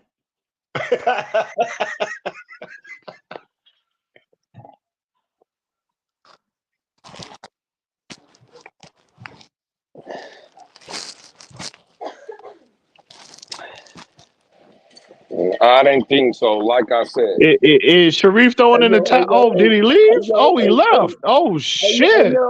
Hey, Shake Money asked me to come up on a show one day, man. We're gonna have You know what I'm saying? Like one-on-one Did thing, man. But I did forget did did what did happened. Sharif throw in the towel? Oh shit, he left. Sharif, you can't go out like that, man. Come on, man. Sharif, bro, come So on. people in the chat don't think people hating on Lewis. Sharif because like maybe Sharif was right. And I'm not saying Lewis. I'm just saying like maybe the people that go at Sharif and Sharif, man, come back, man, because that's what I wanted to talk about. Say He ain't gonna Lou. cry. Say Because Lou. I'm You starting brought to think. I mean, say if we would have listened say to Sharif, The Sharif say man would is dead. The man is say terrible. bring The your man is takes up. terrible, You and don't think say they everybody, hate on you, y'all, Sharif, for being right, everybody Sharif? on here knows he's Come to let terrible. them know Stop. what you've been saying, say Sharif. The man's say Tristan terrible. Wirfs, Stop. say Lou. Sewell. Man, I think he said Jordan Love. I mean, Sharif, come through, bro. This is ridiculous, man. Come You've on, been Sharif. spot on. You don't think that's what they hating on you about, Sharif? He'll hold his ground. He'll be back. What's going on, Fred? Say Lou. I'm not hating Say on the man for none of his takes. I'm hating on him because he's terrible in his takes. The man is terrible. I would tell you, Pete, the same thing. You're terrible. The only problem is you got the power to start up your own goddamn stream. So again, no one can tell you, Pete. But let me be the first one to come. I'll be again. I'm sorry. I gotta be the realest nigga here. Sorry that it hurts. I think Fred is fucking terrible. I think Pete, you're fucking terrible. What do you want me to say? I ain't gonna yeah, be my fucking tongue. I don't damn. give a fuck about none of that. Fred, Shit, all two damn. There's Oh, people that are Fred. terrible Oh on this shit. goddamn panel. They're Fred, terrible. damn, Fred. Why you do all you two like that, haters is Fred? terrible. God damn. All the Fred. two haters is terrible. So what the fuck else is do? Well, there That's you what go. If Fred thinks I'm That's how terrible, then that's terrible they fine. are. We're talking about opinions. That's cool. Terrible the Fred, two you're of you allowed to are. have your opinion. If I'm terrible, then I'm terrible. I'm just telling you on a consensus, everybody thinks you're terrible. That's a fact. Again, everybody just don't come up here like I do. I will tell people to their face they are terrible. And ask me Period. if I I ain't got give no a hair on fuck my what tongue. they Lou, and ask me Exactly. if And that's I how give we a love fuck it. what they think about me, bro. Do they pay my Go, bills? Fred. No, it don't matter if what they think Exactly. about There me, you bro. go, Fred. And Fred, to be Love to honest, hear it. Damn. I'll give you one thing. I'll give you, Fred. I'll give you credit because you, at least being terrible, at least you have the balls and guts to come up here and be terrible in front of everybody. Facts, Lewis. So that's a credit to Oh you. Facts. shit. That is a Facts, Lewis. credit to you. Facts, Lewis. I just give Facts. my No, take that's and facts. my opinion on things. That's Damn. all I do. If they think I'm terrible about it, oh well, that's on Hell them, bro. no. You know what I mean? Fred, When Absolutely, Fred. Fred, Fred, that's you what be I just killing said. it, Fred. That's what I Fred, just you said, be Fred. killing it. That's what I just said, Fred. I give Everybody you don't credit for gotta coming agree up with you, here. Fred. I give you Everybody credit, don't Fred, gotta for agree with coming you, up here, Fred, but Fred. you be killing it up here. You be doing your thing, Fred. Say I love Lou, every second you of it. brought up a point earlier. And you was comparing Pete's numbers to another content creator's numbers. Who but you didn't could you elaborate on that a little more? I want to know who you were talking about, and could you kind of shed a little more light on that? All I know, I have a screenshot, right, of the numbers the other day from Pete's numbers to another content creator that, again, supposedly he's out of the stratosphere, right? Supposedly that's what I heard. Well, all I know is the other It's got to day be CB83. in my phone, in my phone, right? In my He's beating phone, CB already. I got legitimate evidence that Pete doubled a certain individual up in numbers. That's all I know. That's crazy. Great accomplishment, Pete. Great accomplishment, bro. And I appreciate all Is of you it? guys. Like I said, Is it really an accomplishment if he beats 83? I've had a fun. Oh day. shit! I'm really like, real talk, Fred. I'm really trying to. That's some nasty work right there, boy. God. Oh well, man. It is what it is, man. Hey, fuck. Oh, they laughing in the chat, guys. That's some nasty work right there, man. I don't think we'll make that shit up. Look at this, Yola Jones. Tua extension will solve this. I don't know. Tua extension will not. It'll have people pulling up. Everybody's gonna go wild. That's when it's really gonna get crazy. The organization knows fans are gonna go after each other if that payment happens. It's gonna be Miami Dolphins hell right now, at least in my opinion. So Lance, you think that? Because see, Lewis is yet to name that gentleman who he's talking about right now. So, in your opinion, it's CB83. That's who you think Lewis is talking about? I'm I thinking. seen that in the chat, man. I seen it in the Yeah, I chat. mean, you think about it all. Unless he's talking about what's his face, Barry. Well, it's only one nigga I know that's ever used the term stratosphere, to my knowledge, right? I'm trying to make shit up here, man. I only know one nigga that's ever used that term in my presence. So, hey man, if you're in the chat, CB, you need to pull up and kind of, bro, and address this situation right now. Out a little bit. Come on. I was trying to help him out a little bit. Good work, Pete, man. Please, Shout out to Pete, drop that goddamn, drop 2 StreamYard links if you have to. Drop 2 of them because CB need to come up in it. This needs to be addressed, goddammit. Pretty soon we're going to be saying CB who? Who's that? Oh. That's messed up. Greg, Pete, man, drop what's up? 2 What's on your StreamYard mind, links, man? just in case he missed that one you just dropped. Drop another one, y'all Pete. something else today. Pete, drop another one just in case he missed that one, goddammit. I enjoy you. I enjoy you. Hey, EM, you need to text CB about this. A whole lot of shows, man. Thank you for that, friend. Oh, I'm sure he's been notified. Oh, I'm sure that. Oh, yeah, you know about it, man. You know about it, man. You know about it, man. Yeah. Oh, I'm positive he's well aware of what's going on in real time. I'm sure. He's like crying and looking right now. Hey, man, it's out in the stratosphere. He's got to know, bro.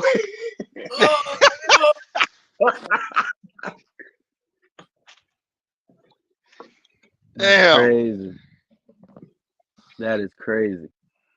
Greg. Pete, congratulations on what you're doing, bro. You know, I think man. Cool, man. Y'all killing me today, dog. I ain't gonna lie. I mean, hey, man. This salute, wouldn't be possible to all of you guys. Lewis been great. Sharif was great. Lance, EM, Fred. Salute to that nigga Lance. I swear, man. You's a funny motherfucker, Lance. Salute to you, man. Respect, bro. Hey, man, you know what? Stop playing around, Lance, man. Is it true or what, bro? I mean, don't play around, man. You know, is it true or what? That's the only person I can think of, man. Oh, okay. That's you. Okay. Happy birthday, Nene. Thank you. Ain't nothing solid then. Oh, okay, man. All right. Yeah, it was nothing solid. I'm just taking a wild guess, but I'm pretty good at it.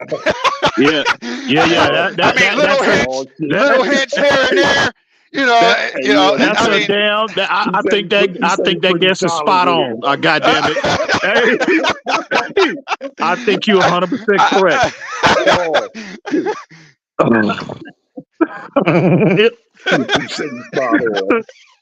I at least want CB to pull up, right, and at least address the whole term stratosphere, because Lou gave a huge clue. I want to know if is he that nigga or not. So over everything, he need to come up and clear that term stratosphere up for us all on the panel and everybody listening right now. There was only one stratosphere I ever knew, and she was in wrestling. You know what? That's that stratisfaction, goddammit. That's stratisfaction. No matter if it's true or not, man. Pete, I think you're doing a good job, man, and more power to you, bro. Hey, you only been doing this for how long? Couple weeks that you actually been on almost every day. Who was that? Who was that? When I get a chance, I try to go online. Yeah, but not like you have been. I mean, lately you've been on like almost every day. I wish I could do it like that. That'd be fun, but when and I do got time, CB's been doing it guys for going how on long? Twitter. I'm just gonna at least try to leave the YouTube section alive because they're not doing it for YouTube. So I said, you know what? Let's do the links. Everybody has fun over here on YouTube, and that's what I think is happening. I feel like I've had a good day. Been a slow day. I transfer the phones. I'm here hanging out with you guys, and it's been amazing. A lot of people think this Justin Herbert thing is clickbait, but if they go back to the beginning, they'll hear the puzzle I put together with it, and that's what I've been on. And it's just been an amazing day, man. All of you guys. I don't see Herbert leaving. I really don't.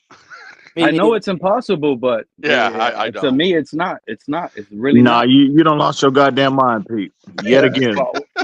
Something is. I feel like something is gonna storm. Is gonna be really good in Miami soon with that. But that's just me thinking crazy, right?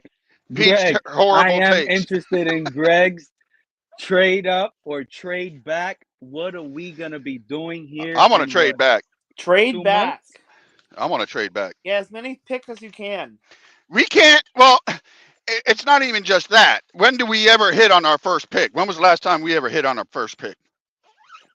Oh, I'm just saying trade. And don't say it to it because just don't. I'm just saying trade back. I got a question for you, bro. What would the Dolphins have to do, man? Like in the offseason, man, what would they do that would totally blow you out of the water, bro? Like the least unexpected thing, man, like you didn't see coming. What would something like that be, bro? Trading him. That would blow me away if they traded him or anything like that. But Trading man, Tua will blow you away. Yeah. This year would, because I think in 2024, because all indications are that they're gonna give him. They're interested in extending him, right? And then coming off the 2 years that he had, and again now, if they have another year of if they don't succeed in the postseason in 2024, well then out and Tua is kind of similar to what we've seen in terms of the big moments, and he hadn't addressed that issue. Well then, this time next year, I'll be more inclined to kind of entertain the thought of them moving off of him or seeking, a different player. But in 2024, all indications are that they are all in on Tua. So to pivot away from that plan, that will blow me away. And what it would be for me, EM, is if they let Christian Wilkins walk, bro. Man, don't. Because I know Tua's not going anywhere, bro. I know that. Well, see, even if they do give Wilkins sign a contract, they could still trade him after, right? So maybe that's what their plan is Fred. with him. I'm sorry, Fred. I thought you said with Tua. Did you just mean the team in general? I thought you meant with Tua. My bad. I mean, Christian Wilkins, the organization, man. Like, what would they do, man? It just totally blow you out of the water, man. Like you didn't see coming from nowhere, man. Yeah, trading Tua still would be number one, but yeah, I'd be again letting Christian Wilkins walk. I don't agree with it in terms of like getting compensation for him. They should have traded him going into last year, right? But it's not going to shock me if they let him walk because I think he's priced himself out of Miami, and I just don't think they're going to be able to find a trade partner. Now, what will shock me if they actually find a trade partner for him? That will be shocking to me.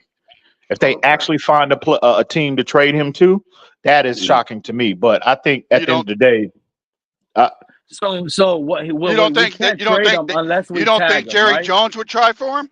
Hold on, I don't think we can trade him unless we franchise tag him. And even if we do end up franchise tagging him, he's gonna be like a mad player. He's not gonna be happy. He already rejected Grier's contract. He offered him something he's not willing to take. And I don't know. He might just walk, sign with a team, get all he gets, and we should be able to get a compensatory pick after that. What, a second or a third? Isn't that what we'll get? Third. You can't get higher than a third. But that's what's going to end up happening. To Lance's point about Jerry Jones, I think Dallas would be a good fit for him because they need interior line help. Like they were, they were bad against the run last year. So yeah, I'm hoping that will be a possibility. But I just think in terms of signing, right, tagging him and trading him, I mean that's a steep pill to swallow if you a different team. Like for the Cowboys, you got to pay him. Then on top of that, you got to give first round compensation to the Dolphins.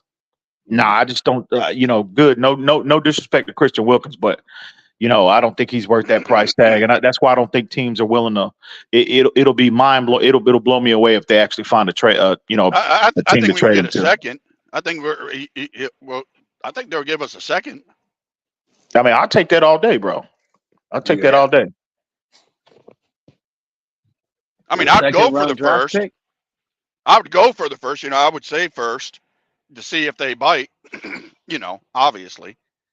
You know where we stand with Christian Wilkins is exactly what I feel. I feel like we're going to get a compensatory pick the following year. He's walking out. He rejected that. And he's in a situation where if they franchise tag him, he's going to hold out. He's going to be a locker room problem. He wants his money, and he wants his money now, especially with sitting in the locker room where guys were hurt by that. Connor Williams, what did he do? He sat out early on last season, right? He didn't want to get hurt. Then came back, played throughout the season. What happened? Now he's not looked at as a bag. In fact, Drew Rosenhaus came out, yesterday or today, and mentioned that he's going to be a late season addition to someone's team during the offseason, but really late to see how his surgery goes. So his contract, he's not going to get the same bag he would have got if Grier would have extended him last year on time. See? Now, that's the type of things players look at, how your organization where you were just at did a player in your locker room. That gets discussed. Players see that. They hear those bad things that Grier has done to some. And guess what? Now he's going to walk. We're going to have to get a scrubby third, possibly a second-round draft pick, depending on what his contract and how much he plays. That's how they end up judging that. And we're screwed. And we're screwed because the guys that we draft and we actually hit, mind you, I was one of the fans year 2 on Christian Wilkins' neck. He sucks. He doesn't get sacks. He doesn't. He's this. He's that. But he's not. He's never going to be better. Plus, he was an old rookie. I didn't want him. Now, he proved all the doubters, including myself, wrong with his play. To be in that position in a 3-4 and get almost 10 sacks, that's a tough job to do in that situation. So he excelled. He should be someone that we developed, we drafted, and we gave him a big bag. But since we had to go out, Grier screwed up in the draft because those other guys didn't hit, right? He missed so many draft picks. He had to go out and use a lot of money on Tyreek Hill, a lot of money on Teron Armstead, a lot of money on all these guys. That was irresponsible management. He outcapped it, went to get Jalen Ramsey, and now he can't pay his homegrown guys. Seriously. How come he hasn't paid 2 of the big bucks yet?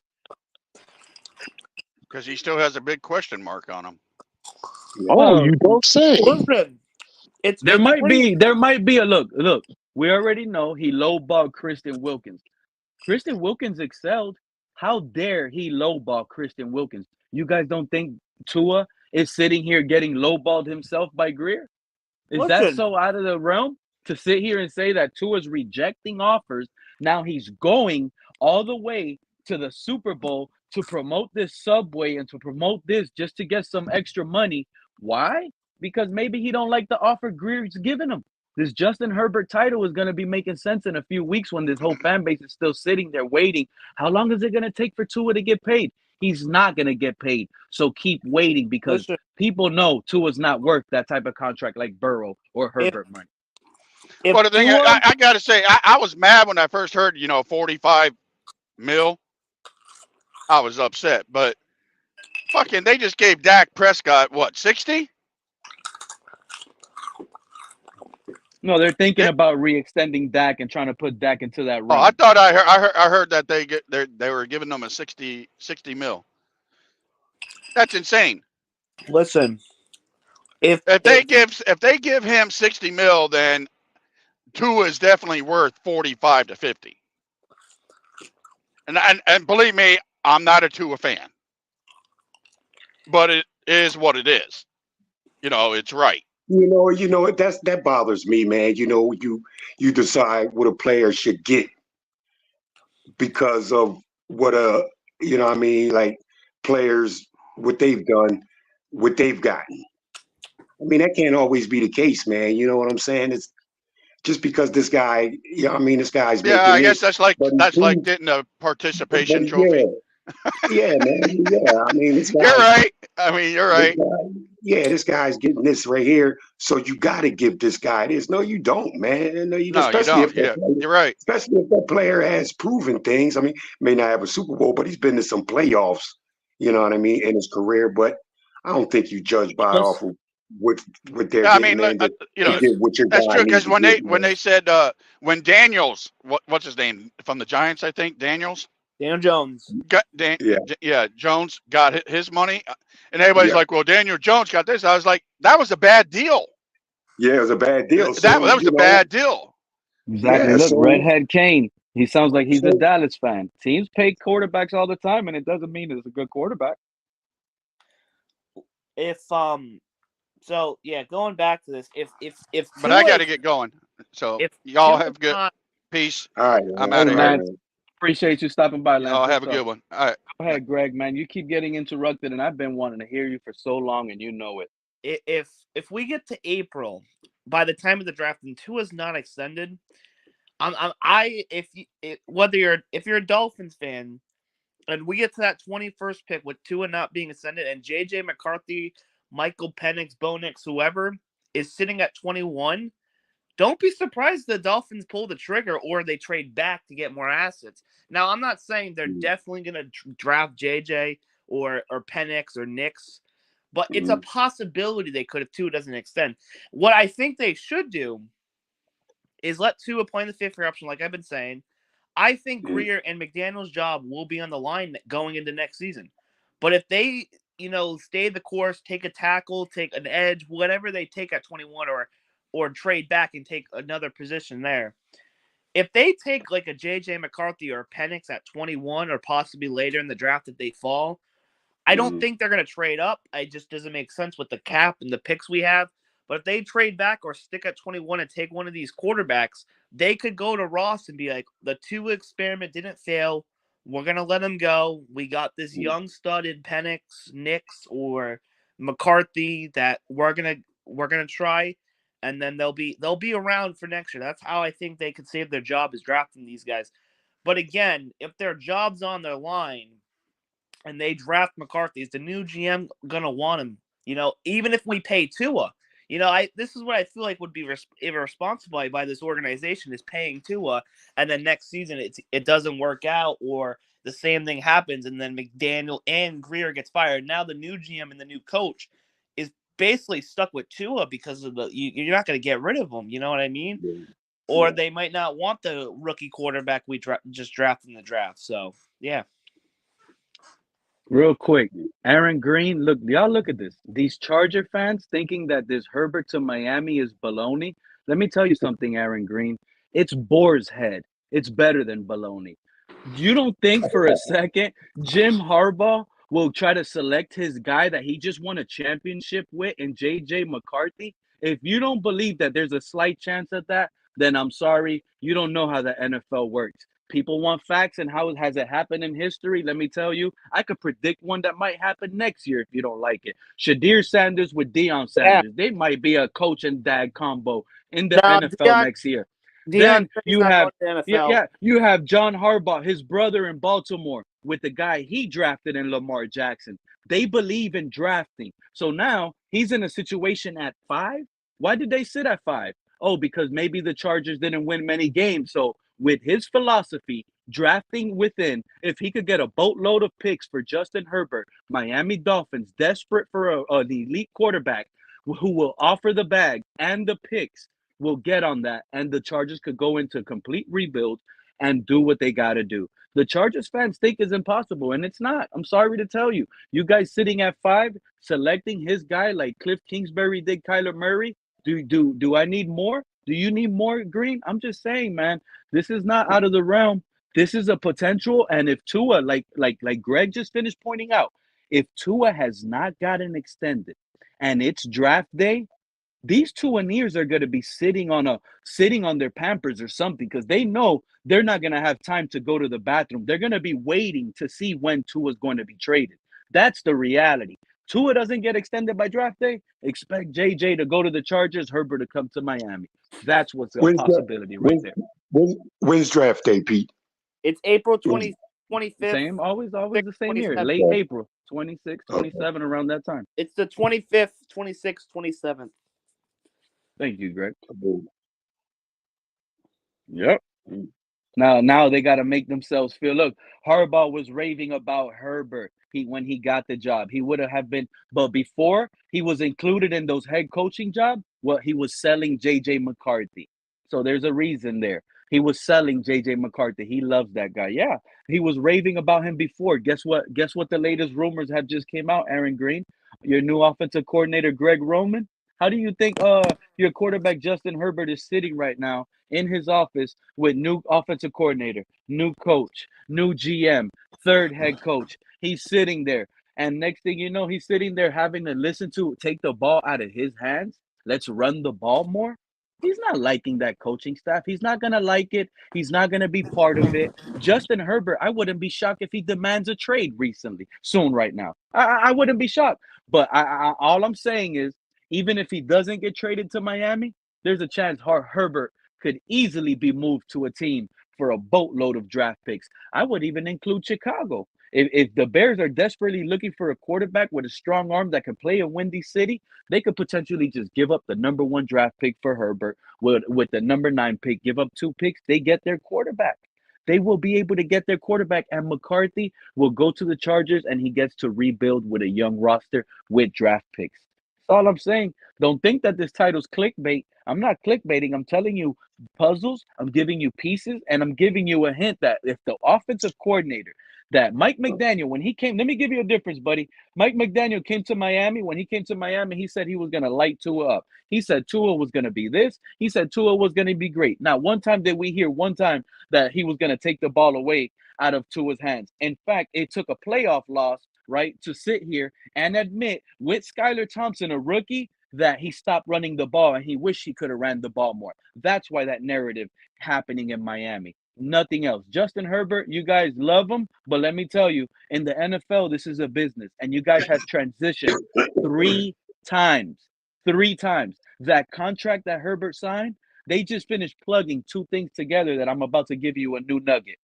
They just finished saying on DolphinsTalk.com, on YouTube, shout out to Mike Olivia and Stephen Daniels over there. Guess what they said? That in 2.5 weeks, Tua will get a Herbert-type contract. Tua's not worth a Herbert-type contract, but we have the room, and it helps a salary cap right now that makes sense, giving up a boatload of picks, and instead having that big, huge contract with a quarterback help us right now on a Super Bowl winning team now. It seems like you guys got to rebuild. You got Mahomes in your division. Us, we have to win now. This regime has to make something now. And that's a now type move. Go all in. Ross is 86. He needs a ring when he could see it with his own eyes, not be buried in a casket. And I hope he's listening to this magic. What's going on, y'all? Y'all take over, because I just went on rant right there, because these Chargers fans, they get me upset thinking that this is clickbait, and I'm trying to throw them the sign. Nah, Pete, you can't worry about them Chargers fan, man. Just let them do what they do, man. And we just got to focus on what the Dolphins do, man. That's where it is, Pete. That's where you gotta lead them big Chargers fans alone, man. Hey, KT, what would you do at the quarterback position? Because I think the Herbert thing is pretty unrealistic. What would you just do the 5th-year extension and then maybe draft somebody? Yeah, honestly, well, I'd like to see a free agent brought in competition. I'd like to see somebody push Tua. I'm not opposed to just drafting somebody, putting him in direct competition, but I think if a free agent upgrade is out there that makes sense, I think for the last 2 seasons, our team has been a quarterback away. And I know the team is going to be broken up from here on out. Just got to reshuffle, retool. Hey, let me ask you guys, especially you, Josh Allen. Hold on, because you came in here now and you starting to stir the pot, right? Because you said that's not a possibility. Let me ask you something, Josh Allen. I don't think If Jim it's Harbaugh, hold on. Okay, it's unrealistic. Okay, this is how unrealistic it could really get if you pay attention. If Jim Harbaugh had accepted the job with the Washington Commanders, where will J.J. McCarthy be talked about on every national media? Heading to go where? I think Drake May or Caleb Williams, if he goes, I think Caleb Williams is going to be the first pick. I think Jim Drake May is Harbaugh. going to be the second pick. So you don't think there'll be links of so you're just leaving the possibility. Nobody will sit here and feel comfortable that J.J. McCarthy, there's a chance he could go to Washington. I think his coach. There's a possibility of that. I just think that I'm just talking about. This is just my opinion, Pete.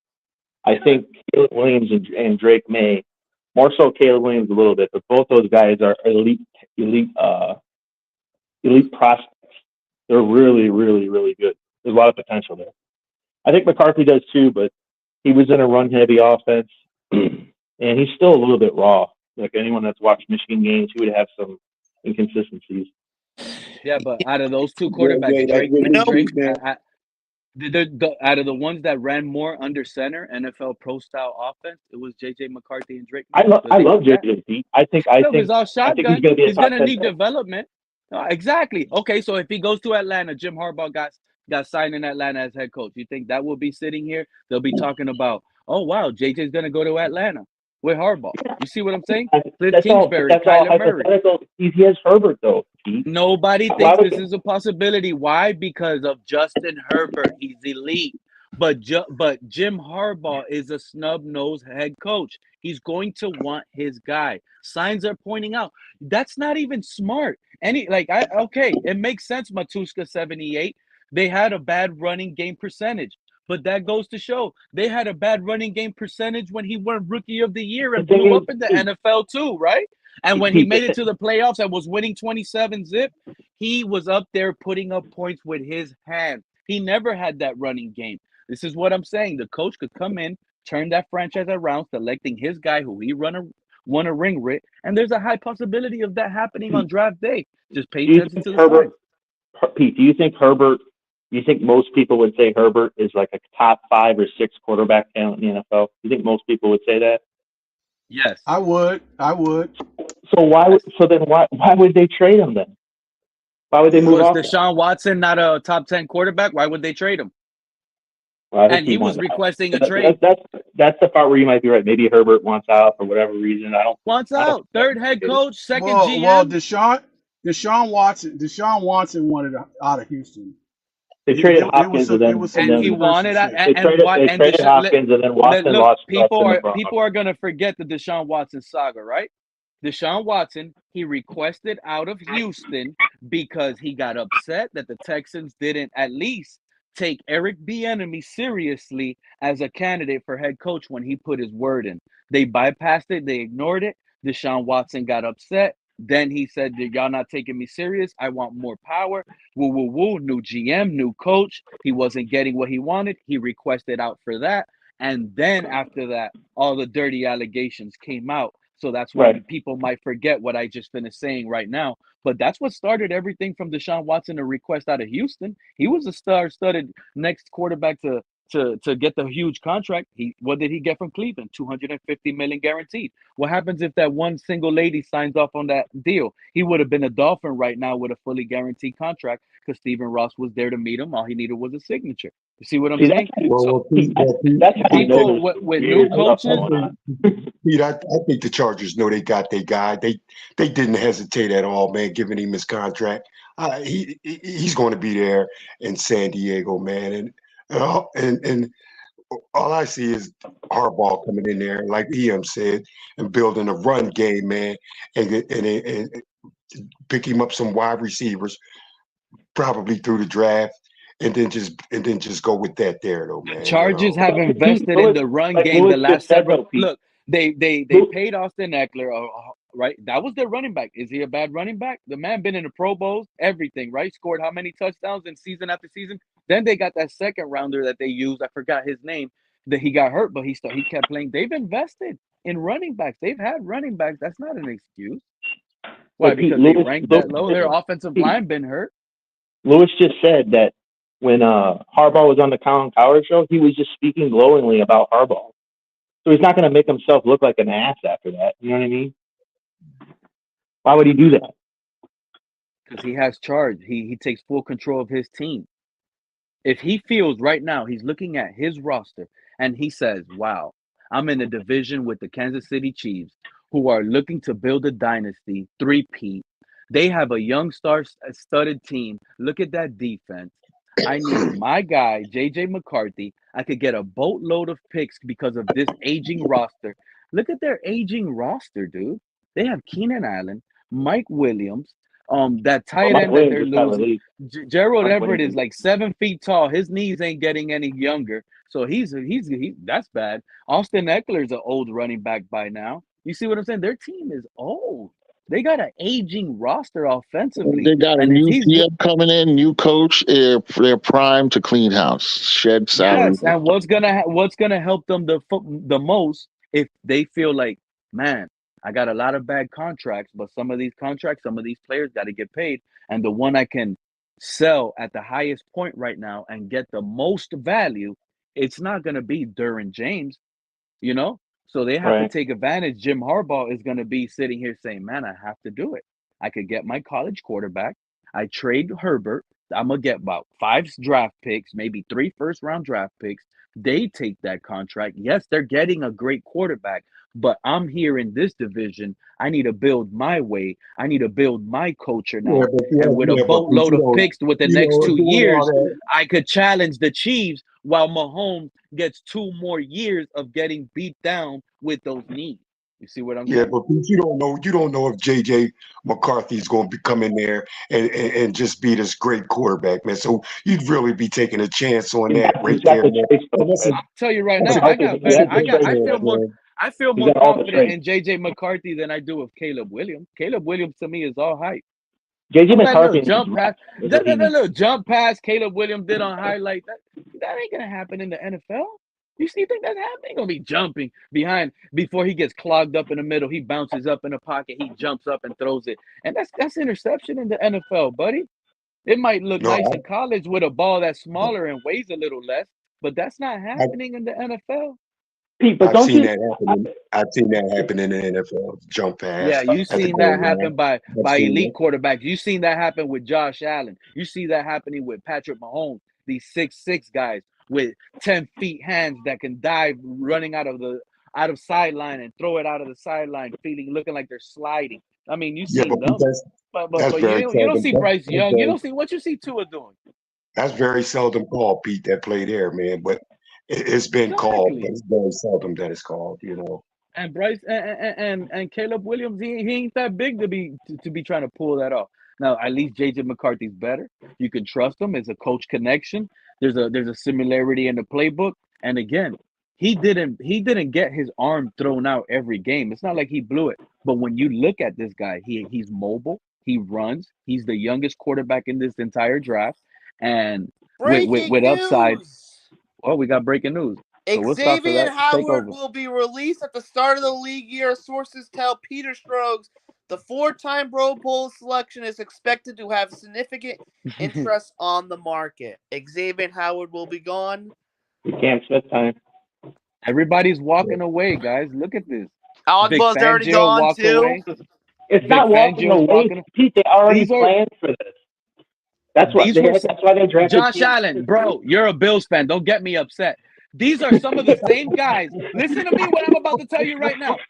Xavier Howard and Ogba were the same names that our community was using that was going to take us to the Super Bowl. So out of nowhere, now they're trash and not worth it. But these were the starters that were supposedly that were going to take us there.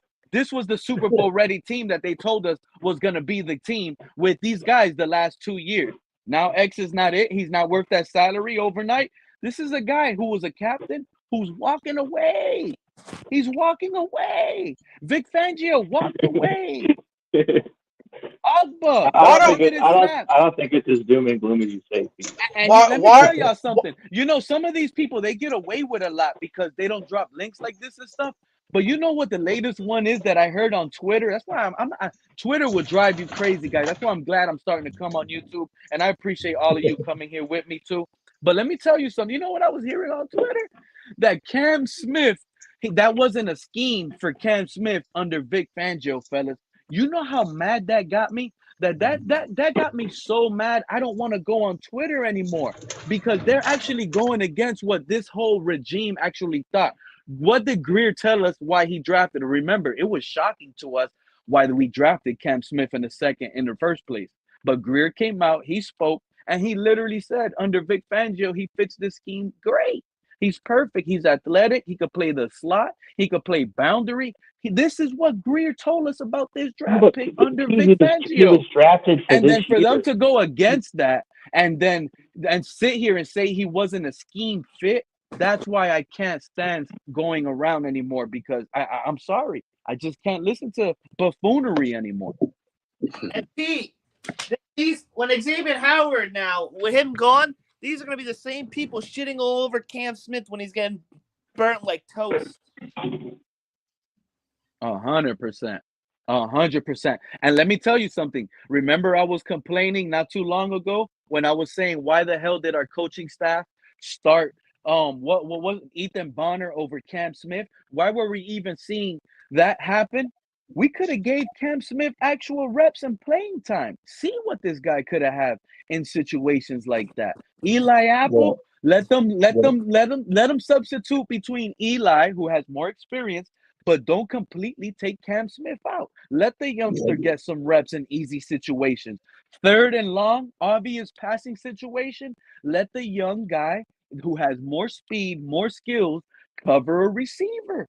Eli would have not got cooked, bro. You know what I'm saying? And we could have got him reps. But this is a whole feeling team. This is why I always said, bro, this team, this coaching staff is split. It's all about feelings. There's not open competition because what they do is not right, bro. Agba's a beast. Y'all just finished telling me breaking news. Agba's going to be cut too. When he did play, he played great, got sacks, didn't let down. But it was feelings. The coaching staff was not happy. Oh, he didn't pay his parking ticket. He didn't give me no Cuban coffee last week. So you know what? You ain't playing no more. It's a feeling thing. It wasn't ever about who's better. Let's put the best players on the field. And that's why I was so upset at my team. And you hate I hate them. I hate how it's being coached. I hate how it's being ran. Because if I'm sitting here feeling like Skyler's better than Tua, if I sit here and see that Cedric Wilson is way better than a Braxton Berrios, I don't want to see that much substitution. There's something going on, guys. It's bad coaching. It's bad stuff going all around. I've been upset for so long. I myself, you know what I'm saying? I'm good with them with X leaving. I'd be good with Eli Apple leaving, man. You know what I'm saying? If you ask me, X should have been out of here 2 years ago. You know what I mean? Should have got something for him then. Should have got something for him then when you could. When you could. Hey, this is after the fact. But I wonder. I'm assuming that Grier tried to probably trade X. I mean, I would try and trade him, even if it's for a fifth. Yeah. That because right now what it is with X with me, man. Like if he was to still be here, the guy would just be playing for a paycheck. Come on, man. I'm assuming that too, Mounty, because I was saying we know Howard and Ogba are going to get cut. They should try to find trade partners. They probably didn't, so that's why they're going to cut him. And I think Jerome Baker, keep your names on that. He might be released today. Yeah. Might. And Jerome Baker, I don't hate the guy.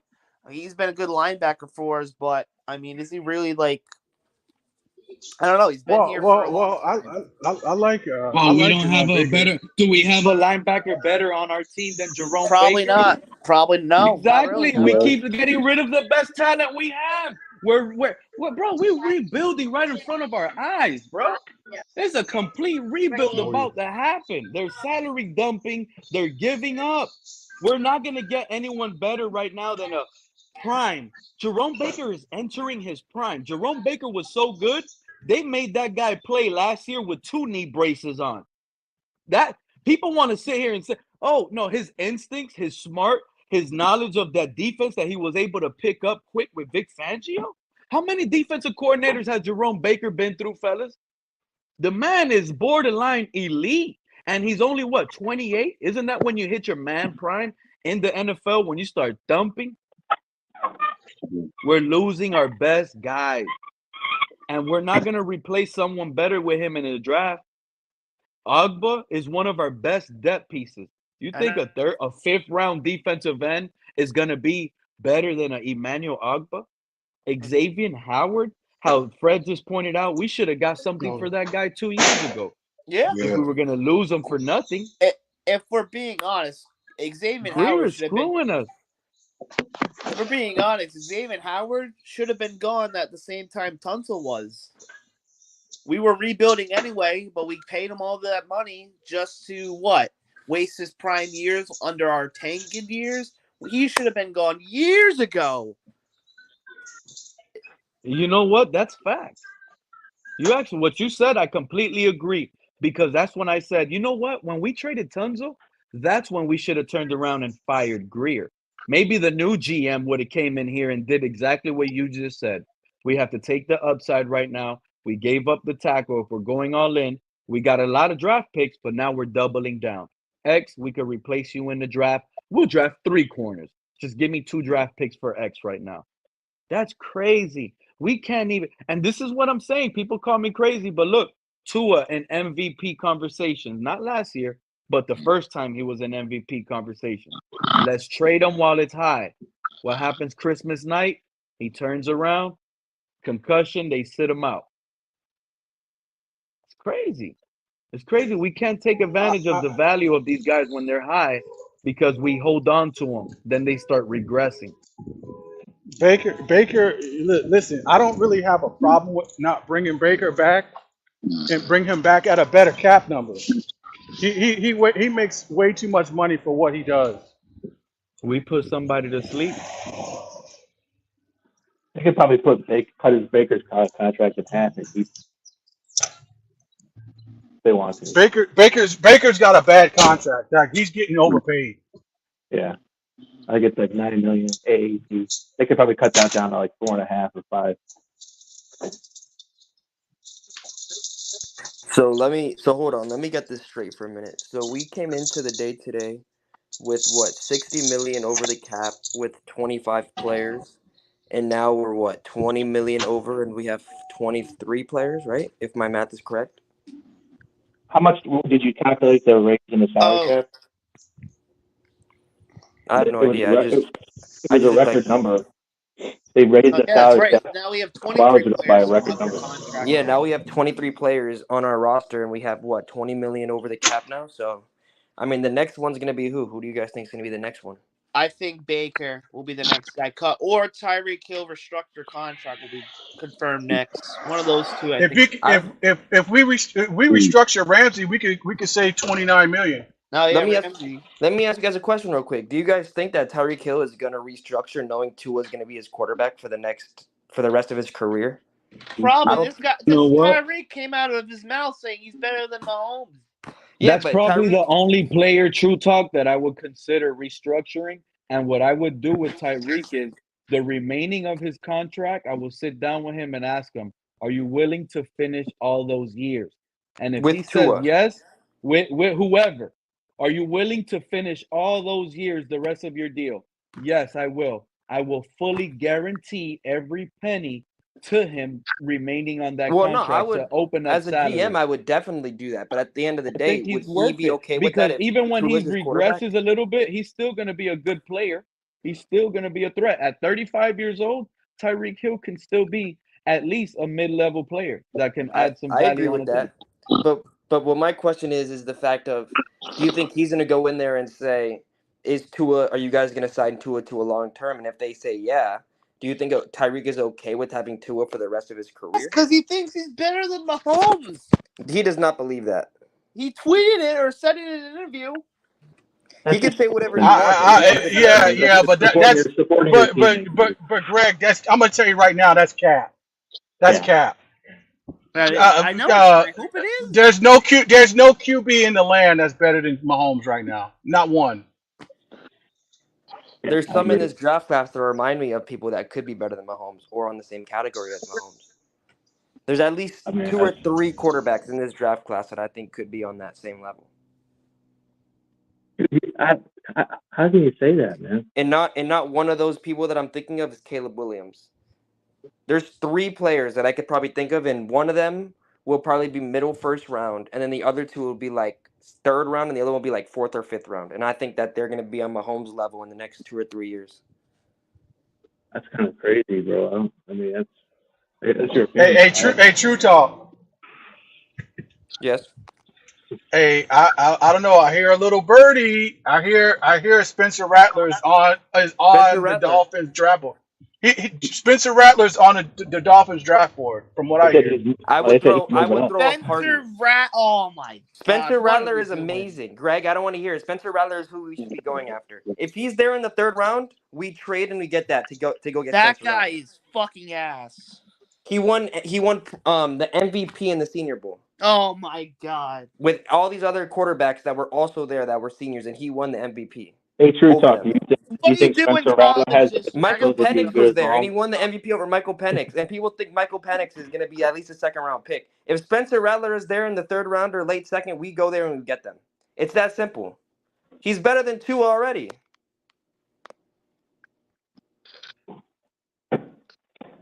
I'm telling you.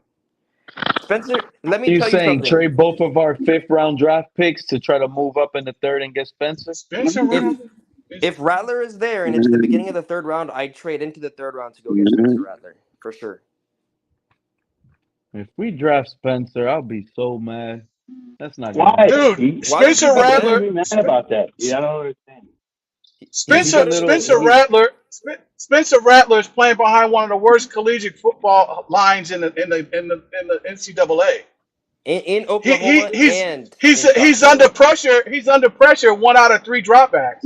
Mm-hmm. And he's now, still I'll say for this: 3,000 yards.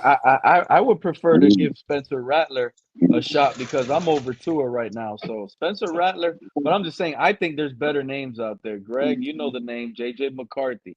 Yeah, but J.J. McCarthy's going to be guy. gone in the first round. That's the problem.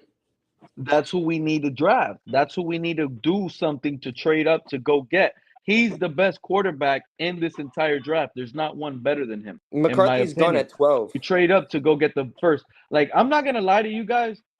I'll trade the package. You know what? There's a different package I could trade. What do you guys think this is worth? Bradley Chubb and Jalen Phillips. You guys think that's tradable and a package? Too good. Not right now. That's going to be, I'm telling you right now, not right now. Because, of course, yeah, I get it because they got their Achilles or whatnot. But if they're projected to be healthy week 1, like they will be, right? They're going to be ready to go week 1. They're going to do the training. They're going to do all of that.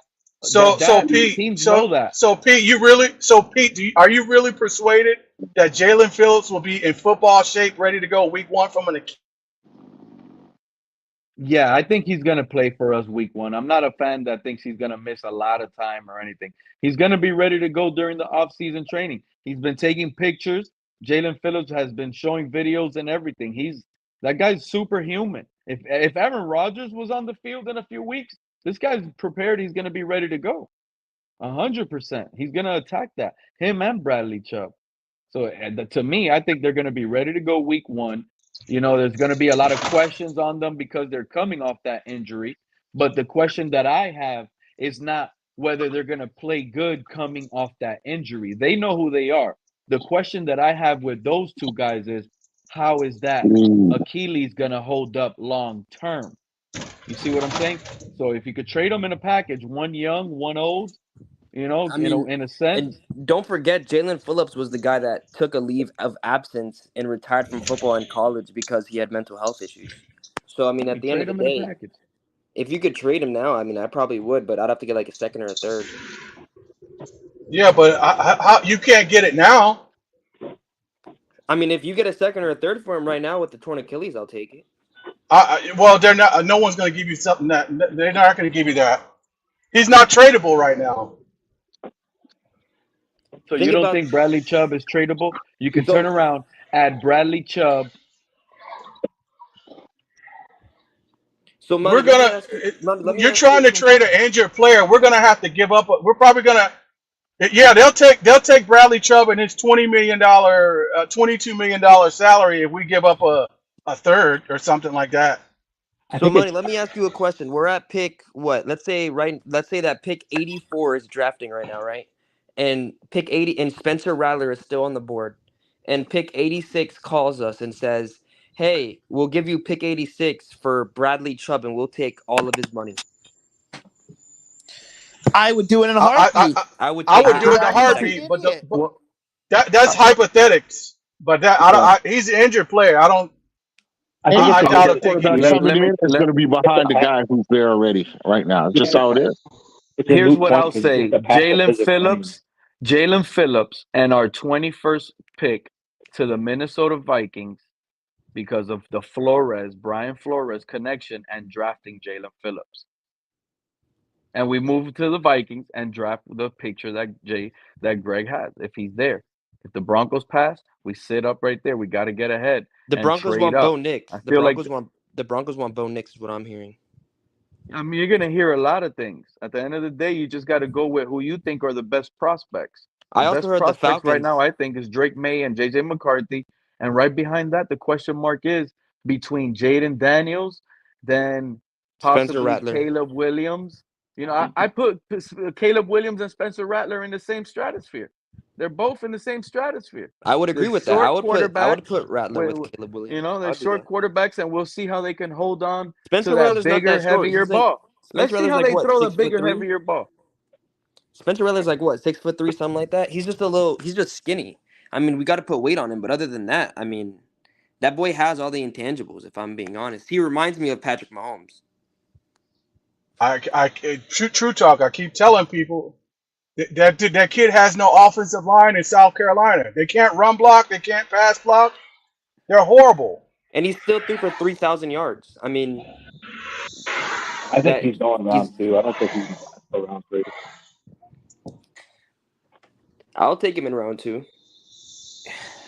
Facts, Alex. It's exactly what I said. Trade Chubb back to the Eagles because when Vic Fangio got here last year, they told us, oh, he's coming here to make Bradley Chubb the leader. He's going to help him in that system, the great system. Trade him. Get that contract out of here. Give me a second. Give me a third. I'll take that. I know we gave up a first, but we got to take the bullet. We always lose. We always lose. Look at this. High contract guy now with a season-ending Achilles injury. We can't win over here. This is why people need to. I couldn't. That was a trade on that the day that it happened. Thank you, I was not happy. MCD. Chubb has Thank the you ACL, with not that the freaking comment. Achilles. Thank you. What's the comment? Spencer Rattler was it Spencer Rattler though? He had a stacked team in Oklahoma and looked like 2 in the They were all playoffs. freshmen. They were all freshmen when Spencer Rattler was in Oklahoma. Jadon Hasselwood, all of them were freshmen. They all came in the same class. So I mean, if you expected, and then Caleb Williams came like the year or 2 years after that, and then next thing you know, Spencer Rattler transferred. So at the end of the day, if you were expecting him to go something crazy with a bunch of freshmen, then that's on you. But if they had experience, then they would have won the national championship that year. And Spencer He Rattler had would be looked at number as a 1 top 5 overall pick. pick vibes that year. Yeah, but he was throwing to freshman receivers. His number 1 receiver was a freshman, and then that freshman transferred to Arkansas like a year and a half later because he just didn't make the rotation after Caleb Williams got there. He was on a trash Oklahoma team, and he carried them. They all left Oklahoma when he came because they were all getting drafted. With the salary cap going up, shout out to Josh Allen. I think you brought it up earlier, right? With the salary cap going up to 255, man, getting a rookie quarterback right now. Do you guys know what that means? We were, right? The Dolphins were what, 51 million? But now the salary cap went up. So we're probably what, 40 million? Now with the cuts, we just saved 13 point something for Xavier. Now we're what, 30 million negative with the Jerome Baker and Agba. Agba saves us like 15 right there or whatever. Boom, we're right there. So you're saying that Baker's the next one cut? You cut They're not Baker? going to cut Jerome Baker. I They're mean, just going to redo his contract. Isn't he a free agent? Isn't he a restricted free agent? Isn't he done out of here?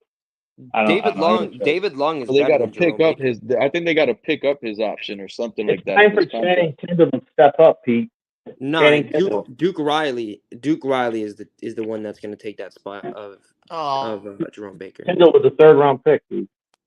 Yeah, but Tindall doesn't know what he's doing. Did you know that in Georgia, Tindall was never a starter in the University of Georgia? He was always a backup.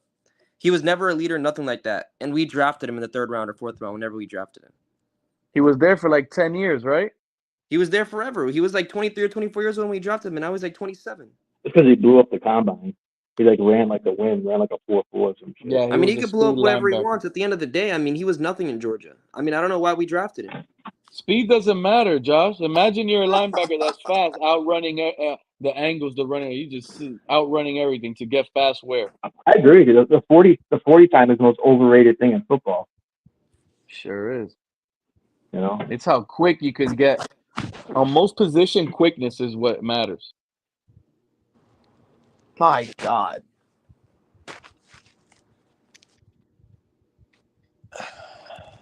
I think the Bills are Xavier Howard. We're in cap hell. We're in rebuild, fellas.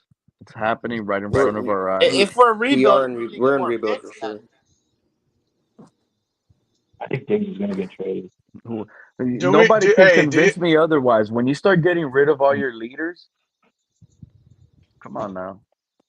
Does anybody think Javon Holland requests a trade now? Does anybody? He's going to go to Philadelphia. Does anybody think we can win a division this year? No, I don't think we're making the playoffs this year. I don't think we're making the playoffs either. You know what's crazy? I was watching the NFL and NFL Network, and they were talking about the Dolphins, whatever draft, and then the guy talking, he was like, "Oh, the Dolphins are in a situation or whatever. You know, they have to be able to get these other players. Grier will find a way to get under cap and bring good talent over here, like he's done in the past, and he's gonna continue. But you know, if they bring that roster, and he's literally says, if we bring back the same team, we won't be any good with this same team." Who's like if we wait, if we bring back Baker, Ogba, X, we bring back the same team of last year, he literally says we won't. Well, we're not doing that though. From what happened today, so. But why can't I don't understand why wouldn't the Dolphins have a realistic shot to win the division when both the Bills and Dolphins? The Dolphins have a good draft. Why Aaron can't? Rodgers Why would is that be? healthy. The Bills are still the Bills. The Bills are Rodgers is healthy. The third best team. The Bills are going to do a massive retool. They'll still be better. They'll still be better than the Dolphins. The Dolphins are also doing a retool, and you also forgot that the Patriots have the number 3 overall pick, and they have the top second round. They have one of the top second round. The Patriots still be trash next year. Sure, they're going to be trash, but we're going to be competing with them for the last spot in the AFC East. I'm betting. That's crazy. See, the Dolphins might have the best skill positions: the running back and 2 receivers in the entire NFL. Like I understand. How many of them are over 6 feet tall? What does that have? What does being over 6 feet tall have to do with it? Injuries. That's what it has to do with. Point. It has to do with injuries at the end of the day. What happened last year? All of our speed guys fell off at the end of the year because they were all injured. I mean, we need somebody that could go out there and take hits. I mean, Well, Chase Claypool. They traded for Chase Claypool, but he's got maturity issues. Chase Claypool would have been perfect. I mean, we just didn't give him a chance because Claypool Tyreek was Hill a was waste of time. We had Cedric Wilson. Bro, you know that Cedric Wilson in Buffalo, Josh Allen, he will be a star, bro. In my opinion, Cedric Wilson is better than Gabriel Davis, bro. Listen to what I'm telling you. I know what I'm telling you. That's why, in my opinion, I want Buffalo to pay Gabriel Davis big bucks. Shout out to Mark, the Bills guy. But in my opinion, you guys will be better. I would say Trent Cedric Wilson. Cedric Wilson will be a star in Buffalo, dude. And I would say Trent Sherfield's better than Davis. They try to put Chase Claypool in. Yeah, it's not even a matter of. What's up, Mark?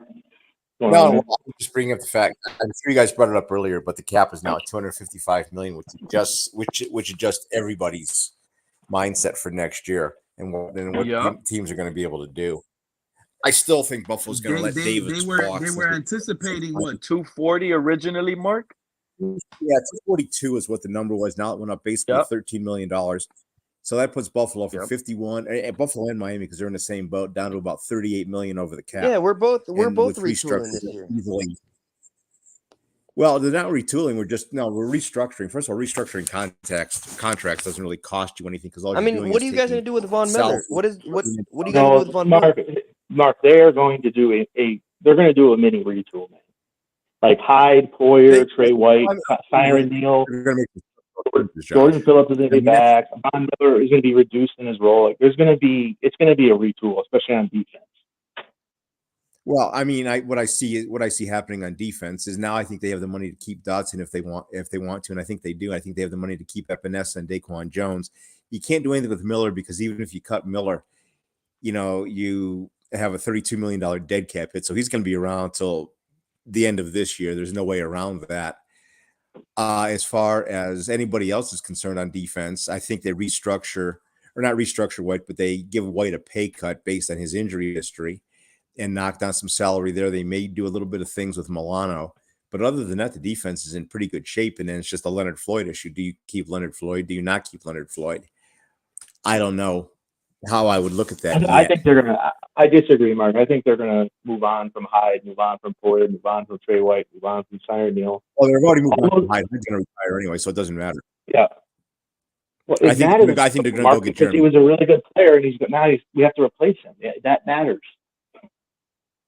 Yeah, no, I it can matters. see you guys. I can see you guys going. going for someone like Hassan Riddick from the Eagles and trading for him, taking that little contract that he signed. It's hard to say with the way that team is structured, because you don't know whether they're going to be into a 3-linebacker format this year. It really depends on schedules and matchups. But I think they're going to go get Jeremy Chin in as a safety or Darnell Savage, and that's going to be the person that's going to work with with Poyer in the back for this season. And I see them drafting a safety somewhere from right about the 4th round. Mark, remember me and you. Hold on, Mark.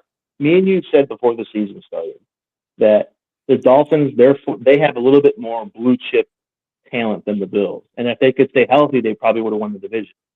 Most of their blue chip players are back. The Bills are going to go with, at least I know we disagree a little bit. They're going to go through at least the mini rebuilds. So why would the Dolphins not be able to? Gosh, Williams isn't back. Hunt isn't back. Van Ginkel isn't back. They're going to re-sign Hunt.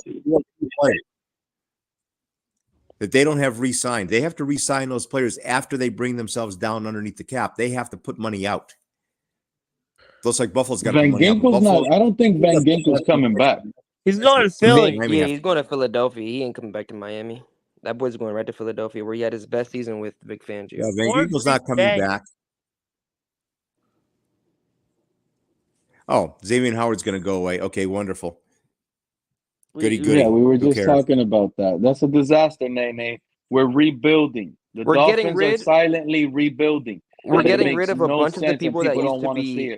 They used to be leaders in this locker room. What was all last year? Jalen Ramsey and Xavier Howard were going to be like. They were all considered the guys that were going to help us win the Super Bowl. That's why we were in a Super Bowl run.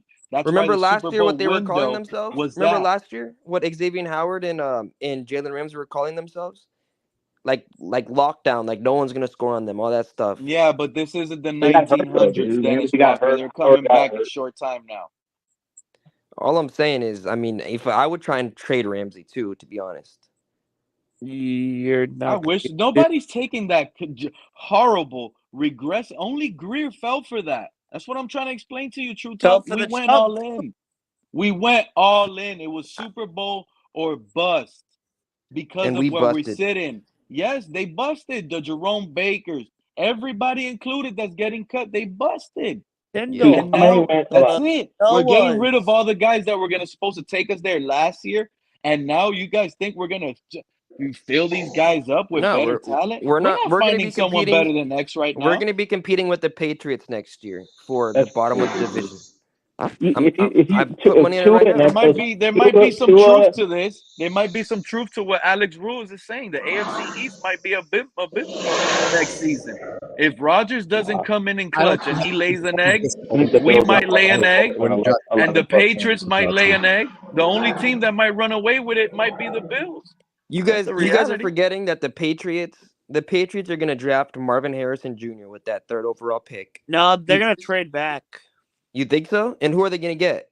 That's what Who's the quarterback going to be, though? Back and get more picks. They'll get a quarterback in the 2nd round. They're going to get Penix. Jimmy G's coming back. Or they'll get Bo Nix. They'll get somebody in the 2nd round.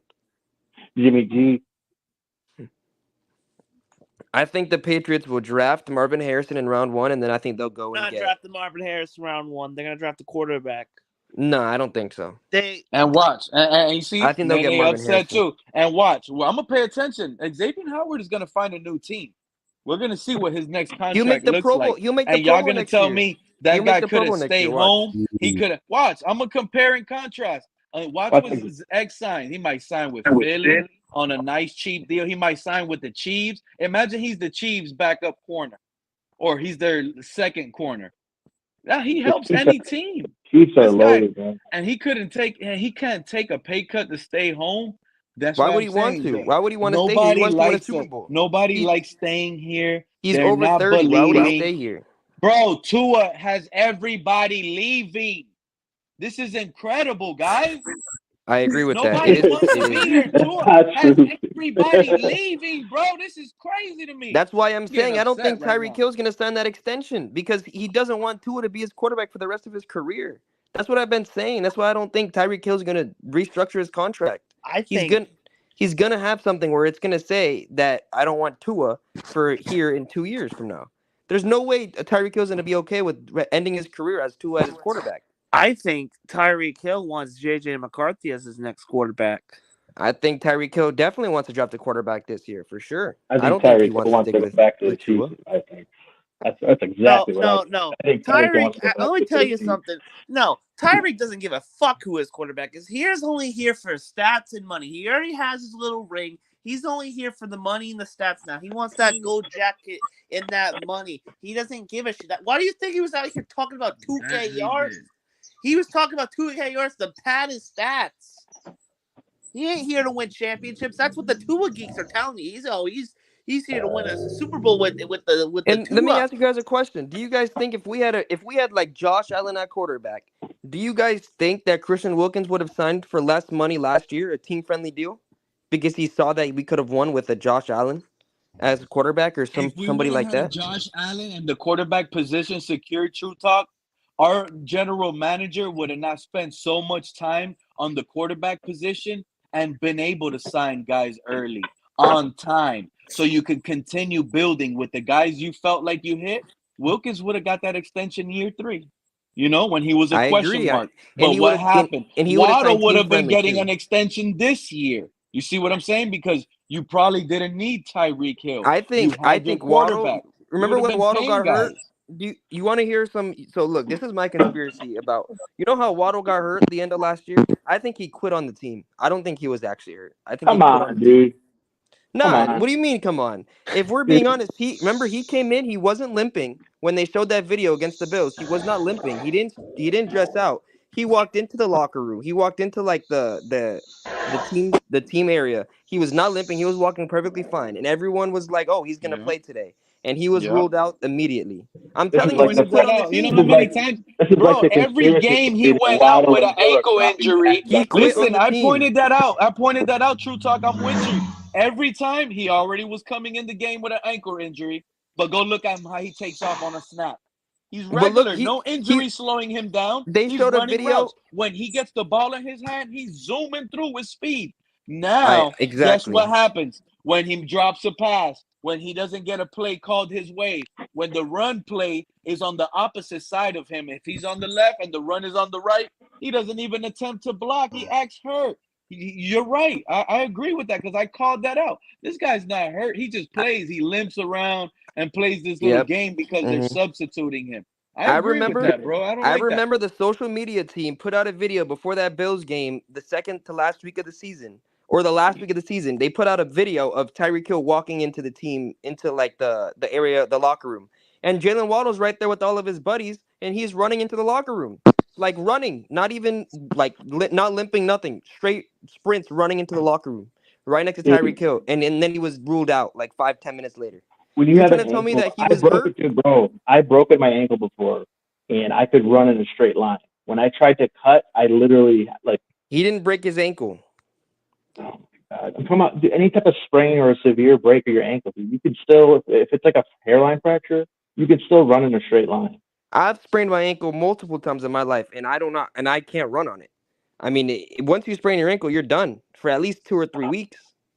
Okay, man. It's just a conspiracy. Like, this is the same thing. Like, are you saying Waddle and Hill drop passes on purpose? I'm saying there's a to lot make of buzz Thompson right look now. worse? I'm saying there's a lot of buzz right now about Jalen Waddle getting traded. Who's to say he didn't request the trade? Mike Tannenbaum is a moron, dude. Who's to say Mike Tannenbaum is looking for there's clickbait enough because smoke? he is a moron. There's enough smoke to the point where Tyreek Hill had to talk about it. I've never heard Tyreek Hill talk about Tua trade rumors. If you think about it like that, it puts some fruition into what's happening. Who's to say Waddle didn't request a trade? And that's why people are talking about him getting traded. And that's why Tyreek Hill's trying to up his image. Because if it comes out and says that he requested the trade, then he would not look good considering how young he is. So Tyreek let's Hill's say trying to help out his boy, trying to say like Waddle should stay here. do you think you're going to get a haul for Jalen Waddle with how deep this receiver class is in the draft? This is what I'll say. Remember when Tyreek Hill sat True Talk and went versus the Jets game with the ankle? when Tyreek Hill sat that game, the game that Tyreek Hill sat, the Jets game, and you could have saw that on Hard Knocks. He tried it out. He acted like he couldn't play, but yet the following week, the week before, he played with that hurt ankle, right? Then he played the couldn't rest play of the the game, following week. He sat the Jets game. Then the following week, he ended up playing that game. He played.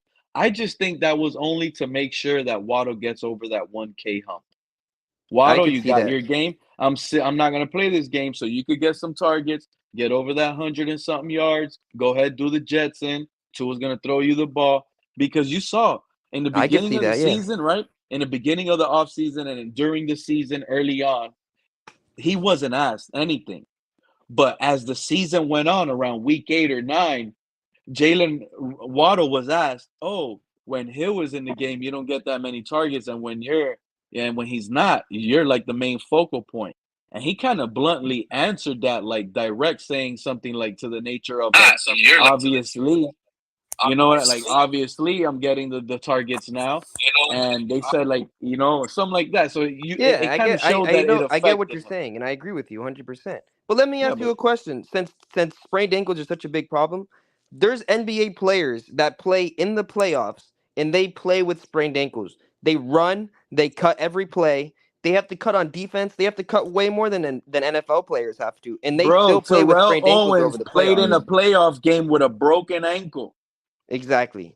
Waddle sat out 4 games because he sprained his ankle while he was running. Still had he ran over after. 100 yards. I'm telling you. there's something going on with Waddle, and I don't. Why did he play in a playoff game? When there's smoke, there's fire. I guess. Waddle did play in the playoff game. He played hurt too. You could tell he wasn't 100%. I disagree. He was in the cold. He was freezing. That's what the cold was. I guess, man. It's just great. I don't know, guys.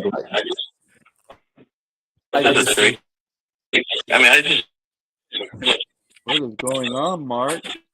Mark, are you king? I just think it's funny. Next is going to be 7 and you don't have any power. There's two marks. Mark is on the ISS right now.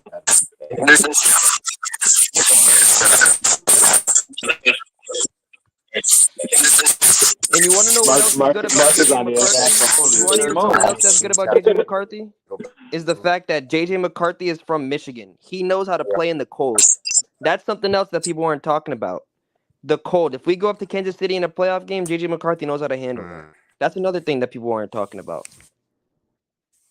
I like JJ McCarthy to the Chargers. How do you like that? True Talk. Justin Herbert to Miami, JJ McCarthy to the Chargers. I would love that, but what are we going to get for Tua though? 3rd, 4th round pick probably in that thing. But how is that even going to happen? So what? I like that idea because what's his name? Jim Harbaugh gets his guy from Michigan who he won a national championship with. So I could definitely see him wanting to get that for sure. So what? He's going to draft him with the 5th? Draft him at 5. And then what is he going to do with Herbert? Trade him out. Get a boatload of picks and start building his team. I would love that. Imagine a trade for Justin Herbert where we trade Jalen Waddle, right? Our 21st this year and our 1st next year for Justin Herbert. Exactly. That's a really, really high potential trade partner. And then you have JJ McCarthy with Waddle. Jim Harbaugh gets his college guy, but he gives them with two young weapons to build in the future with.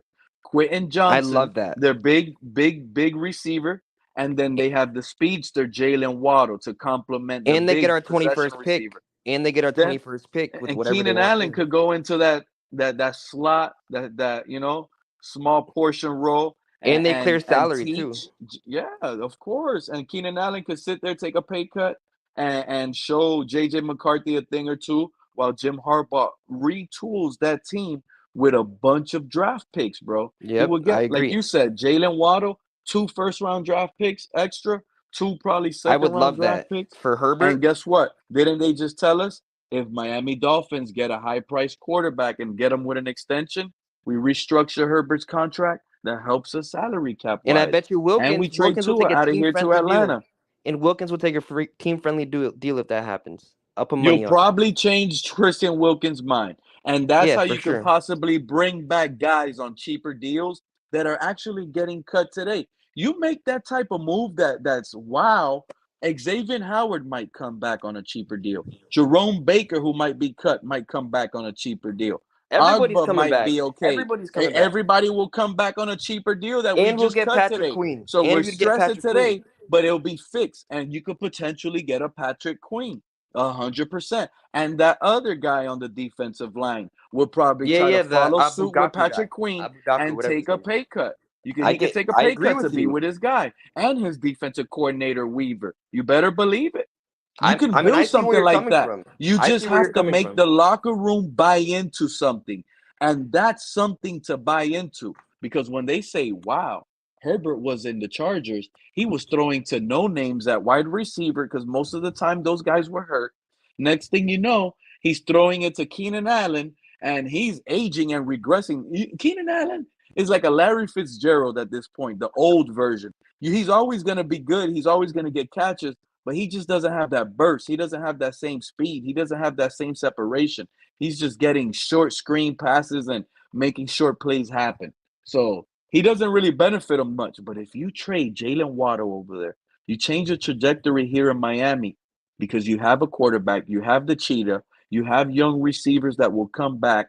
Bro, we can elevate Braxton Berrios. He'll come back and be He'll happy. come back on a Cedric Wilson minimum will come contract. back and be happy. And remember, Everybody's when we coming back if signed Herbert Cedric comes here. Wilson, everybody was up here on these panels telling us Cedric Wilson is the perfect Pete, you want me to complement tell you to something? Jalen Waddle. That's what they were telling us You want because me we to didn't say? have the cheetah. He was that guy.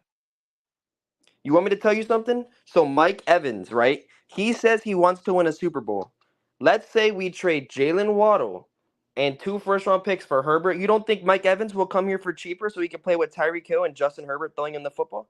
And then we also get Patrick Queen. We get the defensive lineman from the Ravens. Christian Wilkins comes back on a team-friendly deal. Jerome Baker comes back. David Long comes back. Xavier Howard comes back. We draft a corner in the second round. We trade Tua for a third. We draft another receiver in that third, like the Leggett guy or something like that. And I mean, I'm telling you, we're going to be cooking next year if that happens. Shoot, can you imagine? That's exactly what we need is a possession receiver, a body type Mike receiver Evans like would Mike come here Evans. for Of course. cheap. He'd come here And for look, cheap for no a state quarterback. tax, same state, Florida. He'll move. You know how close? Bro, that guy might not even have to move out of Tampa. He can drive to South Beach in 2.5 hours and be Yeah. there in practice. Take a deal because he'll sit back and say, man, I like the situation in Tampa. I'm comfortable here. But if Miami's offering me what, $2 million more? I get to play with Justin Herbert. I get to play next to Tyreek Hill, who opens up more than Chris Godwin does.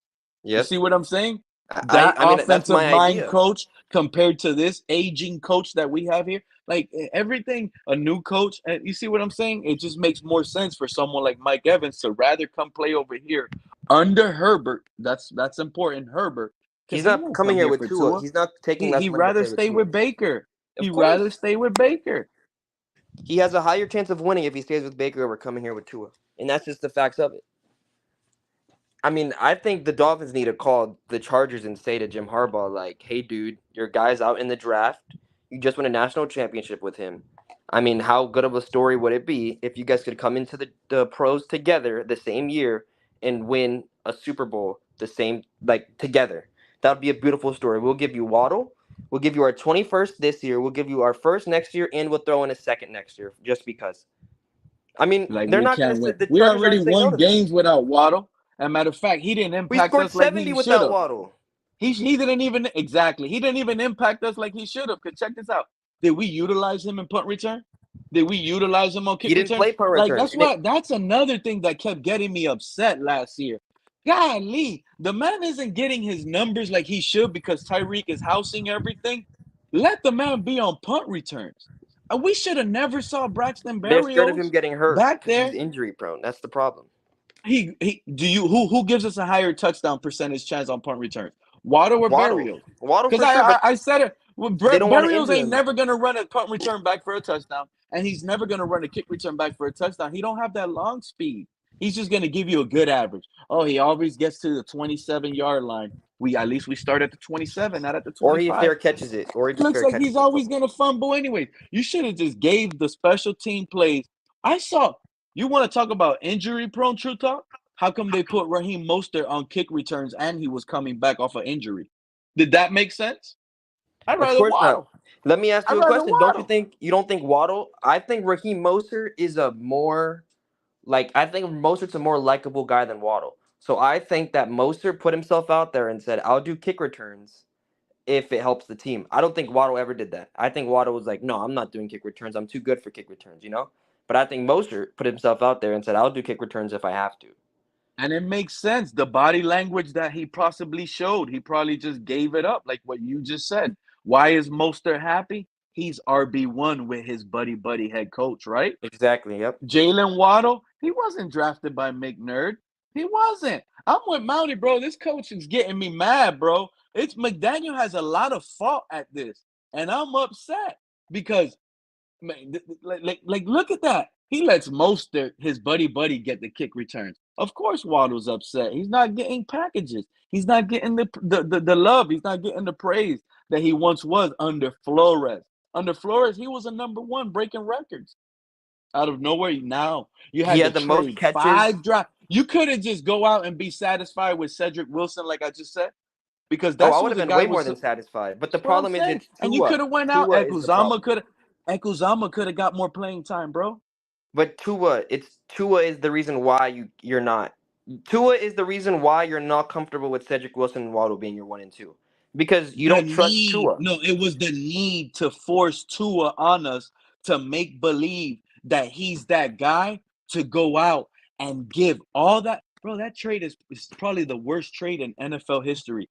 You literally did that to shove a quarterback down our throat to prove to us that he can get passing yards. I also think it's Chris Grier, though. I think with all Chris these Grier was screens also the that other we one. did, I saw on Twitter. That's why I'm so happy I'm off Twitter. I don't want to ever go back. I'm serious. I don't ever want to go back to Twitter. The other day I saw a tweet. We didn't see that. Remember the A-chain touchdown play that we got with the little flip screen? Yeah, the little flip. It was top 10 against Denver. top 10 or whatever. That he scored the little screen. Yeah, they put it said in we top didn't 10. see that enough. Some dude on Twitter that got a whole bunch of likes, over 500 likes, over 500,000 impressions, said we didn't see that play enough. Bro, we saw that play versus the Ravens and it failed. It worked one that time screen out of the pass. entire year. He was That's why they off want to see him. target with his little fatigued arm. And then we saw that play in the playoffs versus the Chiefs, and he still was off target kind of in the screen. Because they don't matter if it's a screen pass up the middle, to the left, or to the right. A screen is a screen. As long as it's designed right and it looks like it's going to work based on what the defense showed, all 3 of those plays were going to bust big. The only thing is, the A-chain touchdown was short and it scored. You want to know what play versus brought them. me off Tua to the point where at first I was like, okay, this guy's good enough, to now the point where you need to get rid of him? When in the playoff game, he couldn't even find the laces on the ball. Like, he was so what playoff terrified. game? The one he missed in Buffalo? It took you that a whole another year? I'm talking about the Kansas City one where he couldn't even get the laces on the ball. He couldn't put his hands on the laces of the ball because he couldn't find the laces. I mean, they teach you that. It was that game that the who was it that said that? Dan Orlovsky or Kurt Warner, one of them, right? They gave that excuse. He was terrified. He was. You know what my thing is that my guess is that he was so scared of getting hit that he would rather just throw that ball and just hope that the receiver makes a great play, and over just trying to find the laces, step back, and actually throw the football. Instead, he just throws it because he can't find the laces of the ball, and he just freaks out and just throws it before anybody can get to him.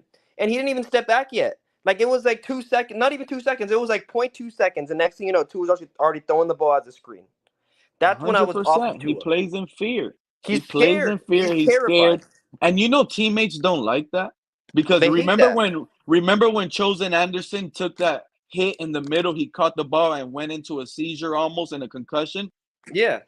Remember that? He did that for the team. Tua He threw took him that ball. Tua threw him that ball. Bad decision. Smart quarterbacks see that. They're not setting their receiver up like that because they know. Tom Brady said this, bro. Tom Brady said there was multiple throws I could have thrown, but the receiver would have got crushed, so it's not worth an injury. Tua would rather his You need to receiver see get that. hurt over him get hurt. That's the problem. Exactly. So that's why I say he's not a soldier. People don't rally behind that. That's fake love. Nobody likes fake love, bro. You like to be fake love? No, nobody likes fake love. Nobody likes fake love. That's fake love. That's And what I've been trying to tell people. Did you watch Everything Hard on Knocks? Hard Knock is fake. Hard Knock. Did we get to see Tua's house and how he ran his house? You know how many times Nope. I got tired of seeing, and no disrespect to Mostert and his family, but we've seen it too many times. It was like 3-4 shows we got to see Mostert and his wife and where's Tua's? Where's the leader of the franchise that sells tickets and jerseys? Why didn't He'd we rather get play him? his guitar. You'd rather sit there and play his guitar. Oh, that's what we saw, him playing the guitar? We saw it on the Manning show. Remember, he went on the Peyton Manning show. That's where we saw it, but we didn't see that on the Hard Knocks. That's why We saw nothing on the. All we I didn't saw of see Tua. that. That's All what I I'm saw saying, Tua on bro. Hard It was Knocks is giving this away guy's gifts. getting traded, bro. He's out of here. He gave a golf simulator to Mike Display White this and guy Skylar on Thompson. Hard That's Knocks. all Go I watch saw. Hard Knocks. You think they talk about Tua? They selling their guy. You think if the Chargers would have had Hard Knocks, they would have not had Joe Burrow or Justin Herbert all over the world being displayed? Joe Burrow and the Bengals would have had Hard Knocks. They would have been showing as much as they show Raheem Mostert and his wife. They would have been showing Joe Burrow that much. It would like the Jets. It was all Aaron Rodgers. It was all Rodgers all offseason for the Jets when they had Hard Knocks. Nobody wants to watch Tua. That's the problem. They're not going to sell tickets by putting Tua out there. Like, Hard Knocks is not going to sell people watching that because of Tua. They're going to sell watching that because of Tyreek Hill and our weapons. Nobody wants to watch Tua practice. We'd rather see Tyreek Hill talk to his teammates, Raheem Mostert run. You'd rather watch Jalen Waddle cry on the bench. I mean, that's what we'd rather see over Tua. At least me. And also, a crazy stat is, so people say Justin Herbert has the most interceptions in crunch time, right? And that's a well-known stat. But would you rather throw an interception or would you rather get your receiver concussed and spaz out on the field because of a throw that you threw? True talk. When we needed Tua to win games, right? What happened? Didn't he throw interceptions? Fourth down, he took a sack. How do you take a sack on He tried to fourth lose down? us the Jets game. Thank God it was Javon Holland. He takes in a that sack second half. on fourth down when we need this guy to win a game, dude. He can't break it. He can't extend it. But you're telling me the Chargers, Justin Herbert, in obvious passing down situations, they have this guy throwing the ball downfield. They still trust on his cannon. It doesn't seem like our quarterback, when it's third and long, obvious pass, you're going to get a screen, you're going to get a draw, you're going to get a play action, And you're gonna hope he get his the fingers on ball's the not ball. going to be thrown near the sticks. You're going to have to count on the guy to run to the first down. You see what I'm saying? Like, it's totally different offense over here. This guy Remember the doesn't ball in trust the that playoff guy. game where it was the first lie. it was the first quarter and Waddle was wide open down the middle of the field, wide open, and Tua overthrows him for an interception. Oh yeah, when he made that cut. Yeah, he made Tua that threw it over his breaking head. route. Yeah, Yeah. that was a panic throw, and he had time in the pocket. I could have made that throw. I mean, anybody That could have was a made that panic throw. throw. Yeah, Skyler would have not missed that throw, and Skyler would have not missed that screen in the Kansas City game either. Skyler also would have not only had scored 7 points in that playoff game. Oh, but they want to blame the cold. True talk. Negative And you 100 want to know what's degrees. crazy? They should Skylar have Thompson's canceled the from game. Kansas. Skylar Exactly. Thompson's That's from bad Kansas. coaching. It's bad coaching, not putting your team in the best position to win a game, bro. They did that consistently. I called it out, but everything was being talked about as clown talk. You see, you can't have real I conversations with think, two and ears because you know they what I think move it is? everything. They start talking about the Chargers. They start talking about the Bengals. They start talking about the Ravens. They start talking about everything. Because they're terrified. That's what it is. Hey, but true talk, to be honest with you, hey, shout out to Brandon R. Yeah, whatever you're chewing on, I feel like chewing on too. I've been going 5 hours. You guys rock with me all day today. I appreciate you guys rocking with me. I'm about to end this stream. It was a good show. I appreciate it. Everybody that pulled up. I got Mountie pulling up. Talk to me, Mountie. We'll keep it going for just a bit longer, man. But this is where I stand, man. I'm getting hungry myself. I got to make something happen. Hey, Fox said he can't take it anymore. They don't like reality, Mountie. They don't like reality. True talk. They We're want to speaking too much stand pat. facts. We're speaking too These much guys, facts. yeah, they want to. You know what these two ears like to do? They like to stand on quicksand and just stand there and instead of them trying to fight and get out of this quicksand, they're gonna wait patiently there. They're gonna hope some a helicopter flies over their head and finds them just in time to save them in the How middle about of nowhere. how about Daniel Fox comes up here and he tells us what he doesn't agree with that's why he has to leave. How about he comes up here and tells us? Why doesn't he do that? Since he wants to leave and say that he can't take it anymore. How about he comes up here and tells us what we said that was wrong?